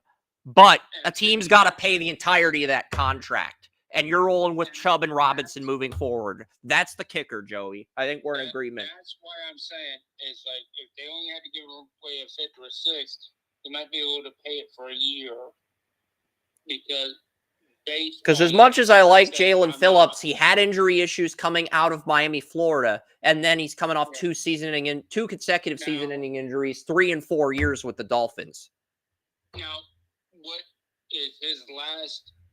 Is he in the last year of his contract? Yes. He's in the last year of his contract. He got a 5th-year tender. He got a 5th-year tender because his 2nd year was good. His 3rd year was good, even though he suffered a season-ending injury in year 3 in his rookie year. And then he suffered a 3rd season-ending injury in 4 years. And he got a 5th-year tender. You're going to have to move that shit. You're just like the Browns with Greg Newsome. You're going to have to move that contract. Exactly. That's what I was... And here's the thing. Phillips is a good pass rusher. You saw what Azeez Ojulari did as a situational pass rusher when Burns and Thibodeau were injured this year with the Giants. He was fantastic. That's the type of role Phillips had. And some people think Phillips is better than Ojulari. So that's why there's going to be a market for him. There is. It's just... But you're probably only going to get a 3rd or 4th for him. You're not going to get another 1st for him. You're not even going to get a 2nd for him. And you're going to have to take on the entirety of the contract. It's either a 3rd and you pay, and the Dolphins pay half the salary, or a 4th and you pay all the salary. Or, Newsome doesn't get interceptions.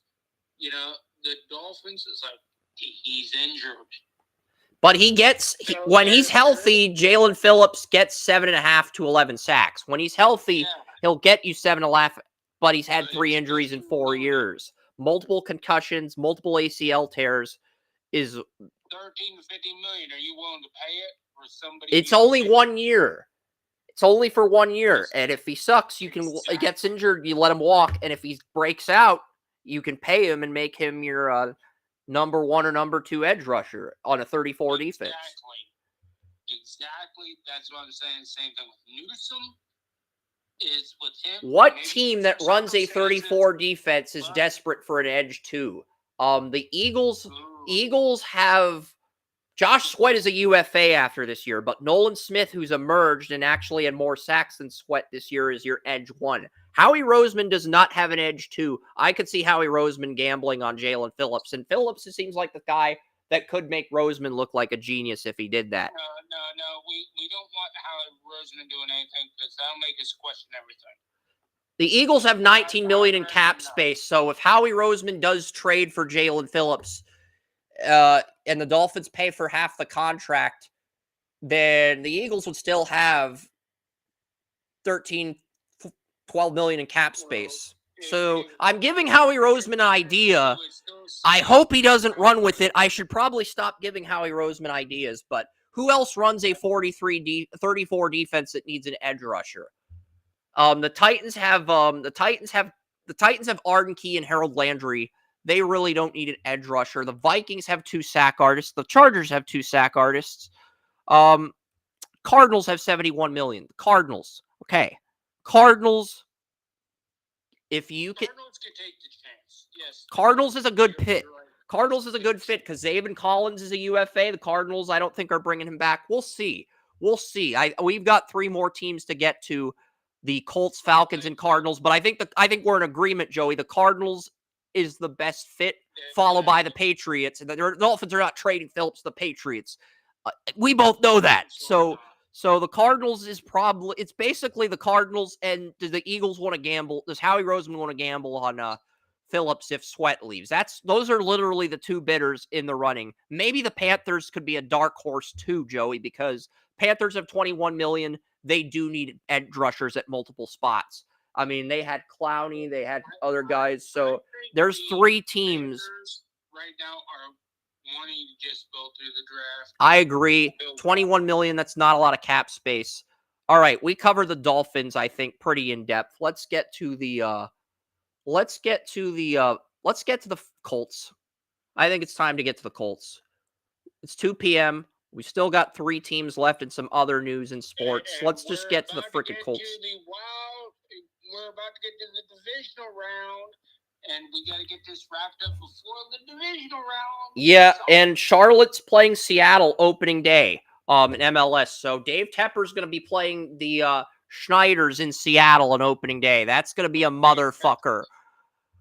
That is going to be a motherfucker. But, Patrick Agamong, the Charlotte FC 2023 first-round pick, did get promoted to Team USA in soccer. 3rd player in the last 10 years to go from the Super Draft to the Team USA soccer team, joining Walker Zimmerman and Miles Robinson. So good for Patrick Agamong. It sucks that Dave Tepper owns Patrick Agamong and Bryce Young's rights, but we both know Tepper's going to find a way to screw that up. We both know it. Chris, do not say Dave Tepper over to Israel. He will throw acid on somebody, and it will not turn out well. Dave Tepper fucking sucks. He will destroy lives simply because he threw a temper tantrum.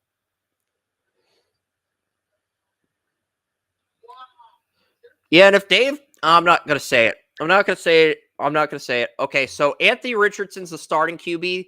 With Joe Flacco set to be a free agent, the backup to Richardson is Jason Bean, a practice squad guy, making $840,000. Jason Bean.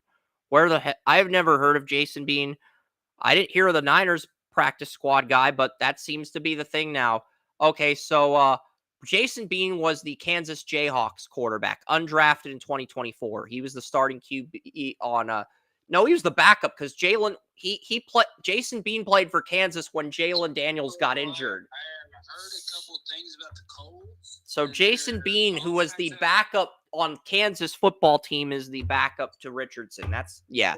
You got to upgrade your backup QB. Thing, Chris, I have heard Jameis Winston to Indy. Jameis Winston to Indy. You have to do it because here's why. It's the cheapest quarterback you can afford. It's the one veteran you can afford. And Jason Bean didn't even start at Kansas. Jalen Daniels started at Kansas. Jason Bean only played because Jalen Daniels got injured. Yeah, because what I've heard that people were upset with Richardson, but Richardson made the case for himself that he played well enough to earn a 3rd year as a starter. You knew I was a guy who was developing, and you threw me to the wolves anyway, and they acquiesced. Then they benched him for Flacco, and then he beat Aaron Rodgers in New York, and that's when you knew you may have the guy. But the problem is you don't have a backup. Not only that, but they kind of took his side on that, so they're gonna give him another year. But I think the best backup you can bring in is They probably will draft a quarterback, but I don't think you That's can the roll thing. into the season with Jason Bean, a practice squad guy who was the backup quarterback on Kansas. I agree. You I cannot agree. roll with That's why I Jason think Bean as they're the gonna backup. I think you get Winston on a 1-year deal and you draft another quarterback in day 3. That would be my strategy. Yeah, you have Ideally, to, Riley Howard. If you could get Riley Leonard or Will Howard in the 4th round and Jameis Winston, I think that'll work. Yeah, because Howard is a guy I have been warming up. And to the Colts a have lot. $28 million in cap space, so I think you have just enough money to get Winston, but you can't overpay him like the Browns did. You have to, but you have just enough money to where you can give him a 1-year deal for like $9 million. Yeah, $9 million. Here's the question: if Howard dominates money and dominates the process straight out, is he even going to be available? Is a team that says, Maybe you get Quinn I need a Ewers and you quarterback. develop him behind Richardson. I don't know. Yeah. It feels Yeah, like but you're if the gonna. team It says, feels I like need a Will quarterback. Howard, Riley Leonard, Jackson Dart, and Quinn Ewers, whichever of those 4 falls to day 3, that's probably the backup to Richardson with a similar salary as Dak Prescott. Because my thought is, if a top 5 team says, And a veteran gets he is him. the guy, and I can get him in round 2, they might. I don't think Sanders and them we will see a quarterback like Will Howard get pushed into round 2, but this is where you and Oren disagree, and that's what makes it fun. I always say, Chris, the process is the most exciting time because we don't know what's going to happen during the process to change minds. That's why I always ask the what ifs at this point in time in the draft season because we don't know, but it is all likely possible. Colts have $28 million. I want to see what's available as far as free agents go quickly. $28 million to spend in cap space. Okay. So what did Winston only made $4 million with the Browns, so he's perfect for the Colts. Yeah. That's literally, he's a younger version of Flacco. That's literally, and they paid Flacco $4.5 million. So when I said Winston as a candidate for the Colts, I hit the nail on the head, and Chris Ballard will fall in love with Winston's football IQ. I know he doesn't like the idea of him starting, but at this point, you have to roll the dice on him because if you don't, you're going to lose your job. Well, what I heard about Winston was Winston had a couple offers to be a starting quarterback. The Broncos were one of them. But he said, Broncos were one of them, and he said, God told me I need to go to the Browns for this year. Then they offered him more money too, and they offered him a bridge deal to start over Bo Nix or the QB they ended up drafting. So they basically said, "You're our bridge starter if you sign with us," and he said no to that. So so it's with Winston. He seems to be here's the free agents. Tells him to go. So I mean. Okay, the only 2 QBs SpotTrack has market value on are Sam Darnold and Jacoby Brissett. I want to see what Brissett's market value is, because if he's cheaper than Winston, I'm open to bringing him back to the Colts. $40.1 million is Darnold's market value. What is the market value for Brissett? Because let us know. Justin Fields also has a market value on SpotTrack. Okay, what's Fields? Yeah, because I want to look at Fields. Yeah. $7.5 million. No, I would rather pay Winston $4 million or $5 million than pay Brissett $7.5. If Brissett had $3.5, I'd actually entertain that idea because he has familiarity with the Colts offense. But $7.5, I'm gonna have to hard pass on that. Yeah, that's a hard pass. I'm sorry. Right now, I'm hearing a lot of great things about Fields and how the Steelers have kind of curtailed a lot of his deficiencies. $8.9 million is Fields' market value. And the Giants, I think the Giants are going to bring Locke back as a backup and draft the QB at 3. Because the thought process will be, what if Shedeur and Ward are gone and our QB's not ready? So they bring Locke back as a bridge QB. And that's why it gets me really curious about the top 3, because you have 2 quarterbacks. Mariota's also a free agent, and he looked good in both games where he started or played. He looked good in both games. Mariota did. So Mariota's making $6 million. So your QB options for the Colts are Mariota. Your backup QB options: Marcus Mariota, Andy Dalton, if you want to bring Andy Dalton in and you like his character more than Winston's, Jameis Winston, because Justin Fields is going to cost $8.9 million. With the $28 million, you don't have the luxury of making him your backup. So your three backup options are Mariota, Winston, and Andy Dalton. And I think Ballard's going to like Dalton the most, but I would pick Winston due to the fact that Dalton's 37 and here's what I've been hearing, and part of it's what we already knew, that nobody thinks Cam and Shedeur are top 5 worthy. I think Ward is top 5 worthy, and I've got a second round grade on Shedeur. I think Ward's top 5 worthy, but I think Shedeur's a second round QB. What I've understood is that teams are looking at the schemes they run, and the general managers are looking at the coaches, and they're saying this is going to make them into a superstar because the coaches and the schemes. And that's their justification for taking these guys in the top 5. I think the Titans are going to take Cam Ward, regardless of how we feel, Joey, because Vogel and Albright both said the same thing. The data's congruent, and I don't think it matters what offense you put Cam Ward in. I think he'll succeed. If the Browns don't take Shedeur at 2, where does he go? Because Shedeur, I feel like he is too. If you look at the offensive schemes, balanced run first offense, vertical, shotgun spread, West Coast. I feel like the spread, the West Coast, and the vertical are the 3 that Shedeur can run. The problem is he doesn't run any of them at a high level. He can play in all 3 of those schemes, but he doesn't play at a high level in any of those schemes consistently, and that's the frustrating part. What I have seen from the statistics is that top 5 quarterbacks, 40% of them are stars. What you have now are 2, which means one of these 2 guys is going to be a star. Which one is it? I think it's Ward. The thought process but here's the thing. I have a floor grade of 85 out of 99 on Cam Ward. I've got a ceiling grade of 91 out of 99 on Cam Ward. So I think he's a borderline Pro Bowler, not an elite QB. Shedeur Sanders, I've got a floor of 73 out of 99, but a ceiling of 93 out of 99. So I think Shedeur's ceiling is the highest, but he's also the biggest project outside of Milroe. That's the frustrating part. You have Shedeur's above because he's the most intelligent. Yep, 6 progressions, football IQ, most intelligent. That's why his ceiling's the highest. But he's also least inconsistent. Most accurate. He has the most problems. He does have issues, but that's why I say, and that's why. And it's a very slim 93 to 91 margin. But he's going to need 2, maybe 3 years to reach that ceiling.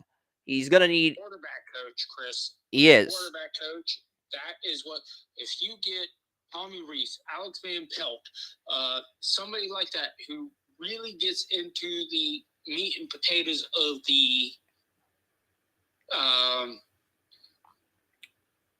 fundamentals and can really get him going by next year, Shedeur's intelligent enough, he's going to pick it up. But looking at the Colts, we've been on this rant about free agents in the draft, and I know it's fun. I know right now, looking at the Colts, they have 3 options. They can get Milroe in the second round if he's there. They can gamble on Jackson Dart in the 3rd or Quinn Ewers in the 3rd round, or they can hope for Will Howard or Riley Leonard in the 4th round. For one reason, with the Colts, I think they're going to get a free agent.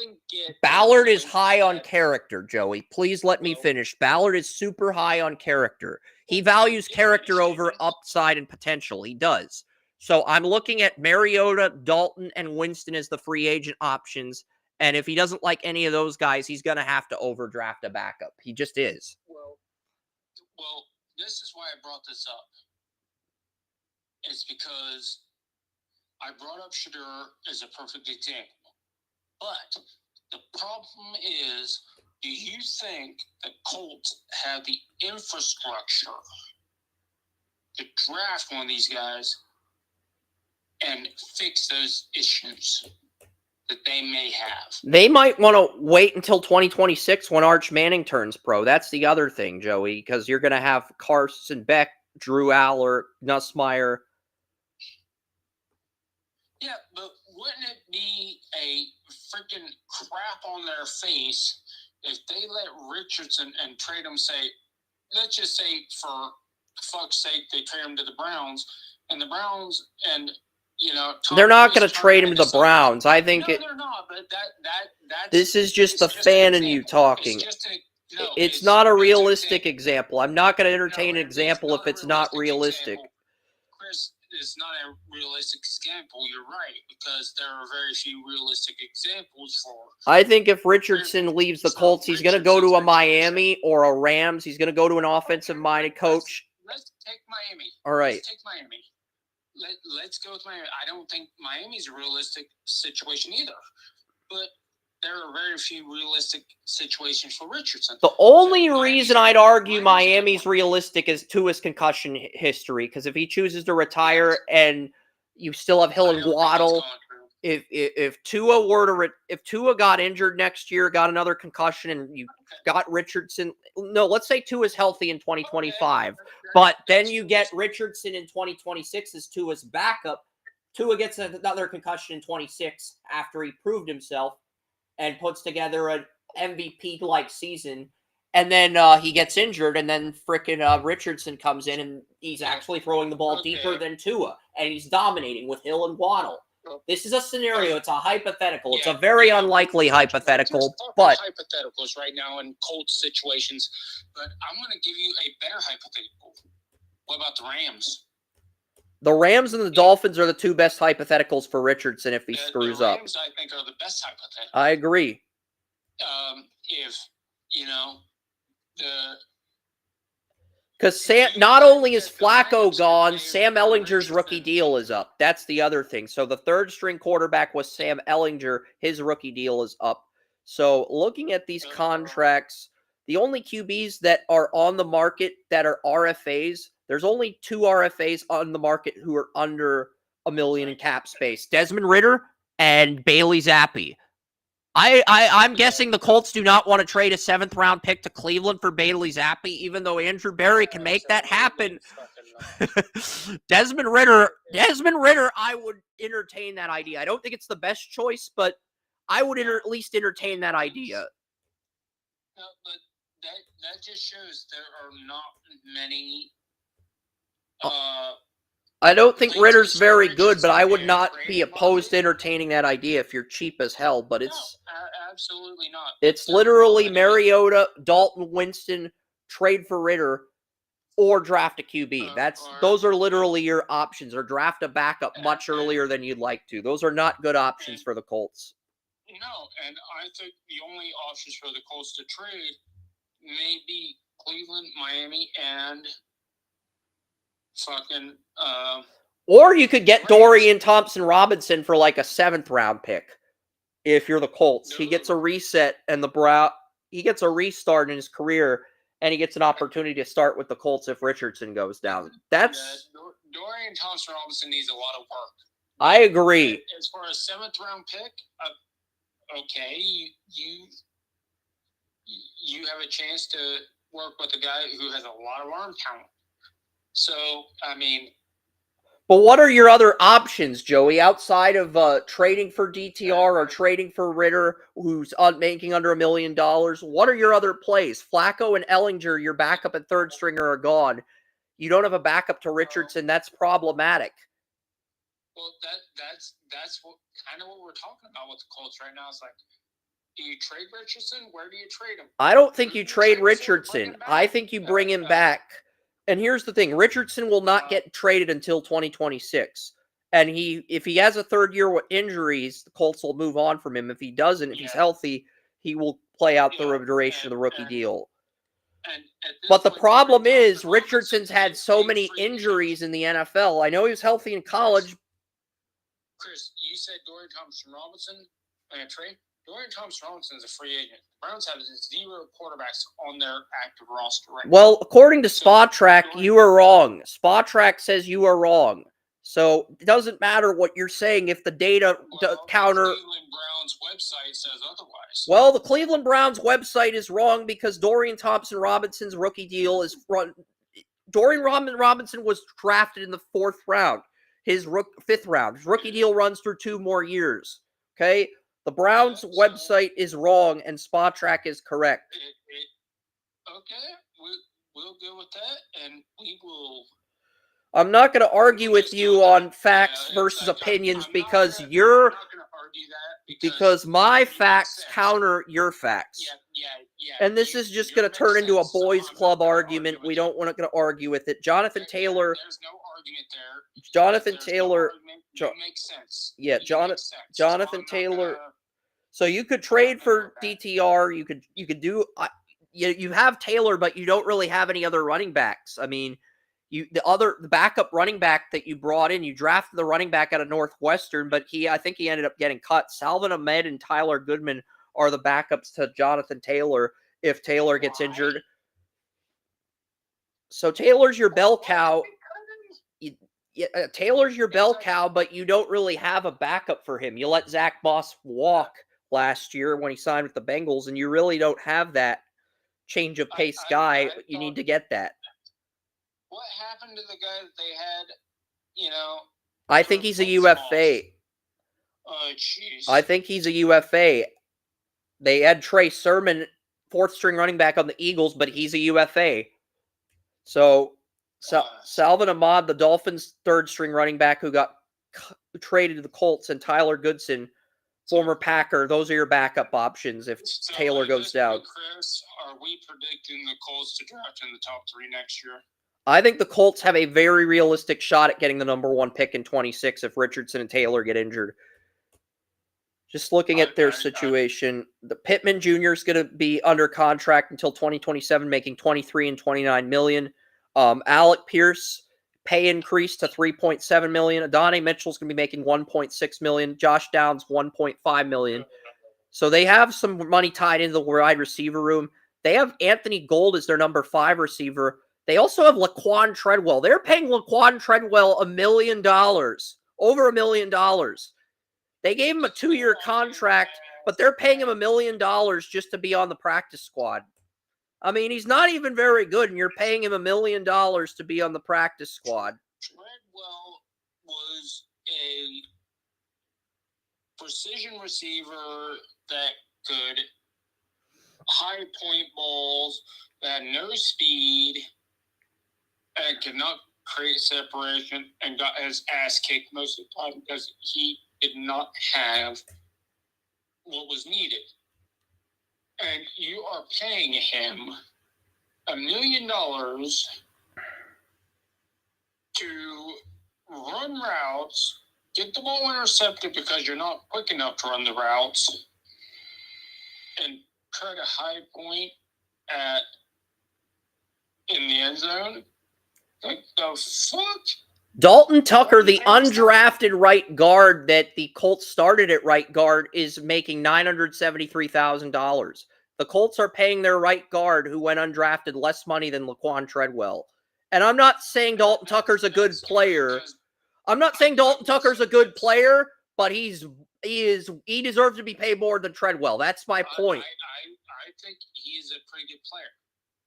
But like any other undrafted free agent, he has some development to do. I think he's going to get better and better and better. But he doesn't start as an undrafted free agent.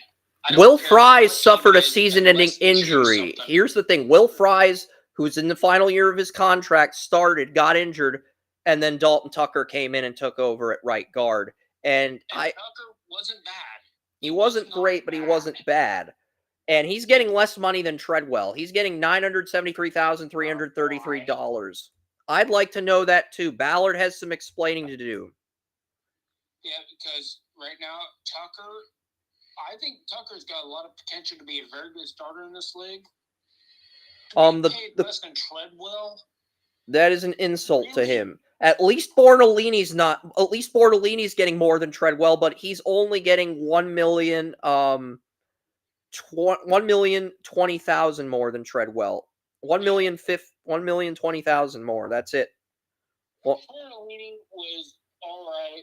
Bortolini was in the top 5 in pass protection on Pro Football Focus, but he only started 2 games, and Ryan Kelly is a free agent, so he's probably going to start over Kelly next year. That's going to be a transition for the Colts. Well, Bortolini does have a problem with run block. I've never been a fan of his run block. He's amazing in pass protection. Pass protection, yeah, you're completely 100%. He is 100% great in pass protection. No, because I like Bortolini as a run blocker at Wisconsin, but I didn't like his pass protection at Wisconsin. But his rookie year in the NFL, he was great in pass protection. He was a liability against the run. Yeah, Bortolini was a weird one because, it's like I liked him in Wisconsin for the exact opposite reasons I like him in the NFL, which is stupid to think about. But the Colts are going to have to rework the offensive line. You have Quentin Nelson under contract till 2027. Ryan Kelly's a UFA. Bernard Raymond's been good at left tackle this year and his second year, but he had growing pains as a rookie, had a dominant second year, had a really good third year, and then he got injured multiple times down the stretch. Raymond's entering the final year of his rookie deal. Braden Smith's entering the final year of his contract. I feel like if you extend Raymond, you will have to cut Braden Smith. I don't think you should cut Braden Smith, but both of the Colts offensive tackles, Smith and Raymond, missed multiple games with injuries. Goncalves eased in, did a nice job at swing tackle. He started over Blake Freeland. That should say something. But yeah, I'm gonna pull up the Braden Smith contract here and see if this is a contract you want to get out of, because this could be the buyout for the Colts. Because if you want to bring back Ryan Kelly, you're probably going to have to buy out Braden Smith, and he's younger. Braden Smith only has a dead cap of $3 million.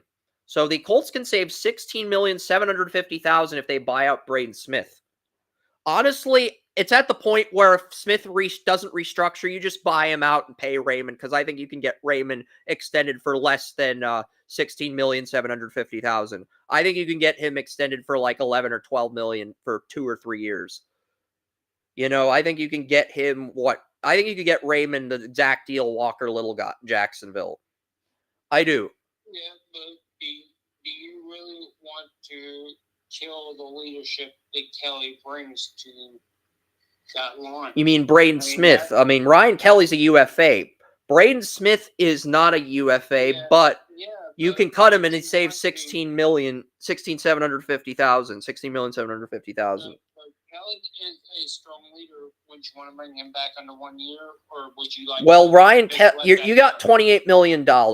I'm sure the market value for Ryan Kelly is up on SpotTrack. It is not. Are you freaking kidding me? They do have him as their number 1 lineman, $12.5 million, but they do not have a market value. Wow, that a number 1 lineman, no market value. It's just irresponsible. It's almost like they're saying it's not a tackle. Fuck him. That's basically what SpotTrack's saying. He's not a tackle. Fuck him. That's basically what they're saying. Here's the thing. Ryan Kelly is a great leader, and he has. Cam Robinson's worth $14 million a year. Yes, Cam. Want to keep that versus a younger guy? That's the question you got to ask. And if you can ask that and you can answer that, you can say Kelly is not worth that money. Well, I got the market value for Ronnie Stanley and for Cam Robinson. Ronnie Stanley, $20.7 million. Cam Robinson, $14 million. You're paying Braden Smith $16,750,000. Cam Robinson's projected to make less than that. He's projected to cost less than that, and I think you can make the argument that Robinson's been better than Smith as of late.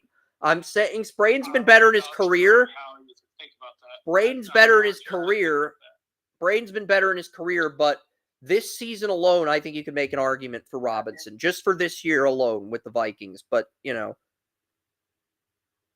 not career-wise because of the suspensions, all the stuff.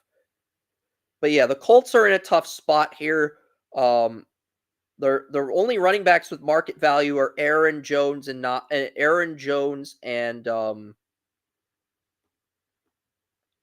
Aaron Jones, and Najee Harris. That's it. Those are the only 2 running backs with market value, according to Spot Track. All right, what do we have for Aaron Jones here? 5.6 million. That's about right. He's 30. Need to get their ass in gear because that's kind of embarrassing. Because they have Aaron Jones and Najee's contracts, but not Ryan Kelly's. And you honestly do deserve to be roasted for that. Just saying. And Najee Harris market value is 9.2 million. I feel like that's a little steep. But Najee's consistent enough to where he's earned that. 4 seasons of 1,000 rushing yards. For 9.2 million, I think that's a bargain if you can get him for under 10 million a year. Plus, you also Javonte Williams, what is Javonte's market value? So you have Javonte Williams lost the Broncos starting running back job. You have the market value for Javonte, but not Nick Chubb. 6.9 million. Maybe Spot Track knows Nick Chubb won't hit the open market.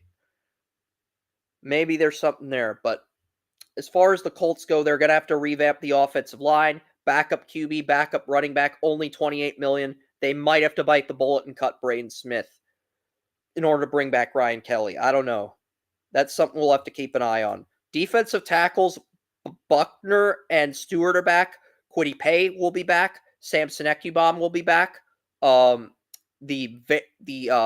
Odiengbo will be gone, but Samson Ekubom, Tyquan Lewis will be back. Latu will be back. So it'll be Kwity Paye and then Ekubom, Lewis, and Latu.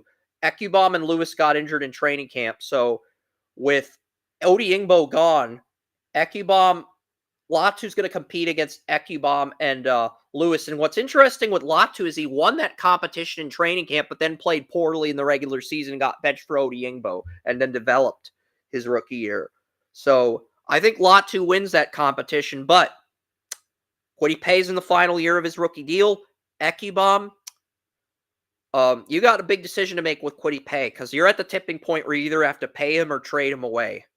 You're at that crossing roads with Kwity Paye, as much as I hate to say it. Yeah. You do have all your defensive tackles back. Zaire Franklin's back at middle linebacker. EJ Speed, the right outside linebacker, is a UFA. So you are going to need another outside linebacker unless you like Cameron McGrone or Jacob Phillips, the former Browns Jacob Phillips. Unless you like one of those guys. Nick Cross and Rodney Thomas could both be on the brink of extensions. With Julie Blackman set to be a free agent. Kenny Moore, 10.7 million. Julius Brents, 2.2 million. Remember, Brents had a good rookie year, but missed his second year due to a torn ACL. Jalen Jones, Jalen Carleys, Daniel Scott. You do have a lot of safety depth, but you don't have a number 2 corner next to Brents. And if you don't think Brents is a number 1 corner, you got to draft a number 1 corner and move Brents over to number 2. But yeah, the Colts, they got a lot of problems. For a team with only 28 million, running back depth, quarterback depth, offensive line stability, all their defensive players are on short-term contracts outside of Latu. Colts have a lot of problems. They have a laundry list of problems. They could be the New York. The fact that we have spent this much time on the Colts should tell you how many problems they actually have. And it was never our intention to spend this much time on them. It's just the situation, the problems they have. Like, you don't have this many. We do not spend this much time on teams that do not have this many problems. They have issues. And I'm wondering if Dr. Phil can solve them. Honestly, I would like to see Dr. Phil as the Colts counselor, the team psychologist. The Colts should hire Dr. Phil as the team psychologist. Think about it. You'd have Jim Irsay, Chris Ballard, and Dr. Phil in the same building. And if Pat McAfee's doing a show about the Colts on Monday Night Football, McAfee could just, oh my God. That'd be. And the spirit of Master Yoda just shows up all of a sudden in the chambers. Yep. All right. So Kirk Cousins, he will probably get traded away with the Falcons because $40 million, $57 million, $57.5 million for 2 years. Falcons will probably pay half that salary to get someone to take on his contract.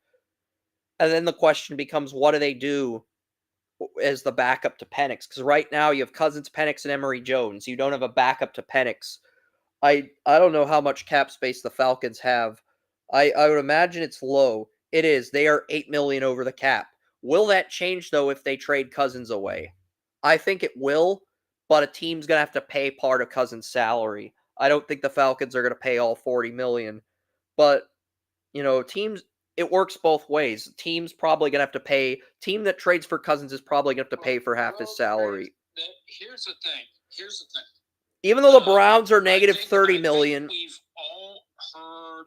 Even though the Browns are negative $30 million, the Watson contract's going to allow them to get more cap space. Joey. Well, we're going to dismiss this because here's the bottom line. The Falcons are running a scheme because they're not going to keep Kirk Cousins. They're not. And I think every NFL team knows that. After June 1st, if they cut him after June 1st, the Falcons are going to be on the hook for everything except the veterans minimum.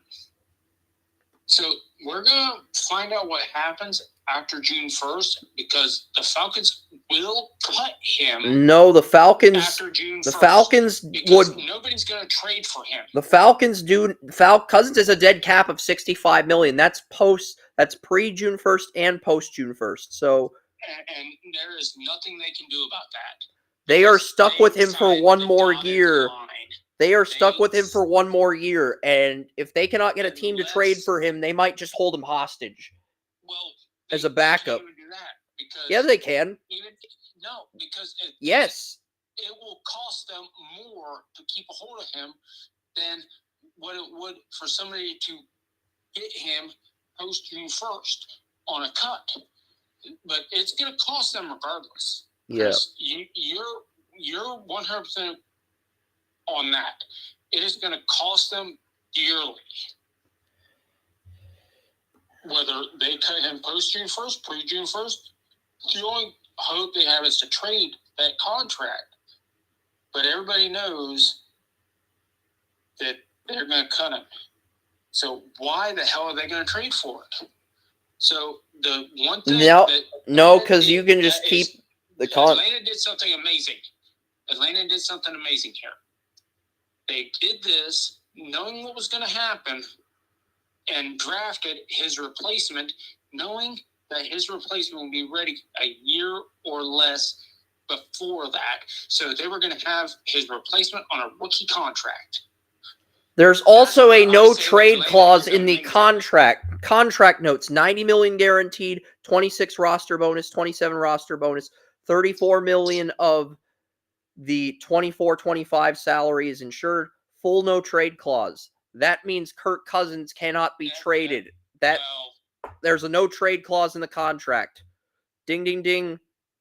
Yeah, Kirk Cousins. So that Kirk Cousins, they have to cut him. They basically can't. They have to cut him. They don't have any other choice. There's a no-trade clause in the contract. You can't deal him. You pretty much have to cut him or bite the bullet and keep him as your backup for one more year. There's no way out. There's no other way out of it. There's a no-trade clause in the contract. That's big. The process is, the Atlanta Falcons really want that headache of taking a starting quarterback off of an Achilles tear who's going to be 12 months out, which we covered this at the beginning of the podcast about how long it takes to get back from an Achilles tear, and hope that he does not fully recover from it because he is a pocket quarterback. He doesn't get out of the pocket much, which limits the effects of the full recovery of an Achilles tear.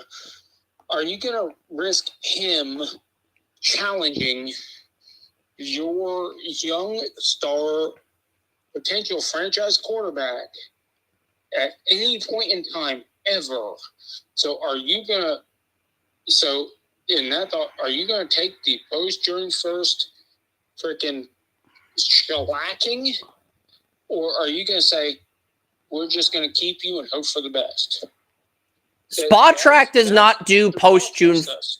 1st contracts. Let me look at over the cap here and look at, okay, so the Falcons would lose $25 million pre-June 1st.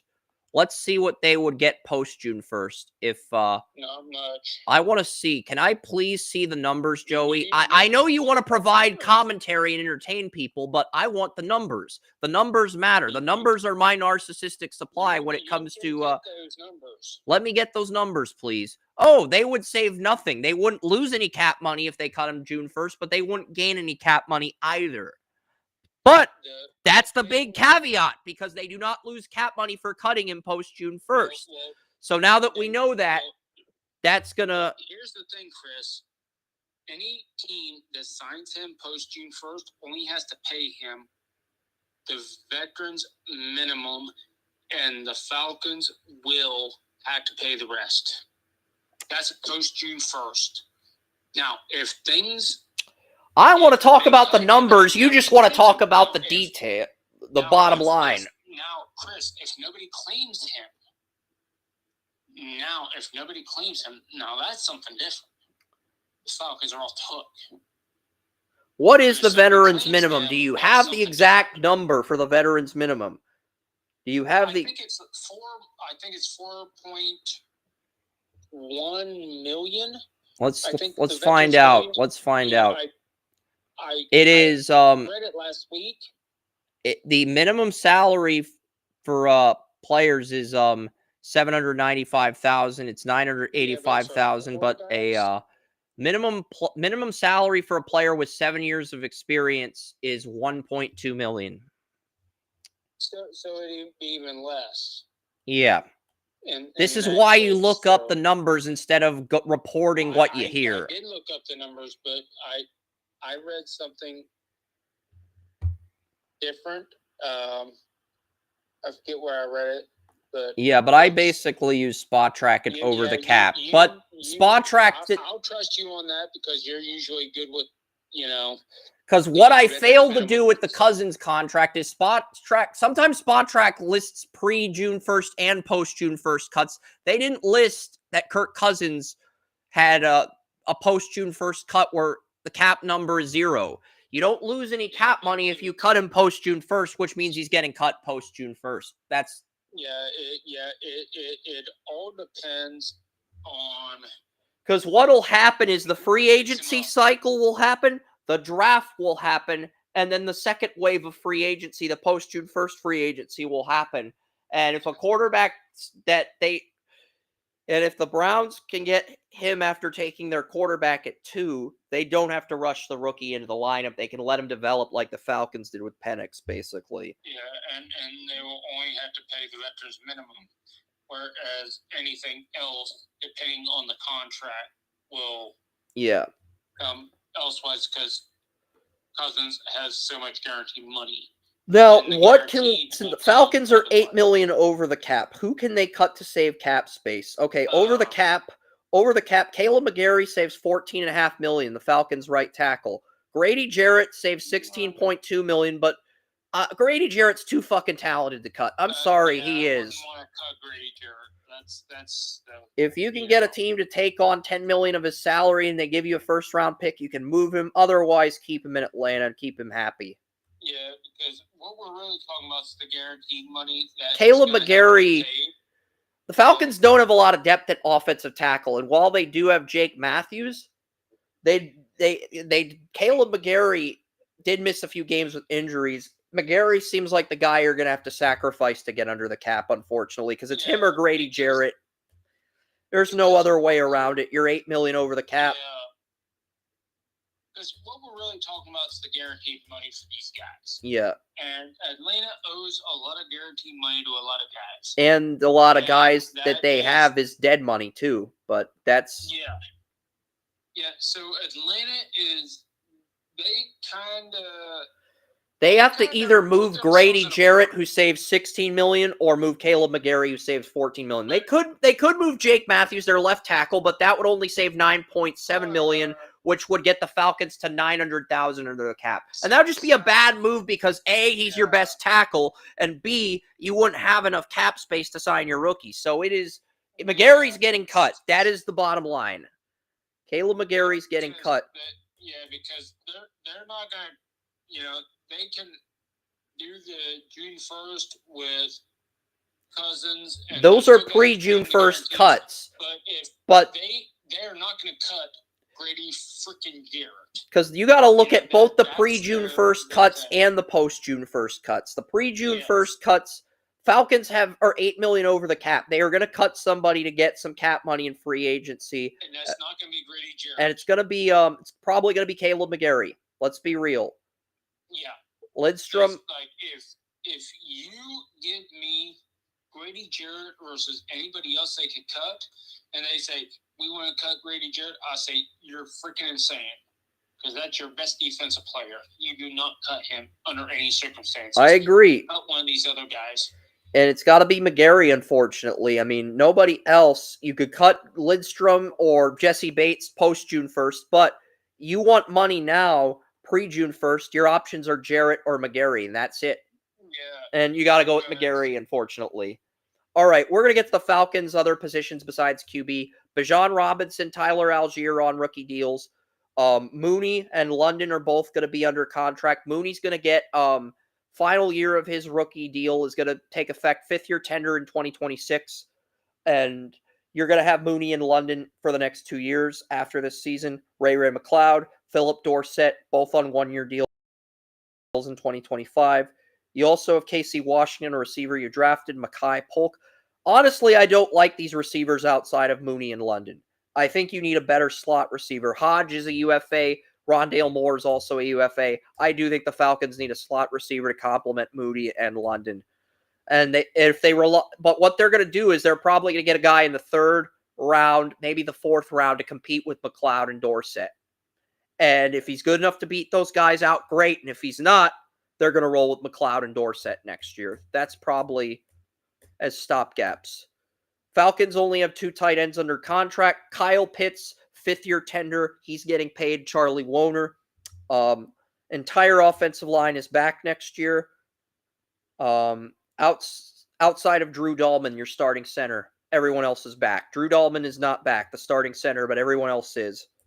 Drew Dahlman's a UFA, and you're over the cap, so you can't even bring him back even if you wanted to. So Drew Dahlman's going to be on the market, in addition to Ryan Kelly.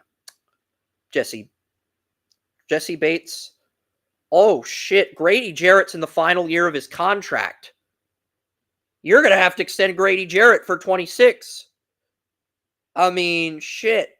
I know he's 32. He's getting to the point where he might decline, but if you got to extend him, that's going to take up some cap space. That's not ideal. Now that brings up a different conversation. I didn't know he was on his final year. Yeah, 25 is his final year. What if the Atlanta Falcons say it would be better for them to trade him for a draft pick and just wipe that off the books? Yeah, because if you do that and you cut McGarry, you get $30 million, and then you can use that money for other free agents on 1 or 2 year deals. Yeah, then you got to start paying your guys like Drake London, Bijan Robinson, Pitts, depending on who you want to keep. Yeah, because we're getting to that tipping point too. If he wasn't on his last year, I wouldn't even entertain it. But on his last year, you gotta start thinking about it. Yeah, he's 32 now, and he's on the last year of his deal. Terrell under contract for 5 more years. Jesse Bates under contract for 2 more years. Justin Simmons is a free agent. Clark Phillips on a rookie deal for 2 more years. I do think you need more pieces in the secondary. You need more pieces at receiver. You need a backup quarterback. The Grady Jarrett contract. There's just a lot of dominoes in Atlanta. Their situation isn't great, but it's not as bad as the Colts situation. It's not to the extreme. They do need an edge rusher at 34 right outside linebacker too. It's not ideal, but it's not the worst situation to be in either. But it just says that we have spent so much time on the Colts and Falcons. It does say how bad their situation is and how much that how many The question Falcons, marks there are this about was really the last year of the Falcons' window to win a division, and they blew it, but they have it. Well, they Penix. fucked that up, didn't they? Yeah. The Falcons, what is their Falcons cap space for 2026 is 83 million. So the Falcons have 8 million for 2025, but they have 83 million for 2026. Yeah. They have 83 million to spend on Grady Jarrett, Kyle Pitts, and other guys. All right. Let's get to the damn Cardinals. All right. Kyler Murray's going to be back. I'm not even going to entertain. This is the final team. I think we need to look at. I think we need to change gears a little bit and look what the Cardinals have. The Cardinals have done a great job. I think they have a good. They do. They have Kyler Murray as the starting QB and Clayton offensive Tune as the backup. They have a very good starting quarterback that has been. And everybody's saying, "Oh, Kyler Murray's going to get traded." That is bullshit. He will not get traded. Because the contract. Kyler Murray needed was the head coach and offensive coordinator to put him in position. They did. They won 8 games with a shit defense. They had 3 of the bottom 80 corners. 3 of their 4 corners were 80th out of 118 corners on Pro Football Focus. Garrett Williams was the one guy in the top 18. And the other 3 corners were like 80th out of 108 on PFF. And their 2 edge rushers had torn ACLs, Dennis Gardeck and BJ Ojolari. Also, Zaven Collins is a UFA. So the whole defense is going to need to be revamped. But you have Kyler Murray at quarterback. Tune is your backup. You have James Conner, DJ Dallas, Trey Benson, Imari DiMaccardio, and Michael Carter. And Zonovan Knight under contract at running back. You have 6 good running backs under contract, including some. You have, as the Cardinals, a great offensive coordinator who is taught. Joey, I like Pensing too, but we got to focus on the team, not just the coach. We got to focus on the rosters, players. I'm saying you have a great quarterback who is finally being taught well. You have a great number 1 wide receiver, Harrison. You have a great tight end in McBride. 3 games, one of the best young tight ends in the game. You have a strong running game.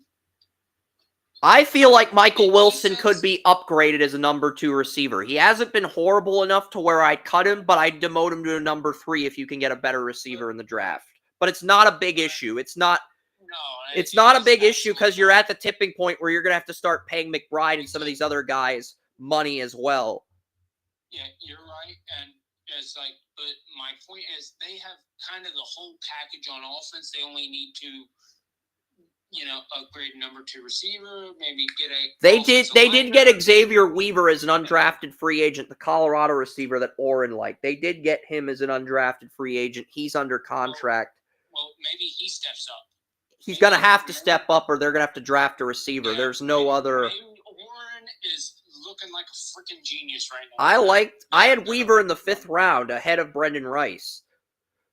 I did. I had Weaver in the 5th round. He went undrafted. He was good. But I think because I was trying to highlight the offense. And they've got Tip Ryman and Elijah Higgins, the tight ends. They've got 3 tight ends on rookie deals. So they're in a good spot as far as tight end goes. But I feel like a number 2 receiver needs to be upgraded. Let's look at the offensive line. Jonah Williams under contract for 1 more year. Could they buy him out? Maybe. But I feel like they'll keep him since he missed most of this year with an injury, and then he got back into the thick of things. If Johnson and Williams are healthy, the Cardinals will be in a lot more games. Froholt's still the starting center. I don't know if they can buy him out. They do lose Will Hernandez, and they do lose Evan Brown, but they lose both of their guards. But their center and their tackles are back. I'm going to make a plea to the Cardinals right now. For the love of fuck, get rid of Froholt. I don't think they can cut him. They may not be able to get out of that deal till 26. Oh, for the love of fuck. Let me pull up the contract here. Yes. So one of the dumbest signings ever. They can cut Froholt this year, but they'd only save $200,000. That's it. What, addition by subtraction? They'd only save $200,000 if they cut him this year. Like I said, addition by subtraction. They would save $5 million. They'd save $5.6 million in 2026. Would they be a better team without Froholtz? I think if the Cardinals have confidence in John Gaines and Isaiah Adams, their third-round pick out of Illinois and the UCLA guard, they'll roll with Adams and Gaines as starting guards next year. And then they'll have Christian Jones as the swing tackle, with Beachum also set to be a UFA. Froholtz was never a good player. Why the fuck the Cardinals thought they Well, they extended him after the 23 season. They gave him a 3-year extension, but they front-loaded the contract, so they can't get out of it until the final year of his contract. Okay, so but they front loaded it, so they made sure that they were not completely, screwed. Okay, the Cardinals did extend Zaven Collins. They gave him a 2-year extension worth $6 million. That's fair because they didn't overpay him, but they didn't leave him out to dry either when he was the healthiest edge rusher they had. I respect the hell out of that. I respect the hell out of Monty Ossenfort for doing that because he didn't 5th-year tender Zaven, but he realized, he's too valuable to hit the open market, and Zaven agreed to a team-friendly deal, so that's the best-case scenario for both parties. Yeah, I've always liked Collins. I think he will be a very good player. So if Ojulari and Collins are healthy, this might be a playoff team next year. It really might be a playoff team. Like, what really concerns me is their secondary. That's where I look and I say, because in the preseason we were hearing Max Melton this, Max Melton that. Then he gets benched for Starling Thomas the 5th, and that went very badly. Justin Jones, Bilal Nichols, Darius Robinson, Dante Stills all under contract. Ojulari. So the defensive line and the inside linebackers. They do lose Kazir White at middle linebacker, but Mac Wilson's back. They did give Mac Wilson a team-friendly 2-year extension, $4.8 million. I respect that. That's a good deal. But you're going to either have to draft an inside linebacker or you're going to have to play Owen Pappoe, the linebacker you drafted out of Auburn at 34 middle linebacker. So, yeah. That's the thing you got to look at right now is that the Cardinals, they have issues. You liked Sean Bunting Murphy enough to give him the benefit of the doubt as a number 1 corner. I didn't. I was correct in my evaluation there, but you were correct in that situation over me. I will admit it. But you can't cut him either because it's 9.5 million over the next 2 years. You're going to have to hope Melton takes a leap. The only corner that was good was Garrett Williams. The other corners all finished 80th or lower out of 108, 118 corners on Pro Football Focus. So Garrett Williams, your nickel corner, was your only good corner. That has got to change next year. Whether it's Milton stepping up, Bunting Murphy doing more. They did give Budda Baker a 2-year extension, paying him $19-20 million after paying him $10 million this year. I will give the Cardinals credit there. I think that was the right decision because Budda Baker's the heart of your secondary, and really, I felt like the Cardinals should have paid Byron Murphy and moved on from Jalen Thompson, but Jalen Thompson took less money than Byron Murphy, so they let Murphy walk. That's where I feel the Cardinals fucked up, Joey, but they probably knew they weren't going to be able to pay Murphy what he wanted, and Jalen Thompson agreed to a team-friendly deal, so they paid him instead.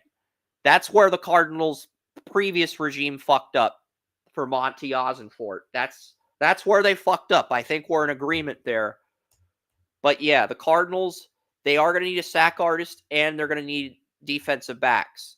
If you think Ojulari can stay healthy, you can ignore pass rusher, but with Gardeck and Ojulari's injuries, you're going to need a sack artist and you're going to need corners.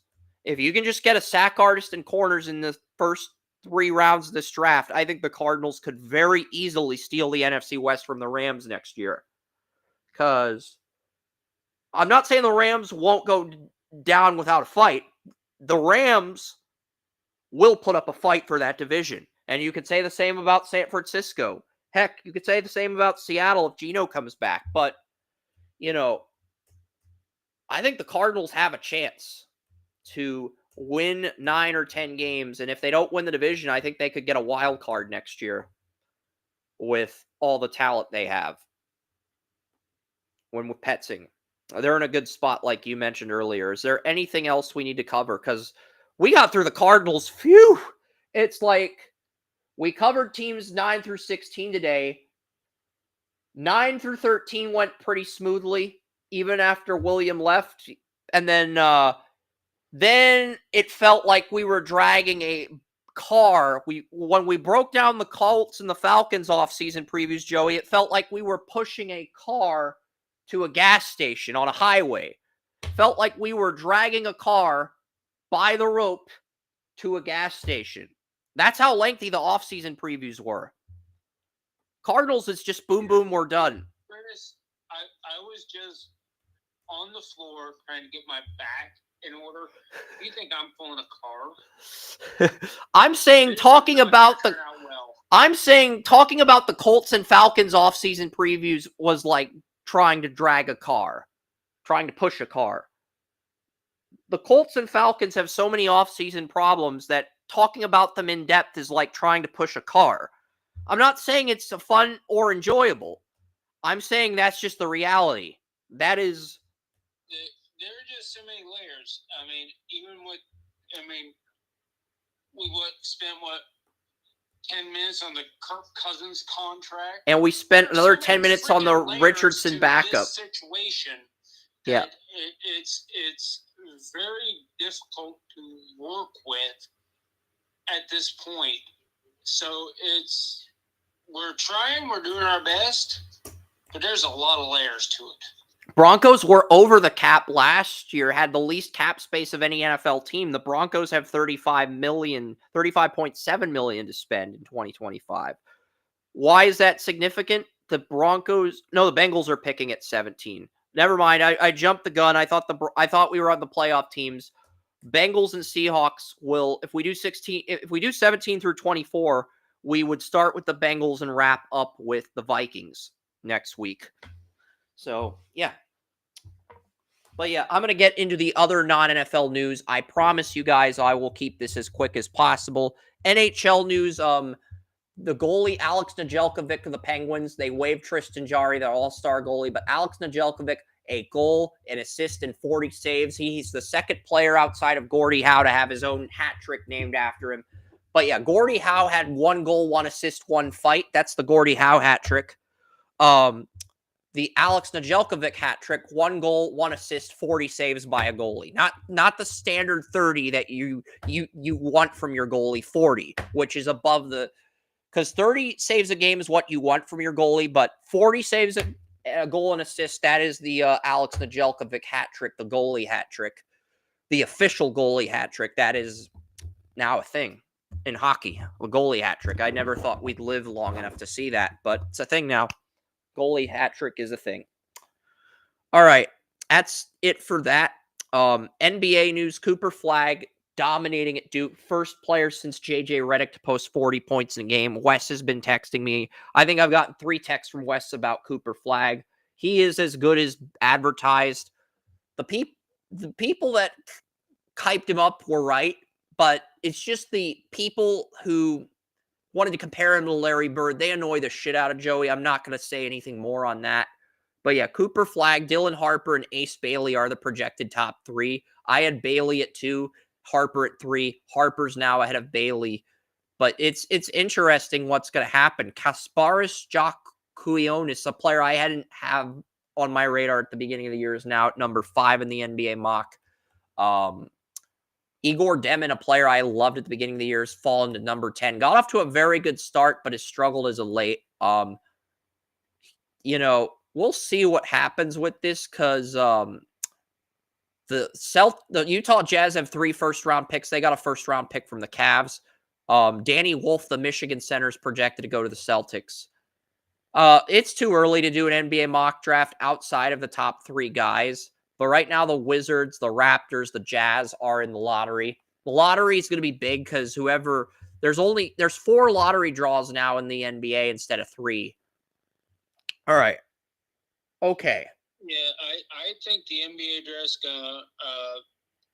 They need to cut back. I don't It used think to only it have is 3 lottery as- draws. Now they have Yeah. 4. Yeah, I don't think it is as cut and dry as far as some of the prospects were last year. So I think we're really going to have to look at where the draft order falls. Yeah, there are more stars at the top of this draft than 2024. There's no doubt about that. With the freshmen in this draft, Flagg, Harper, and Bailey, those 3 all feel like sure things. Back in 2019, you had Zion Williamson, John Morant, and RJ Hampton. That's what this feels like. Actually put away the cheeseburgers. RJ Barrett, not RJ Hampton, but RJ Barrett. You had RJ Barrett, you had John Morant, you had Zion. RJ Barrett got traded from the team that drafted him. RJ Barrett, I might have sounded. Morant's either gotten injured or had the incident with guns, but he's been consistent when he's healthy. That's the thing. Morant's consistent when he's healthy, but he's either been suspended or injured the last 2 years. Missed Friday night's game where the Grizzlies just opened up an ass whooping on the Spurs. But yeah, MLS. RJ Barrett has proven to be a fucking moron on every level. And he's not even in the league anymore, and he's still proven to be a fucking moron. I don't care how good of a ball player he was. If you're that much of a fucking moron, you're not going to stay in the league. All right. Before I get to the MLB mock draft, top 10. That's just me putting out some frustration. Yes, it's understandable. He got traded from the Raptors to the Knicks for good reason. But yeah, Tyler Heaps, sporting director of San Diego, we need to compete in year 1, said Heaps. So my mom is calling. All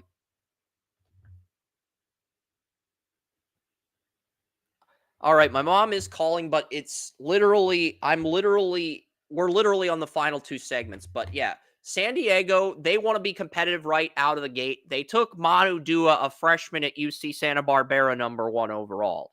But here's the thing. I watched Manu Dua's tape. I didn't bash the team for taking him at number 1. I actually watched the tape. His tape is better than Mo Adams, a player I interviewed, defensive midfielder that went 10th overall. Dribbles well, fast, defends exceptionally well, accurate passer. His tape is really good to the point where he's on the Right to Dream Academy. Jay Heaps worked with the Right to Dream Academy. It's a comfort level thing. That's why they took Manu Dua at 1. Max Floriani, the St. Louis center back that Kalish had 1 on his board. San Jose had him at 1 on their board too, apparently. And they were also trying to trade up for Alex Harris, but they took Floriani, and then Chicago got Dean Boltz, who was number 1 on their board, apparently at number 3. So every team in the top 3 got their guy. And then Sporting Kansas City decides, well, we have 6 forwards under contract. Alex Harris is the top player on the board. Let's have a bidding war. And 3 teams, San Jose, who had number 2, Colorado, who had number 8 in allocation money, and Nashville, who had number 6 in allocation money, all make a bidding war. Stan Kroenke wins the bidding war for Harris, and Harris is pushing the veteran for first team minutes. I mean, Colorado's striker had 15 goals last year. He's only 24. This is a completely different dynamic compared to Bo Nix competing against Stidham and Zach Wilson, because you knew Bo Nix was probably going to beat out those guys for playing time as a rookie, if with a good preseason, Joey, whereas you've got a proven veteran. And honestly, I think Harris, you should deploy 2 forwards. Or you can, but the thing with Colorado Rapids striker is he had 7 yellow cards last year. If that becomes a habit again, I do think Harris will end up taking his job at some point, because, as much as I like some of these guys in soccer, if you're getting 15 goals and you're getting 7 yellow cards, and Harris only had 1 yellow card in 2 years at Cornell, you got to look at that and say, at what point does this guy become a liability? Yes, he's fantastic. 15 goals, 7 yellow cards, 24 years old. This guy is a major asset when he's on the pitch. But if he gets into foul trouble, you are screwed. you are screwed if this guy gets you into foul trouble. That's the unfortunate reality. That's the grim reality, Joey. And I'm not saying Harris will end up starting. I'm saying it's something we got to keep an eye on. If he's made that much of an impression this early to where he's pushing a 15-goal score for first team minutes, we got to continue to monitor that situation to make sure that's something, we got to continue to monitor that situation. Reed Roberts, but yeah, Navarro, 15 goals, 1 assist in 32 starts and 7 yellow cards. No red cards, but 7 yellow cards. You have to wonder how many yellow cards is too many yellow cards, Joey. I don't think it's an issue for the Rapids yet, but if Navarro has more than 7 yellow cards this year, at what point does Alex Harris become the starter if he comes in and makes an impact and dominates? Because if he's already pushing Navarro for first team minutes now, at what point does Navarro's yellow cards become a liability for the organization? Because the Rapids have depth at every position except goalie. What's their current?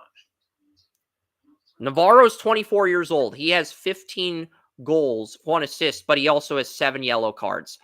Nearly 3,000 minutes. And does Harris only had 1 yellow card in 2 years at Cornell. 19 goals, 5 assists. Chris, do the stats outweigh the yellow cards? That's what I'm asking you.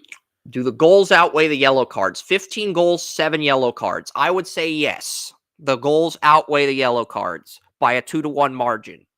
So Navarro should be your starter to enter the season. But if he's getting more yellow cards than goals and Harris comes in off the bench and makes a strong impression, you may have to pivot to Harris at some point. Just saying. But I think it's Navarro's job for now. Because 15 goals, 7 yellow cards, that's a 2-1 ratio of goals to yellow cards. But you have a good bench. You have depth at every position. You just need a starting goalie, and you're ready to compete for an MLS Cup. The Rapids are in a great spot. They have 2 first-round picks in 26 and 27 as well. They also drafted a center back 6th overall, who's 6'4", 214 out of Xavier. He will be competing for a roster spot too and signed his contract. I don't know if he signed his contract, but the Rapids. But he's a sophomore at Xavier. Even if he doesn't sign his contract, he can go back to Xavier and get better. The Rapids are in a good spot to where they're positioning themselves to be the team to beat down the road. Number 7, St. Louis, Emil Jaskinen, who's high on your board. He's going to be the backup to Klaus and the other Simon Betcher, so that's a good spot for him. Montreal got Michael Adudokin, who was number 1 on my board, number 1 in my final mock, 11 goals, 11 assists. He fell to 13 because he didn't have a green card. And this is the problem with college soccer. They need to provide green cards for the players enrolling on campus, the players that come from Germany, France, Ghana, Nigeria. Yeah, the guy from Nigeria that we both liked fell to 13 because he didn't have a green card. Talent's undeniable, and the team that picked him had him 1 on their board, but he fell to 13 because he didn't have a green card. You've got to do more for these international guys. Help them get green cards so that they don't require international slots, because MLS teams, they only want to use international slots on superstars, not college players. So you got to help the college guys position themselves for success if you're looking at this from a business standpoint. Unfortunately, that's the reality. Tate Johnson, looking with Vancouver, it's made progress with Tate Johnson.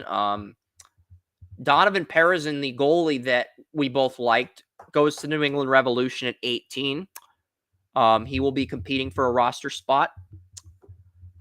Jesus Barrera, the Missouri State striker, Real Salt Lake got him to a contract. Hakeem Karamoko signed with DC United. Basically, 18 of the 31st round picks look like they're going to sign rookie deals, Joey. So that's great. That's great for this class, but no 2nd or 3rd round picks have signed. But 18 out of 30, I'll take that. That tells me that, this draft is probably more encouraging than the last 2, but it's too early to see. We'll have to wait and see. And now we'll get into the MLB mock draft, and I hope I can just cruise through this and then just get to the games because it's 3:14. All right. All right. We still here, Joey? Yeah. All right. Number 1, the Nationals, Jay Laviolette, Texas A&M center fielder. As much as I'd like to mock Ethan Holiday here, the Nationals have C.J. Abrams. But here's the thing. If they move on from Abrams, because here's Abrams' contract is going to run through 2029. When the Nationals traded Juan Soto to the Padres, they got C.J. Abrams, their Padres 2019 first-round pick, and Mackenzie Gore, 2017 first-round pick from the Padres as building blocks back in the trade, and both guys blossomed this year. So Abrams and Gore are both going to be long-term pieces. So, and you have Brady House, your third baseman from 2021 in Double-A. And he went from Double-A to Triple-A last year. So Brady House could end up in the MLB pretty soon. But yeah, you've got Abrams, Brady House, Luis Roberts Jr.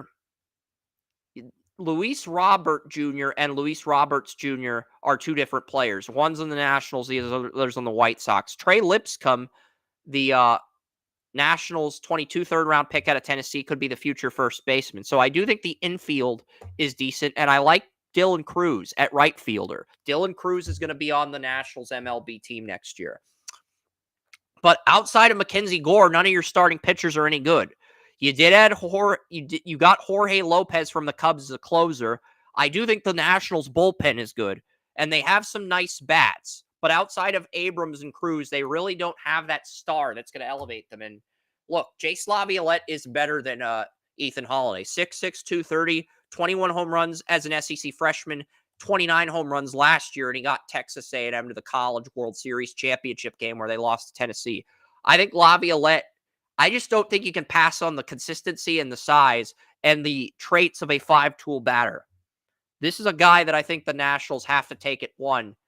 But again, if they don't want to pay, because even if you take Ethan Holiday at 1, you're still paying Abrams to be your starting shortstop while Holiday develops in the minors. And it makes no sense to do that if you can get Laviolette and he ends up being a star or an impact player by 26 or 27. It makes more sense to pay him rather than wait it out with Holiday until 2029. Just does, you know? So I went Laviolette at number 1. Number 2, Angels, they need a pitcher. They do not have a true number 1 starter. They have a great batting lineup. Taylor Ward at left field, 25 home runs as the leadoff bat. You have Luis Rengifo at second baseman. He batted 300, stole 24 bases entering a contract year.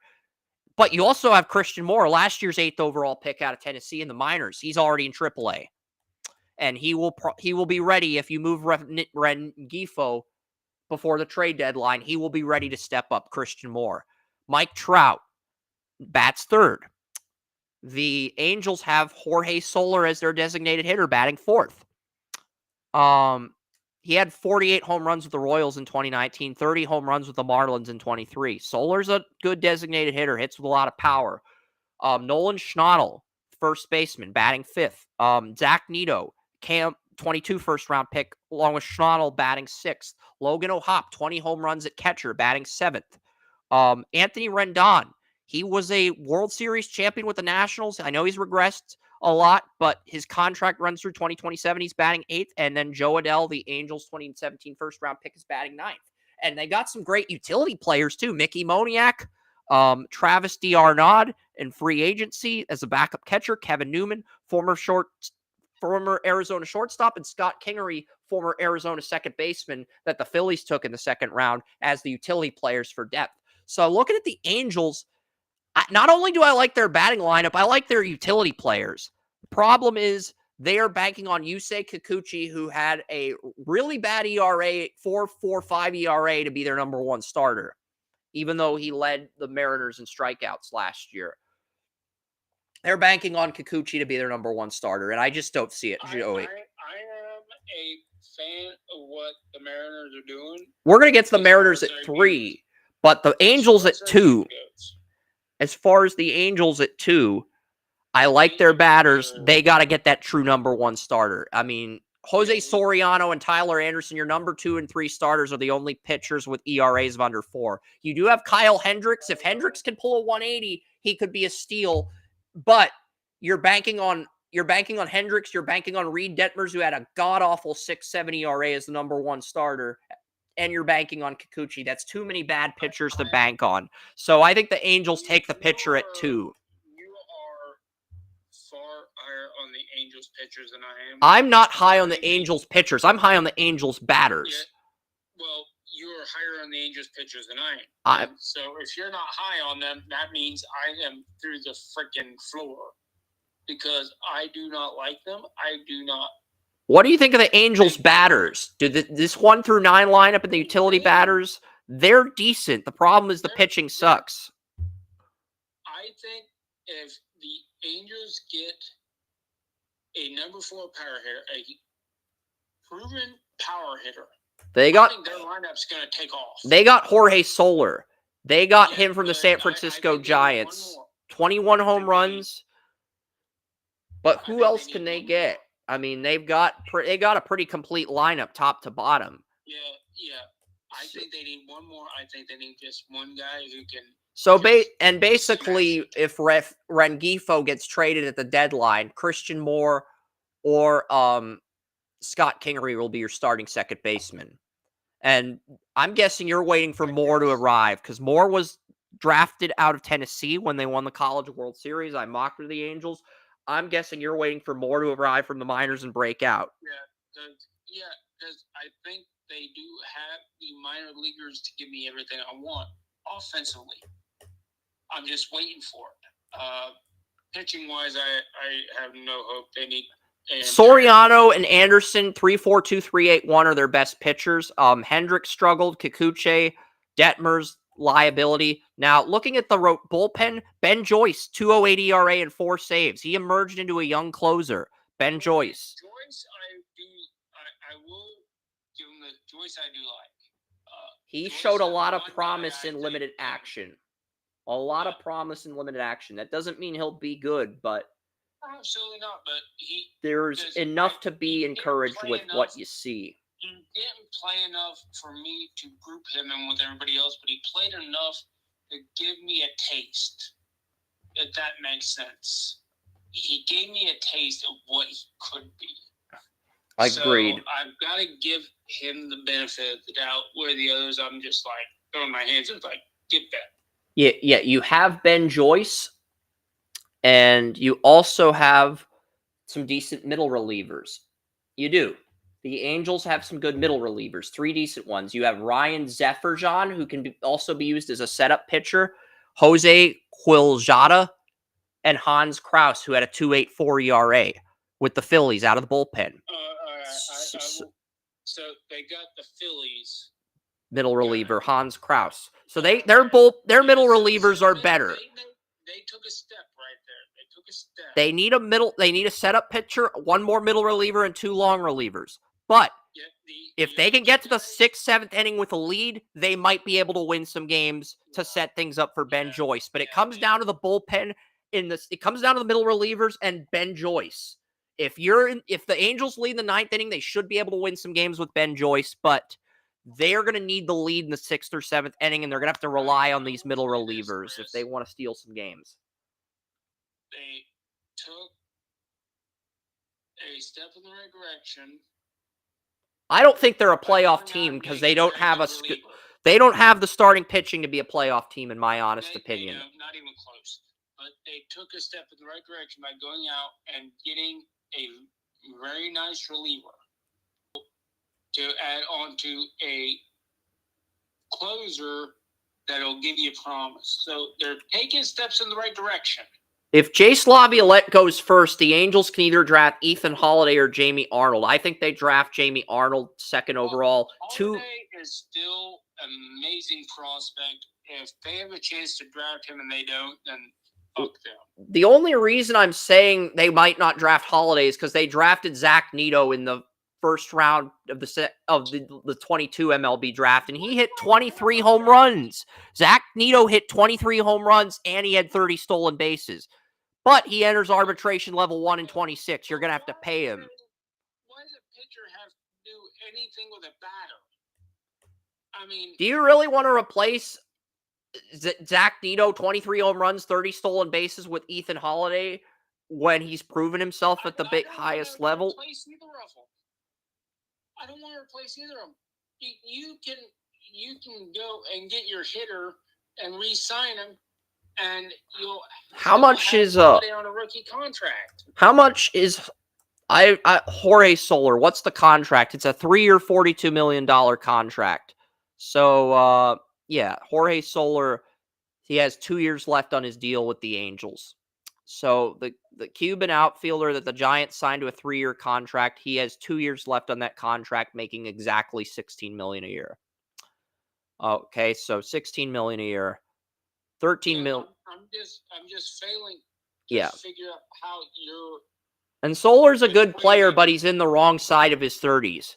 He may decline in the next year or two, but he's good when he's healthy. I mean, he went from 40 home runs in 2019 to 34 and 23 to 21. He's still a good player, but he's not a great player due to the age, and he might decline. I guess the question that I'm trying to ask you is, I believe Ethan Holiday is the second best player. Quality starter. I think he is a number 1 starter in Major League Baseball coming up. Is that worth anything else? The only reason I went with Jamie Arnold over Ethan Holiday at 2 is because Jamie Arnold is a pitcher, and I think he has potential to be a number 1 starter in the Angels rotation. I do. I mean, he was 3rd in the NCAA with 159 strikeouts. He only trailed Chase Burns and Hagen Smith, who were drafted 2nd and 5th overall in strikeouts last year. And I feel Holiday's better. I think he's better than all of them. I agree, but the problem is the Angels have good starters and good utility players in their batting lineup. They do not have a number 1 pitcher. So they're probably going to draft a pitcher at 2. But I do have Ethan Holiday coming off the board at 3. He's not sliding out of the top 3. He's too fucking talented to slide out of the top 3. But the player comp for Jamie Arnold is, quite frankly, for my money, best prospect in this draft. Yes. Has been for the last year and a half. So you can look at. And the Nationals have Abrams, who had 20 home runs. So do you want to move on from Abrams, or do you just want to use him as a placeholder in the placeholder until Holiday develops in the minors? That's what you got to ask yourself if you're the Nationals, because I think I think the Angels are going with a pitcher at 2. Well, that's kind of what the Guardians did with Manzardo and God damn, I forget his name now. But they traded him here earlier. It's like they basically used one to prepare for the other, and then when the young guy was ready, I'm guessing you're thinking of Bazana, who they took 1st overall last year's draft. No, Bazana's going to be there next. I think he's going to get in there within the next year and a half. I gave the Mariners Ethan Holiday at 3, and you could argue Holiday's the number 1 player in the draft, but the Mariners are really the only team that has a dire need at shortstop. The other 2 teams, they have stability at shortstop, and if they want to roll with their guys, it could lead to Holiday dropping to 3. But the Mariners, they have Victor Robles leading off, 328 batting average, 30 stolen bases. You also have Julio Rodriguez. He's been in the MLB All-Star Game and the Home Run Derby batting 2nd. You have passing up on Holiday would be a huge mistake. I don't care what other thing. Look at the Mariners lineup, though, if they get Holiday. Cal Raleigh, 3rd-round pick at catcher. He had 34 home runs. He's under contract. Randy Arozarena, the former Rays left fielder, is on the Mariners now. They acquired him as a trade deadline acquisition. He bats 4th. Luke Raley bats 5th. He hit 22 home runs last year at first baseman. Designated hitter Mitch Haniger bats 6th in a contract year. J.P. Crawford, the longtime starting shortstop, bats 7th, but he's only under contract till 2027. He's 30. I think the Mariners are the perfect fit. You keep Holiday in the minors for 3 years, and then when Crawford's contract is up, you plug him in in 2027, and he is an impact player, a stud. I'm just going to put to you like this. Do you know what the... Do you think Ethan Holiday is going to be better than Bobby Witt Jr., the Royals shortstop, who went number 2 overall in 2019, who got a huge contract extension with the Royals? That is a tough call, but here is the question I pose to you.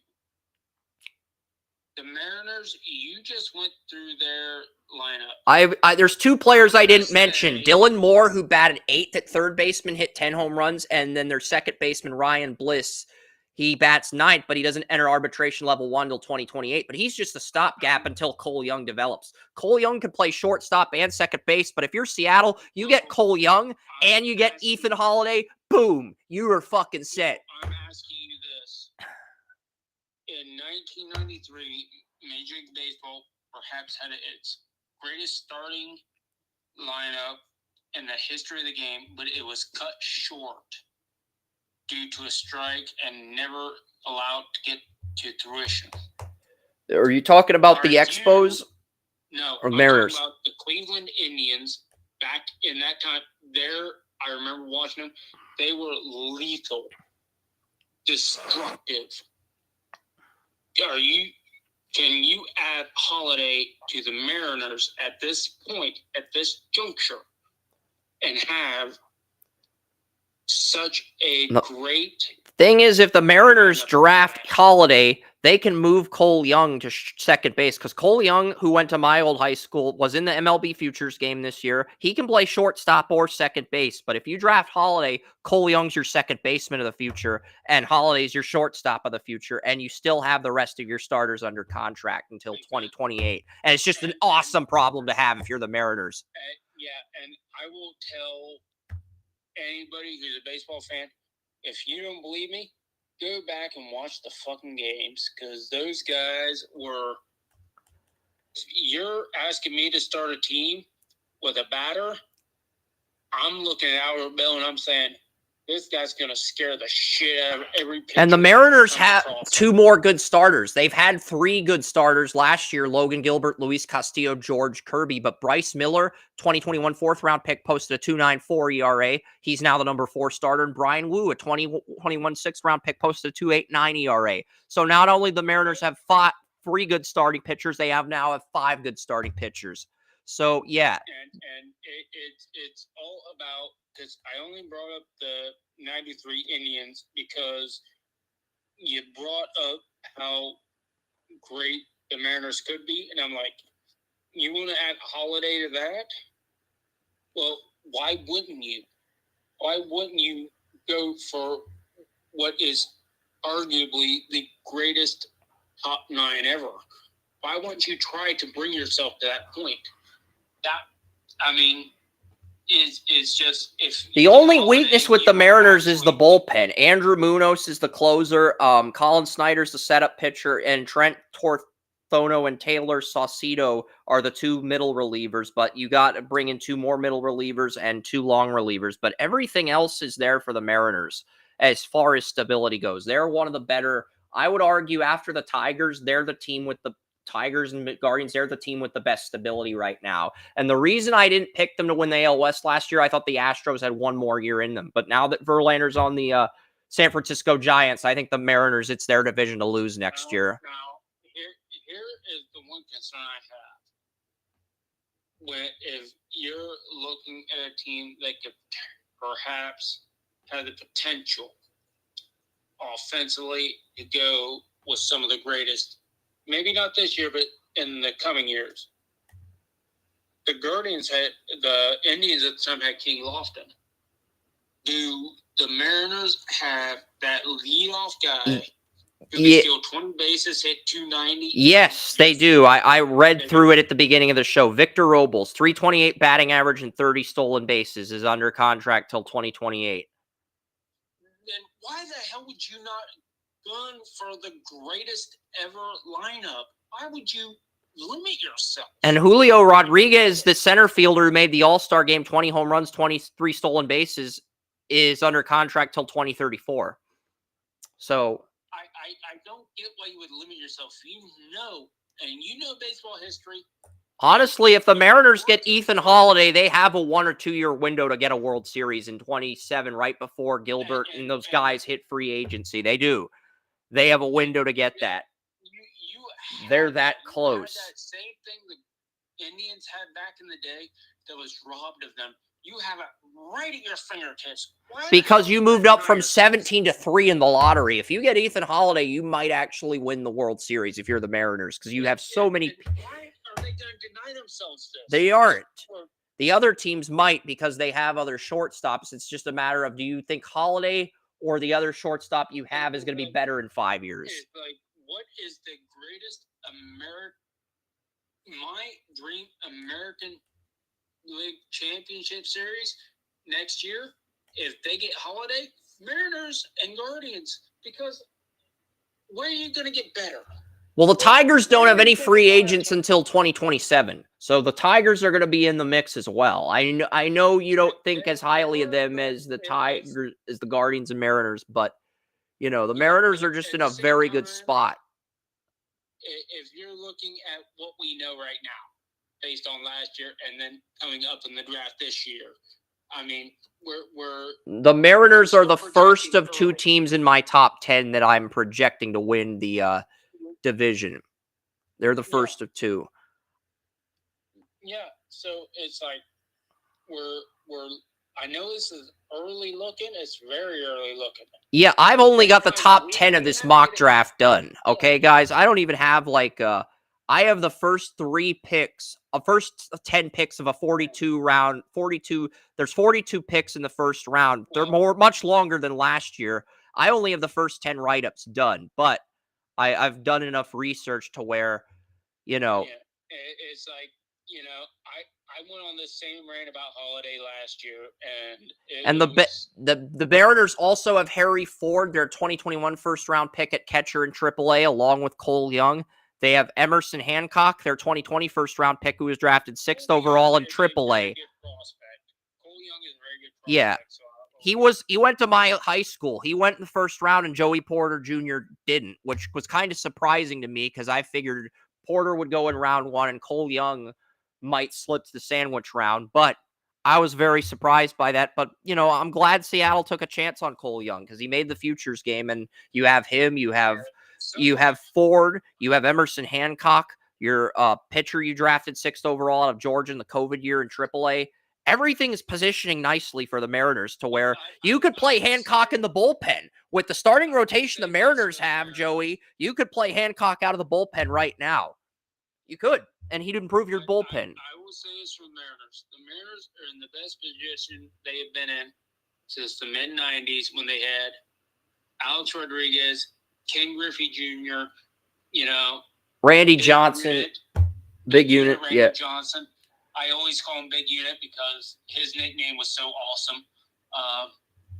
And that group, this is, if they would get a massive guy like Holiday, this would be the best group they would have since then overall. Yeah. Maybe they wouldn't have that big pitcher like Randy Johnson, but man, overall, because the Mariners have drafted good pitchers for a while. We've been waiting. They made 1 playoff appearance. They got to the ALDS, but we've been waiting for the Mariners to break out as that AL West powerhouse.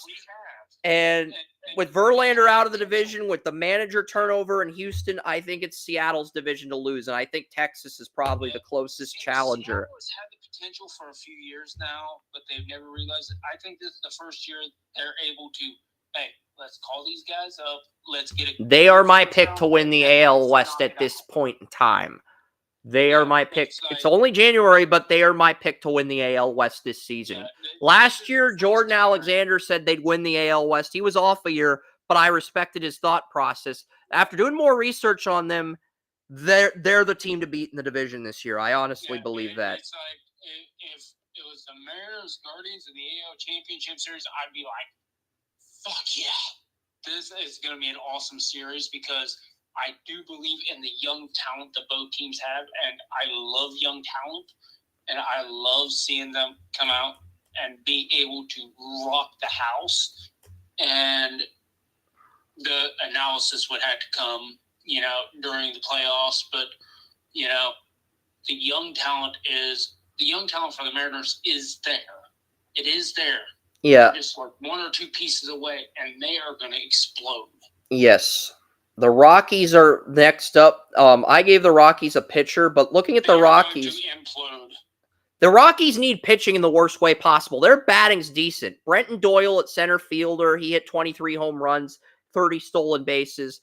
He enters level 1 of arbitration next year. He's on a rookie deal this year. He enters arbitration next year. Ezekiel Tovar bats second. He led the Rockies with 26 home runs. He's locked up until 2032. Ryan McMahon, 20 home runs in 2024. 2028, Chris Bryant, 2020, Chris Bryant bats 4th. Michael Toglia bats 5th. 25 home runs, 10 stolen bases. The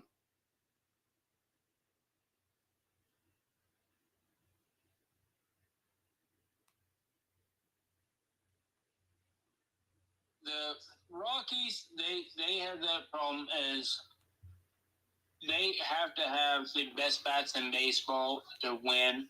Because of the wind and because of the park. It's because of Coors Field. It's a batter-friendly park. Yeah, they're in Colorado. The altitude, there's a lot of factors in play. You do have Ryan McMahon. Chris Bryant is a decent designated hitter, but that contract hasn't aged well. Michael Toglia bats 5th, 25 home runs, 10 stolen bases. Nolan Jones bats 6th. Diaro Estrada bats 7th. And Colorado signed him to a 3-year deal in free agency. And right fielder Sam Hilliard hit 10 home runs. And I'm not gonna, shit on Colorado for their pitching for the most part, unless they're like last in the league, because they are in such a high altitude. It's like if they finish in the middle of the league in pitching, I'll say you had an amazing year. If you finish close to the bottom, I'm going to shit on you. But here's the thing. The Rockies' batting lineup is decent, and they drafted Charlie Condon. You have Drew Romo, the 2020 first-round pick, as the backup catcher, ready to take over for Stallings, and you have Condon, who's probably ready to take over for Sam Hilliard by 20. I think Condon's going to be ready for the MLB before 2027, but the problem is Drew Romo, the catcher, is going to come in whenever.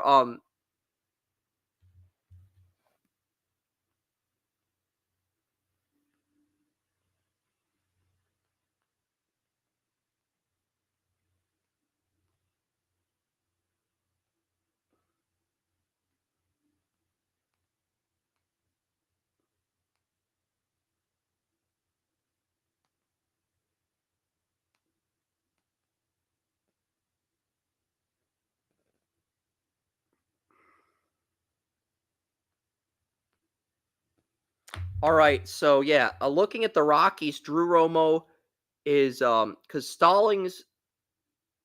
I'm looking at Stallings. Stallings only hit 9 home runs, but he's under contract till 2027. You're gonna say Stalin? Jacob Stallings, not Stalin. Stallings. Stallings. I heard that, and I was Stallings. Joey, we're not getting into a German rant. Stallings. Thank you for.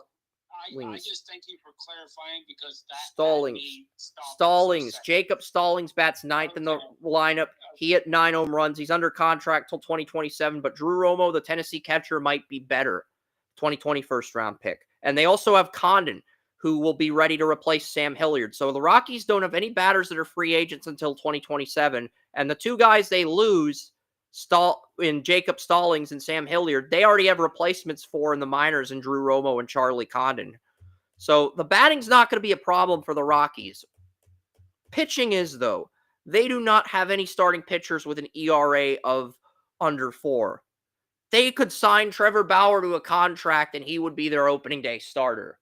That's how bad the fucking Rockies rotation is. They could sign Trevor Bauer and he would be their number 1 starter. They have 2 good setup pitchers in Seth Halvorsen and Luis Peralta, but those are the only pitchers in the bullpen. And they've drafted some guys in the minors but only players they could pick are Brendan Summerhill and Tyler Bremner. And I think Tyler Bremner's the pick here. 2.54 ERA, 102 strikeouts. Bremner is a 95 four-seamer, 94 two-seamer, 87 slider, 70-mile-per-hour changeup. And Jamie Arnold, the Florida State pitcher that I mocked it to, is a 95 four-seam, 94 two-seam, 85 slider, and a 75 changeup that he uses the least frequently of those 4 pitches. So neither of these college pitchers has a curveball, but the comp for Jamie Arnold is Chris Sale of the Red Sox. That's why he ended up going at number 2. But yeah, that's the top 4. And I think the top 3 is going to be Laviolette, Holiday, and Arnold. What order they go in remains to be seen, but that's probably going to be the top 3. I think, barring an injury or a drop-off, that's going to be the top 3. And, you know, Bremner's probably number 4 right now. Cardinals, they get Brendan Summerhill. They do need a center fielder. The rest of their batting lineup is good. You have Mason Wynn, shortstop, 15 home runs, 11 assists. He's under contract till 2031. Alec Burleson, 21 home runs. He is also a 2020 second-round pick. Also, no arbitration till 2027. Wilson Contreras, 15 home runs at first base. Brendan Donovan, a 2018 7th-round pick, 14 home runs, still under contract till 2028 after agreeing to over $3 million while avoiding arbitration level 1. Nolan Arenado, bat 5th, 14 home runs, the former Rocky, under contract till 2028. Lars Nootbaar, 6th in this batting lineup.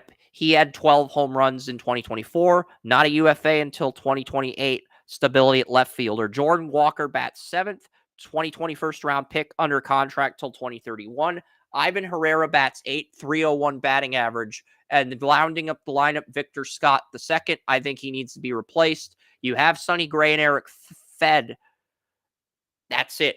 And the White Sox traded their 2 pitchers with good ERAs. Eric Fed to the Cardinals and the other guy, Crochet, to the Red Sox in a blockbuster deal. But yeah, looking at the Cardinals, Joey, they're in a better... I don't think they're a playoff team, but they're in a better spot than most realize. And you have Ryan Helsley, Matthew Liberatore at setup pitcher. And you have Ryan Fernandez, JoJo Romero, John King, 3 decent middle relievers. This bullpen is pretty good. The Cardinals, their bullpen's better than their starting rotation, and they've got batters everywhere except center fielder. So while they're not a playoff team, they're a team that could very easily finish 500 if the rest of their division suffers a lot of injuries. And they were competitive in the early part of the season, but they choked in the August and September. But they were very competitive in the early part of the season. But Brendan Summerhill just makes a lot of sense for the Cardinals. 1,000 fielding percentage, 324 batting average as a sophomore. But Summerhill, 6'3", 200, consensus top 5 player, fills a need at center fielder. He just makes a lot of sense for the Cardinals. What do you think of my top 5, Joey, before I get to 6 through 10? I feel like you're not saying much because the games are were less. I actually like your top 5. Your top 5 really makes sense, even if I'm really railing for Holiday, which I will do so for the rest of the draft period. So you guys get ready for that one because we're going to hear a lot more of me railing for Holiday.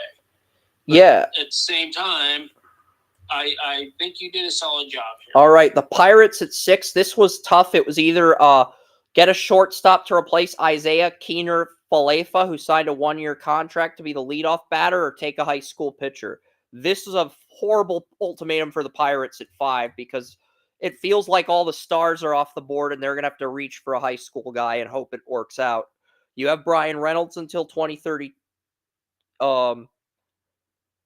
Batting second. He's under contract till 2032. O'Neal Cruz is moving from shortstop to center fielder. Hit 21 home runs, 22 stolen bases. And, you know, the Pirates, they have a good top 3. But the problem is they cannot stay healthy. They had a lot of injuries last year. You've got Andrew McCutchen. You got Andrew McCutchen batting fourth, 20 home runs. Signs another team-friendly one-year deal. Joey Bart bats fifth, 13 home runs at catcher. 1.75. That's all it cost the Pirates to bring back Joey Bart. 1.75 for arbitration level 1.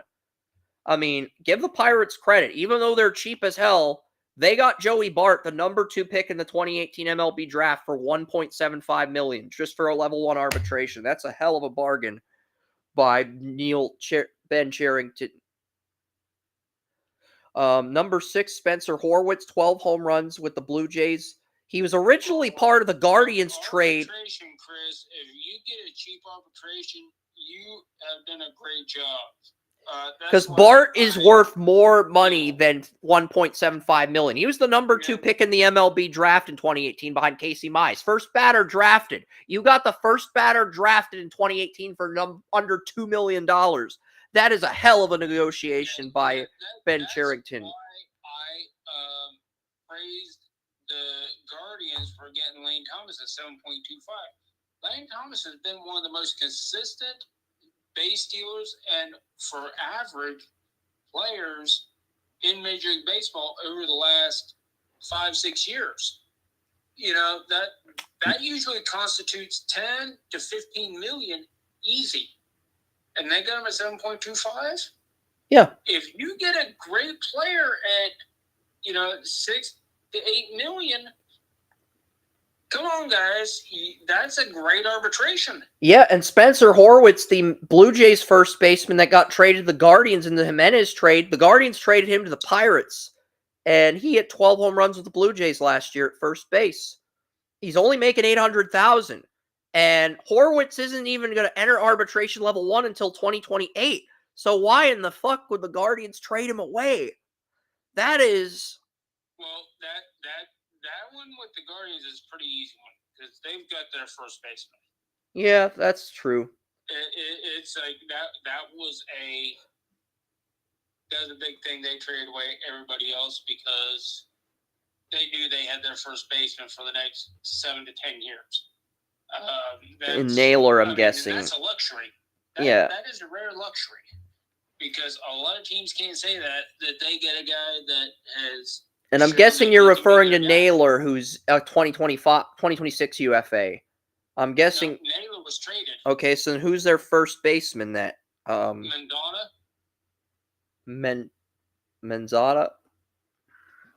Yeah. Yeah. Travis Bazzana is a second baseman, but Angel Menzada apparently he's No, it's like God damn it. I'm pretty sure I messed up his name. Something. Horribly. There's Dante Mendoza and Angel Mendoza, and that's it. There's 3 Mendozas. Give me a second because I'm sure Look it up. Look it up. I'll go through the mock draft. That's what I'm doing. But yeah, the Pirates, they got Horwitz, 12 home runs at first base, batting 6th. They've got Nick Gonzalez, their second baseman. He's shown a lot of promise, but if he does not get it together, Termar Johnson, who was at the Futures game last year, could end up starting over him. Brian Hayes, 2015 first-round pick that they hit on now, bats 8th. He's not a free agent till 2031, and Joshua Palacios rounds out the batting lineup at right field. But they need upgrades at shortstop at right fielder. DH down the road when McCutchen retires. But if McCutchen's willing to take team-friendly deals, keep him until he retires if he wants to play for the hometown team. Manzardo. I didn't butcher it as bad as Manzardo. Was it Angel Manzardo or Dante Mendoza? That stupid thing just... I typed in Mandarzo. Yeah. Kyle Manzardo? Yeah. Yeah, it's like he fizzled out in his first call up, then went back down, and then when he was called back up again, he, as a DH, he just went off. Well, the Rays drafted him in the second round, but the Guardians traded Aaron Savale to the Rays for Manzardo. That's basically what they did. So Yeah, and Manzardo has proven the Guardians 100% correct, but at the same time, they had to get rid of some guys, and I just hope that the compensation that they got back was worth what they traded. Because you knew they had to trade the guys, but what did they trade them for? And what did they get back? I feel like they, as much as good as Manzardo is, I feel like Horowitz is better than Manzardo, and he's only making $800K until 2028. So you have him for the next 3 years. Horowitz is that good, I look forward to seeing him play. You know, because he's on the Pirates. Young guys playing great and ball. The Pirates, they do have a lot of stability at a lot of positions. Shortstop, right fielder, designated hitter are really the only two players. And you got Henry Davis, number 1 pick in 2021 in AAA, due to how much depth is in the batting lineup. But you got Termar Johnson in the minors too. I was always a huge proponent of Manzardo. And now if the guy he replaced is, you say, is better, I am looking at this guy and I'm like, dude, I am all for young talent rocking the shit out. Well, how many home runs has Manzardo hit in a full season? This guy hit 12. This guy that the Pirates just... Okay, Joey. Okay. Well, the guy the Pirates just got hit 12 home runs in a full season with the Blue Jays. Okay. He hit 12 with the Blue Jays, and the Guardians could have took him, but they turned him down and traded him to the Pirates. So, okay, so and I don't agree with that decision. If he was getting paid more money than $800K, I'd understand the thought process. I don't agree with that decision that the Guardians made. That's just my opinion. That's my opinion. I'm standing by it. That's money wise. That's a different conversation. You know, we can argue the money prospect. I just want to see 2 young guys go out there, and if they're going to compete, I want to see these guys. I think the Pirates got the better end of the deal in Horowitz, and I think the Guardians screwed this up. But it's too early to say that. Get this shit done because I'm rooting for you. All right. I'm rooting for you. You're a young guy.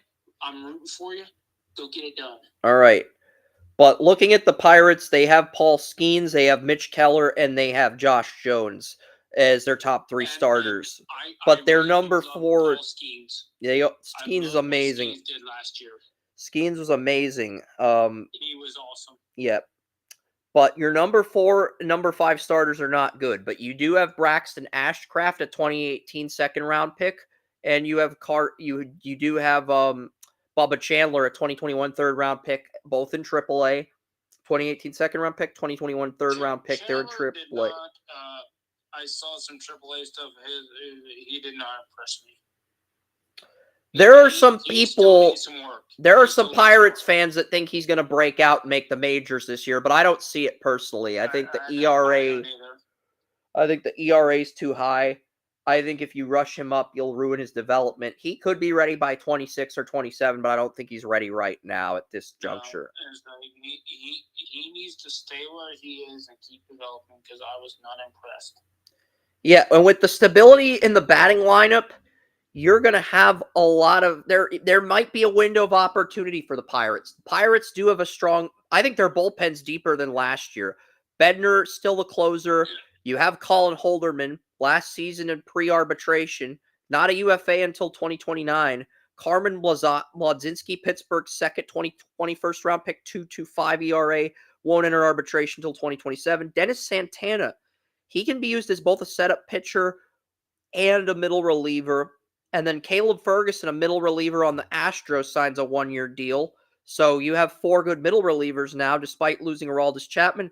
Dory Moretta, arbitration level 6, 3.72 ERA, and Peter Stolarski, who is on Cleveland with a 2.31 ERA at long reliever, now replacing Max Kranick. So the Pirates' bullpen is much better, and they brought up the Indianapolis Indians manager to be their bullpen coach. So, yeah, Pirates. I think the Pirates need shortstop, right fielder, a starting pitcher. I think the bullpen is better than it was a year ago in terms of, they don't have the stars they have with Chapman leaving, but there's more quality middle relievers, more quality long relievers. I think the Pirates' bullpen improved. So we went Seth Hernandez, high school pitcher, 9-0, 0.62 ERA with 73 strikeouts, Gatorade High School Player of the Year, 100-mile-an-hour four-seam fastball. He also has I put a J in strikeouts. He also has 98 two-seam, 104 seam, a 94 cutter fastball, 87-mile-per-hour slider, 80-mile-per-hour changeup, 80-mile-power curve, 78-mile 12-6 curve, and a 75 curve. The top two high school pitchers have 4 different pitches. Seth Hernandez has 8, and he has 0 injury history.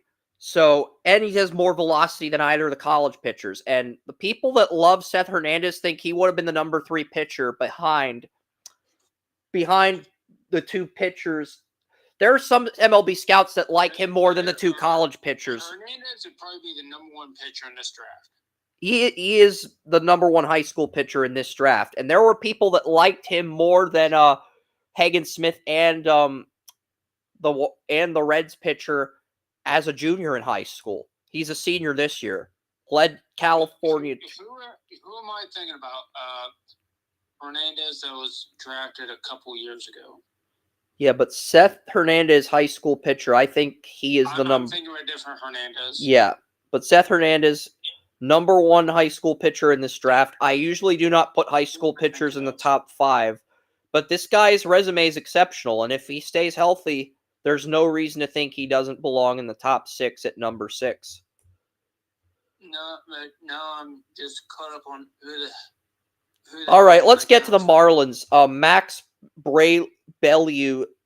Oh, this is the thing. Joey, it's 4:01. The game starts in 30 minutes. We got 4 teams. When you said the Marlins, though, I was just like, Buddy, we're on the clock. I'm not trying to be a dick, but we are on the clock. You're right. It's just the name of the Marlins after Xavier Edwards, leadoff batter, 31 stolen bases, 3.28 batting average. You're only paying Xavier Edwards $800K. He's on pre-arbitration. He had 31 stolen bases, a 3.28 batting average. I'd try to extend him. That is a bargain. The Marlins also have Connor Norby at second base. He will not enter arbitration until 2028. Jesus Sanchez, who had 16 home runs and 18 stolen bases, is under contract. The Marlins' only other home run, Jonah Bride hit 11 home runs at first base. So you have a first baseman, you have a left fielder, you have a second baseman, you have a shortstop. That's it. That's your team. And you traded Jake Berger, your good third baseman, who had 29 home runs for 3 minor league prospects. Jake Berger had 29 home runs with the Marlins. You traded him to the Texas Rangers for 3 minor league prospects. And none of those minor league prospects were either of the Vanderbilt pitchers. So the Rangers played you. They took your best home run hitter and played your asses. Nolan Ryan played your ass like he was still pitching. Let's just put it like that. Yeah. And the other batter, Jazz Chisholm Jr., got traded to the Yankees at the deadline. So the Marlins had 5 home run hitters, but they only kept 3. They traded one to the Yankees, and they traded their leading home run hitter, Jake Berger, who I loved coming out of Missouri State, to the Texas Rangers, which is just a stupid trade for minor league prospects. And you're not even getting either of the Vanderbilt pitchers that went the top 3 back. If you're getting one of them, I could understand this trade. You're not getting either of them, and you just got played by the Rangers. Yeah, this is like, if you're gonna play this game, at least send some people to the Guardians to be apprentices to their front office, because you're fucking sucking right now. You're trying to play a game where you have to be precise and forethought, and you're failing miserably because you're not capable of doing that. You're not trained to do it. And why do you not re-sign who is probably the best leadoff hitter in baseball right now, but Instead, you decide to keep him on veteran minimum.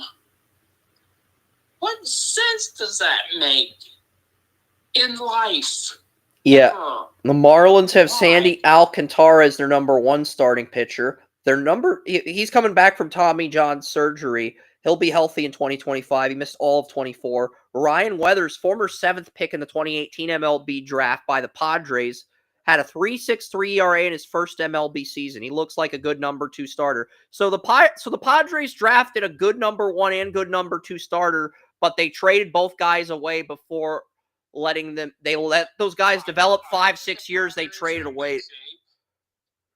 Yeah, the Padres are in good shape, but Ryan Weathers and Alcantara are a good 1-2 punch. You have Edward Cabrera, number 3 starting pitcher, from the Dominican Republic in free agency. You're banking on him on a 1-year deal to be a good number 3. Max Meyer, 3rd pick in the 2020 MLB draft, had a really bad year, but maybe he rebounds as a number 4 starter with less pressure on him. And then Valenti Belloso. They're in really good shape. We're not talking about the Padres. We're talking about a player who was drafted by the Padres who's on the fucking Marlins, okay? God damn it, Chris. Okay, the Marlins have... We got 25 minutes. They do have some good prospects. They have a good starting rotation. They have some good... I wouldn't say a complete starting rotation. They got... Good. If Alcantara and Weathers are the foundational pieces, the building blocks. And the other starting pitchers, Cabrera, Meyer, are question marks, but if they step up, this has potential to be a very good rotation. Belloso had a 3.67 as a number 5 starter. So Cabrera and Meyer are the X factors, but if they step up, this bullpen, this rotation has the chance to be the best they've had in a long time. And they have Calvin Foucher. Even if only one of them steps up, it has the potential. And the other one can go down into the pen, and they will still have a very good potential pitching staff. What worries me is their batting, because I think I'm in agreement. Is great. I'm in agreement with that. Yeah, because potentially, their pitching is not good, but potentially it can be great. But their hitting outside of their top 3 or 4 guys is bad. It is very bad. It's just like, they've got the good bullpen too. Calvin Foucher, 3.19 ERA, entering arbitration level 1 in 2026. Jesus Tinoco, 3.32 ERA. Lake Bakar, 3.86 ERA, doesn't enter arbitration until 26. Anthony Venizeo, not only the long reliever, but also the substitute starter, 3.38 ERA. No, not under arbitration until 2028. Veneziano, if he keeps getting better, he may end up taking a starting spot from one of these guys and getting them demoted to the bullpen. We'll see. And I've seen some of their prospects. I mean, some of their prospects were really good. Jacob Berry's going to be in AAA this year. You're going to have to go to more Jumbo Shrimp games. We've been big on the Jacob Berry bandwagon for a few years now. He's going to be on the Jumbo Shrimp this year. I was going to go to a couple games this last year. Life said, screw you, and it didn't happen. But I do plan on going. But now that you have more money, and with Berry in AAA, you have an incentive to go. Yeah, their minor leagues are good. The Marlins minor leagues are good. I ended up mocking Max Bellew, the Texas Longhorns right fielder, at 7. Bellew had a 300 batting average despite only starting 4 games, 1,000 fielding percentage, 329 batting average, 18 home runs. Max Bellew is the versatility to play left field, center field, right field, and designated hitter. He won Big 12 Player of the Year, 18 home runs, 993 fielding percentage. But yeah, that's the guy I ended up mocking. Max Bellew, the Texas right fielder. Ike Irish out of Auburn looked pretty good. I mean, he's ranked 18th on MLB.com's draft rankings, but his tape is better than Luke Stevenson's. I think Ike Irish could end up being a riser. Auburn catcher, Ike Irish. He could be, and I think he could end up being a riser, as stupid as that sounds, Joey, because he's had 2 seasons with a 300 batting average, hit 14 home runs this year, hit 2 home runs in a College World Series game and a regional against Oklahoma State. Really wowed me on tape in that game. So I didn't mock Ike Irish in the top 10, but Ike Irish, Auburn catcher, that is a name to watch. But Max Bellew, he's going to dominate. Texas A&M's coach went to Texas. So Max Bellew, I think he's going to play his way into the top 10. I have him at 7. Toronto at number 8. Cam Canarella, center fielder, Clemson. Springer is the right fielder. You have Bo Bichetti, Vladimir Guerrero Jr. That's the top 3. Will Wagner replaces Danny Jansen at designated hitter. Alejandro Kirk's the catcher. Andres Jimenez is going to bat 6th and move from shortstop to second base. Ernie Clement, 12 home runs, 12 stolen bases, bat 7th. Very good 1 through 7, but you need upgrades at center fielder and left fielder. You have Gossman, Barrios, Bowden Francis, and Chris Bassett in a contract year. Maybe Alek Manoah. You also drafted Trey Savage out of East Carolina. He's in single A. And you got some good relievers at closer, setup, and middle reliever. Jeff Hoffman, 2.17 ERA. He signed a 3-year deal with the Blue Jays. Chad Green, last year's closer, is now the setup pitcher in a contract year. Yimi Garcia, 3.46 ERA, gets a 2-year extension in Toronto. Nick Sandlin, 3.75 ERA, was a middle reliever in the Guardians. He's now on the Blue Jays too. I mean, there are some players on Toronto that really are better than advertised. And I'm looking at Toronto here, and I'm looking at what they have, and they're positioned very nicely. The bullpen's positioned nicely. I've got the Blue Jays taking Cam Camarella, only 6'0", 185, but very consistent player. 2 seasons with a high batting average, and he went from 7 home runs to 11. And if he improves on that, he could end up creeping into the top 10 of this crapshoot of a draft class. All right, only 2 more picks left. I was kind of a speed run.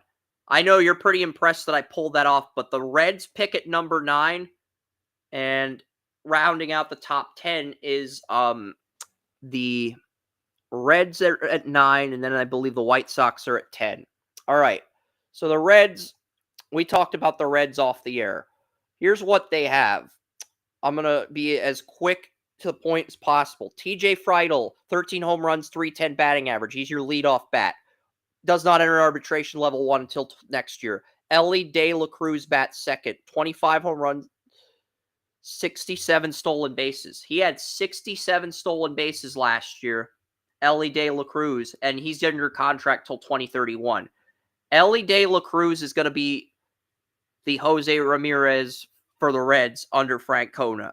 Maybe the Lindor, but he's going to be that big-time star, that international player that you got outside the draft. He's going to be your anchor. Matt McClain, the 2021 first-round pick out of UCLA, is going to replace Jonathan India at second base. Tyler Stevenson, 19 home runs. He bats fourth. Jake Fraley, he's under contract for 2 more years, drafted by the Reds. Spencer Steer bats sixth, 20 home runs, 25 stolen bases. I'll say I really do like Stevenson. I really like Stevenson. I like what he's going to become. I like what he's been a 2015 first-round pick out of high school, but he's one of the players who made it. Jameer Candelaro bats seventh, 20 home runs. Christian Encarnacio Strand replaced Joey Votto, but that's really the only void in this lineup because the Reds traded for Gavin Lux, the Dodgers shortstop, who's now the Reds designated hitter. So I'm looking at the Reds here with Francona. They have a hell of a batting lineup. Pitch. They do, and it is hard for me to think that Stevenson's been in the league for 10 years. I mean, he has been. I mean, he's so good and is so young. I don't. It's easy to think he's been in the league for a few years. Yeah, he was a 2015 first-round pick, a high school pitcher, but he's a UFA in 2027, so he's got 2 more years. But this is a good batting lineup, really good batting lineup for the next 2 years. There's too much talent for the Reds to just sit on their asses and do nothing when with all the talent they have batting. Hunter Green, Well, 2.75 Sal ERA. did nothing before Tito, so I'm pretty sure Tito is not going to let that happen again. Hunter Green, 2.75 ERA. They traded Jonathan India to the Royals for Brady Singer, and they were both teammates at Florida. Brady Singer is the number 2 pitcher in the Reds now. I think the Reds upgraded by making that trade. I think the Royals downgraded. I think the Reds got better because now you have a good number 2 starter next to Hunter Green and Singer. At the time, I thought the Reds messed up, but now I think Singer is the better of the two, but that's what time does. You know, it proves people right or wrong at times, and you know, Singer has proven to be the better prospect. And India was drafted 5th overall. Singer fell to 18, but I never understood why he fell that far in the first place because I had Singer ahead of India on my board, but, you know, it is what it is. Yeah, it's like I like both guys, but when the trade was made, I thought the trade was made in October. Indy was better, but in a short amount of time. Hey, guess what?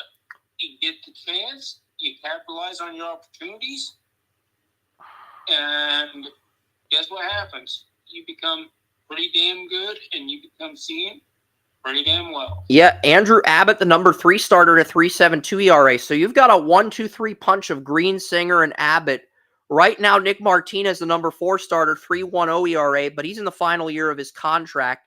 And the number 5 starter is Nick Lodolo. And Nick Lodolo was the number 2 starter at one point in the Reds, but 2 bad years in a row have hit him all the way down to number 5. And here's the thing, if Lodolo doesn't get his shit together, he's in danger of losing that number 5 spot because Rhett Lauder's already in AAA. He pushed Paul Skeens to his limit in the College World Series, and Chase Burns, they took second overalls in AA already. I mean, he was... Burns was a guy that I smashed the table for. Well, you smashed the table for Lauder, I remember. You smashed the table for both. I also smashed the table for Burns. Yeah. So we're looking at a scenario where if the Reds let Nick Martinez walk and Lodolo regresses, Lauder and Burns end up replacing him. There's no drop-off in the starting rotation, which is a very good problem for the Reds to have. Absolutely. Burns is a guy who... And with Lodolo's contract running through 2027, do not be surprised if Francona moves into a long reliever in a Bronson Arroyo type role, where because the Reds have good bullpen, but they don't have good long relievers. They have got a good bullpen. That's a lost art, though. It's managers moving Alexis Diaz moving starters into the bullpen. They don't do it that day. I guess it's because they don't want to hurt the pitcher's ego.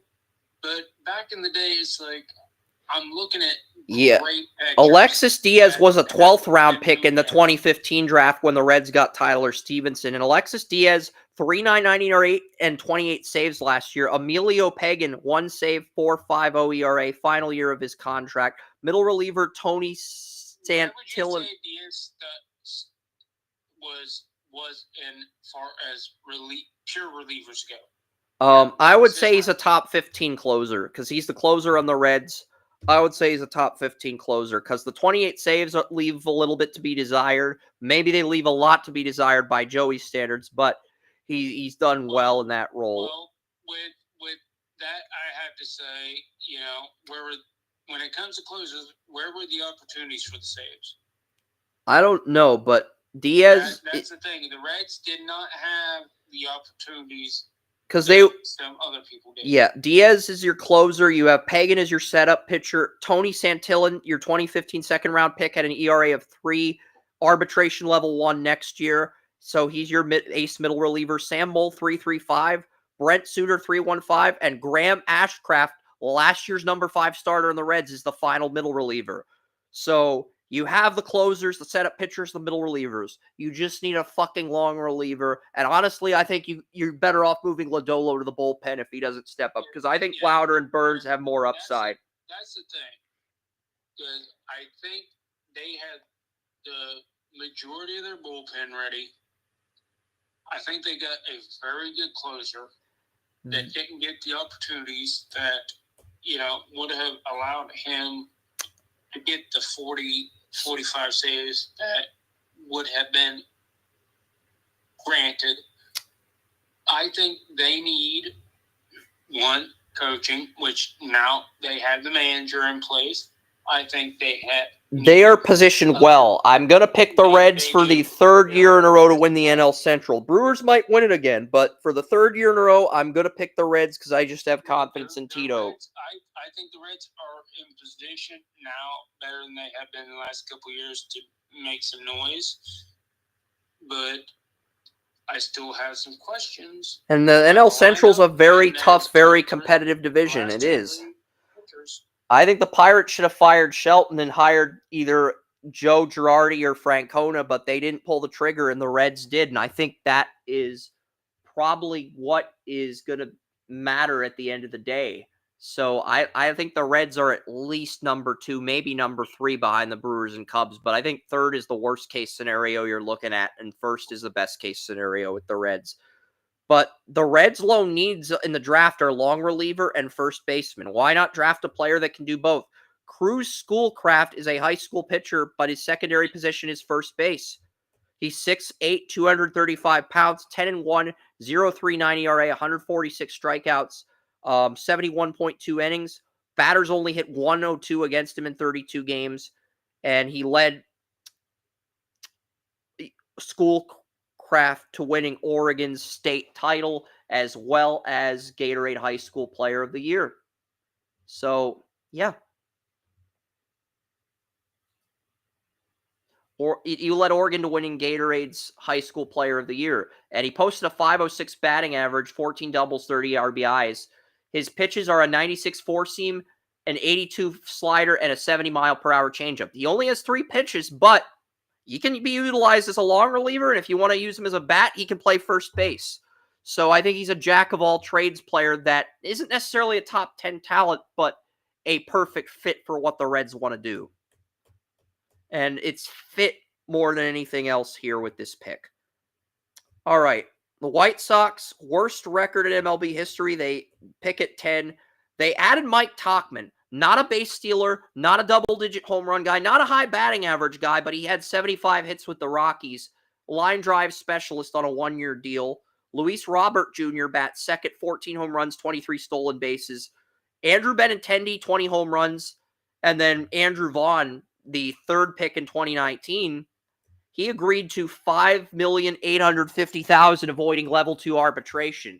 Andrew Vaughn probably realized he's the only star with Crochet gone, and he basically told the White Sox, look, you guys are paying me $6 million a year, or I'm demanding a fucking trade. And they gave him $5.8 million, and both parties avoided arbitration as a result.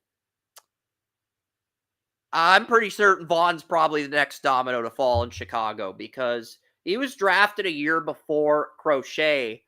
And, you know, the fact that he had the audacity to play hardball with the White Sox and got more money than Joey Bart, I think that says something, Joey. And Josh Rojas signed a 1-year deal, 10 stolen bases. He's batting 5th. Lennon Sosa, international signing, he's batting 6th. Miguel Vargas bats 7th. The Dodgers traded Miguel Vargas, who batted 150 with the Dodgers and 5 home runs to the White Sox at last year's trade deadline. And the White Sox actually took their bullshit offer. You deserve to be roasted for taking that offer. If there's a player on the Dodgers batting 150 and you trade for him, that should speak volumes. Brooks Baldwin, a 12th round pick out of UNC Wilmington, is the starting shortstop. That's just fucking stupid. Don't do it. Yeah, I mean, UNC Wilmington's Brooks Baldwin is a stopgap. You did draft Colson Montgomery out of high school in the first round, but Montgomery gets promoted from AA to AAA. And then Corey Lee, the catcher, he had 12 home runs, and he will not enter arbitration until 2027. So that's your batting lineup. The White Sox batting lineup, I think it's better than advertised this year. They're still not going to do shit, even if all these guys come together and click, because the pitching sucks. The only good pitcher the White Sox have is Sean Burke, a 2021 third-round pick, And Burke is a limited sample size, 1.42 ERA and 3 starts. That's a very limited sample size. There is a very good chance Burke regresses. But if he keeps that ERA as it is, he is your ace after trading Crochet to the Red Sox. Burke's a young guy, so we can only go on potential. We'll see what happens with him, but the White Sox trade away Crochet for Kyle Teal, a Red Sox 2023 first-round pick, and Braden Montgomery, a Red Sox 2024 first-round pick. And all those guys will do is be ready for the minors when your catcher and right fielder become free agents. I don't think trading Crochet away was the right decision, but at the same token, they probably had to, because Crochet would have wanted too much money in arbitration, and that's probably what this came down to. My thought process is, what the fuck else I gotta do? They're the worst team in Major League Baseball history last year. This is not going to be a one-year rebuild. It's going to take several years. You have Hagen Smith in Double-A, but outside of Hagen Smith and Burke, there's really nothing to be excited about with this rotation. Yeah, get a few guys that can help you 3 or 4 years down the line, because you ain't going to be ready in 3 or 4 years. And Fraser Ellard at setup pitcher, middle reliever, per Relander Baroa, 3.32. Gus Farland, 3.42. I mean, Steven Wilson's the veteran of this group, and they also have Cam Boozer, 3.38, with the Red Sox. So Shane Smith, who was acquired from the Brewers in the Rule 5 draft, is a nice long reliever. So the bullpen, they don't have a closer, but their bullpen's actually better than advertised. Chicago does need to go for best pitcher on the board. I know Kason Cunningham's ranked 6th in the MLB.com draft rankings, but he did not hit with any power. I know he batted .442, and I know everyone in Texas loves Kason Cunningham. Cunningham just didn't impress me. I know he's projected to go 6th overall. He didn't impress me. I left him out of the top 10. I just didn't like his tape. Xavier Nans, high school batter, I like him, but I would not take him at 10. Same could be said for Eli Willits.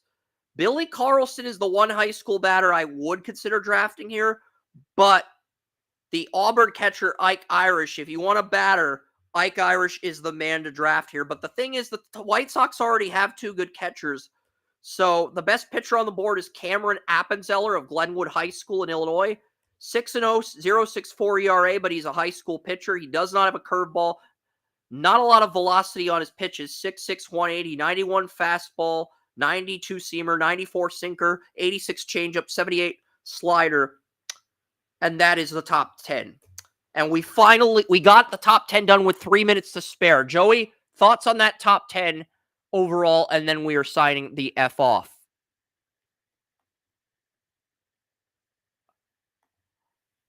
I promise we're signing off after you give me your thoughts on this top 10.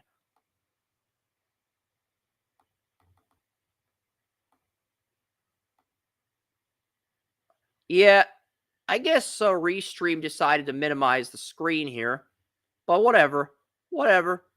I'm not going to bitch about it. It's not worth bitching about. The game's going to start in... So I'll quickly scroll through the top 10 here, but it's going to be a quick scroll through. It's not going to be anything... it's not going to be like a lengthy read-up. It's going to be, okay, we'll show you what we did one more time, but then we're signing off. What are your thoughts on the top 10? I mean, I know we only have 2 minutes, but pretty good top 10 so far.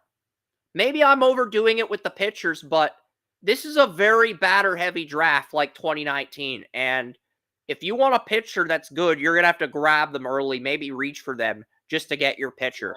Yeah, I'm not against you going pitcher-heavy, because the pitchers are not... Because Cameron Appenzeller is the number 5 pitcher in this draft. He's 22 on MLB.com, but he has a 0.68 ERA. You're going to have to grab him maybe as early as the top 10 if you want him, if you're the White Sox, because that's just how batter-heavy this draft is. But they're not as vulnerable to injury this year. That's true, because only one pitcher in the top 10 with a curveball.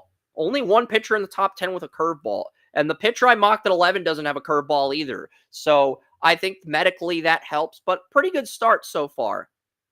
And yeah, I have the Sacramento Athletics. I know the Athletics changed their name from just the Oakland Athletics to the Athletics. They're playing in Sacramento until the new stadium in Vegas is complete. They're Las Vegas Athletics as far as I'm concerned. If John Fisher and Billy Bean don't like that, tough fucking shit. John Fisher and Billy Bean can kiss my ass. Texans Chiefs is about to start. Good night. What other stuff would you like to say before we start the Chiefs Texans game? Because we are going to start that. I want to close it out with an old-fashioned song.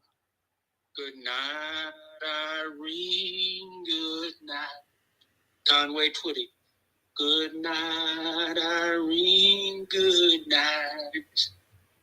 The Chiefs are on and we must watch. Good night, Irene. Good night. All right, that was Joseph Potter saying good night, Irene, good night. But yeah, 28 listeners on TalkShoe, 6 minutes, 23 seconds. I think TalkShoe did disconnect me, but with all the stuff we had to do today, the choices were simple. I had two choices. Go through the top 10 of the mock or go through review of roster and go through every team, every position on that roster. Is this player worth keeping or is this player replaceable? That was what we were originally going to do, but Joey wanted to do the top 10 and I abide by his wishes. So it did take a little longer, but I promise you guys, we will do a team breakdown of one of the teams of Joey's choice on a future show, maybe next Saturday. Not the whole mock draft, but just a team overview, like a behind the scenes look of how I make these mock drafts. I will do that with Joey next Saturday if you guys want me to, but only for one team. And it will be the team that I'm currently working on in the mock. But it's 4:31, kickoff's about to start, so I'm ending this shit on Restream.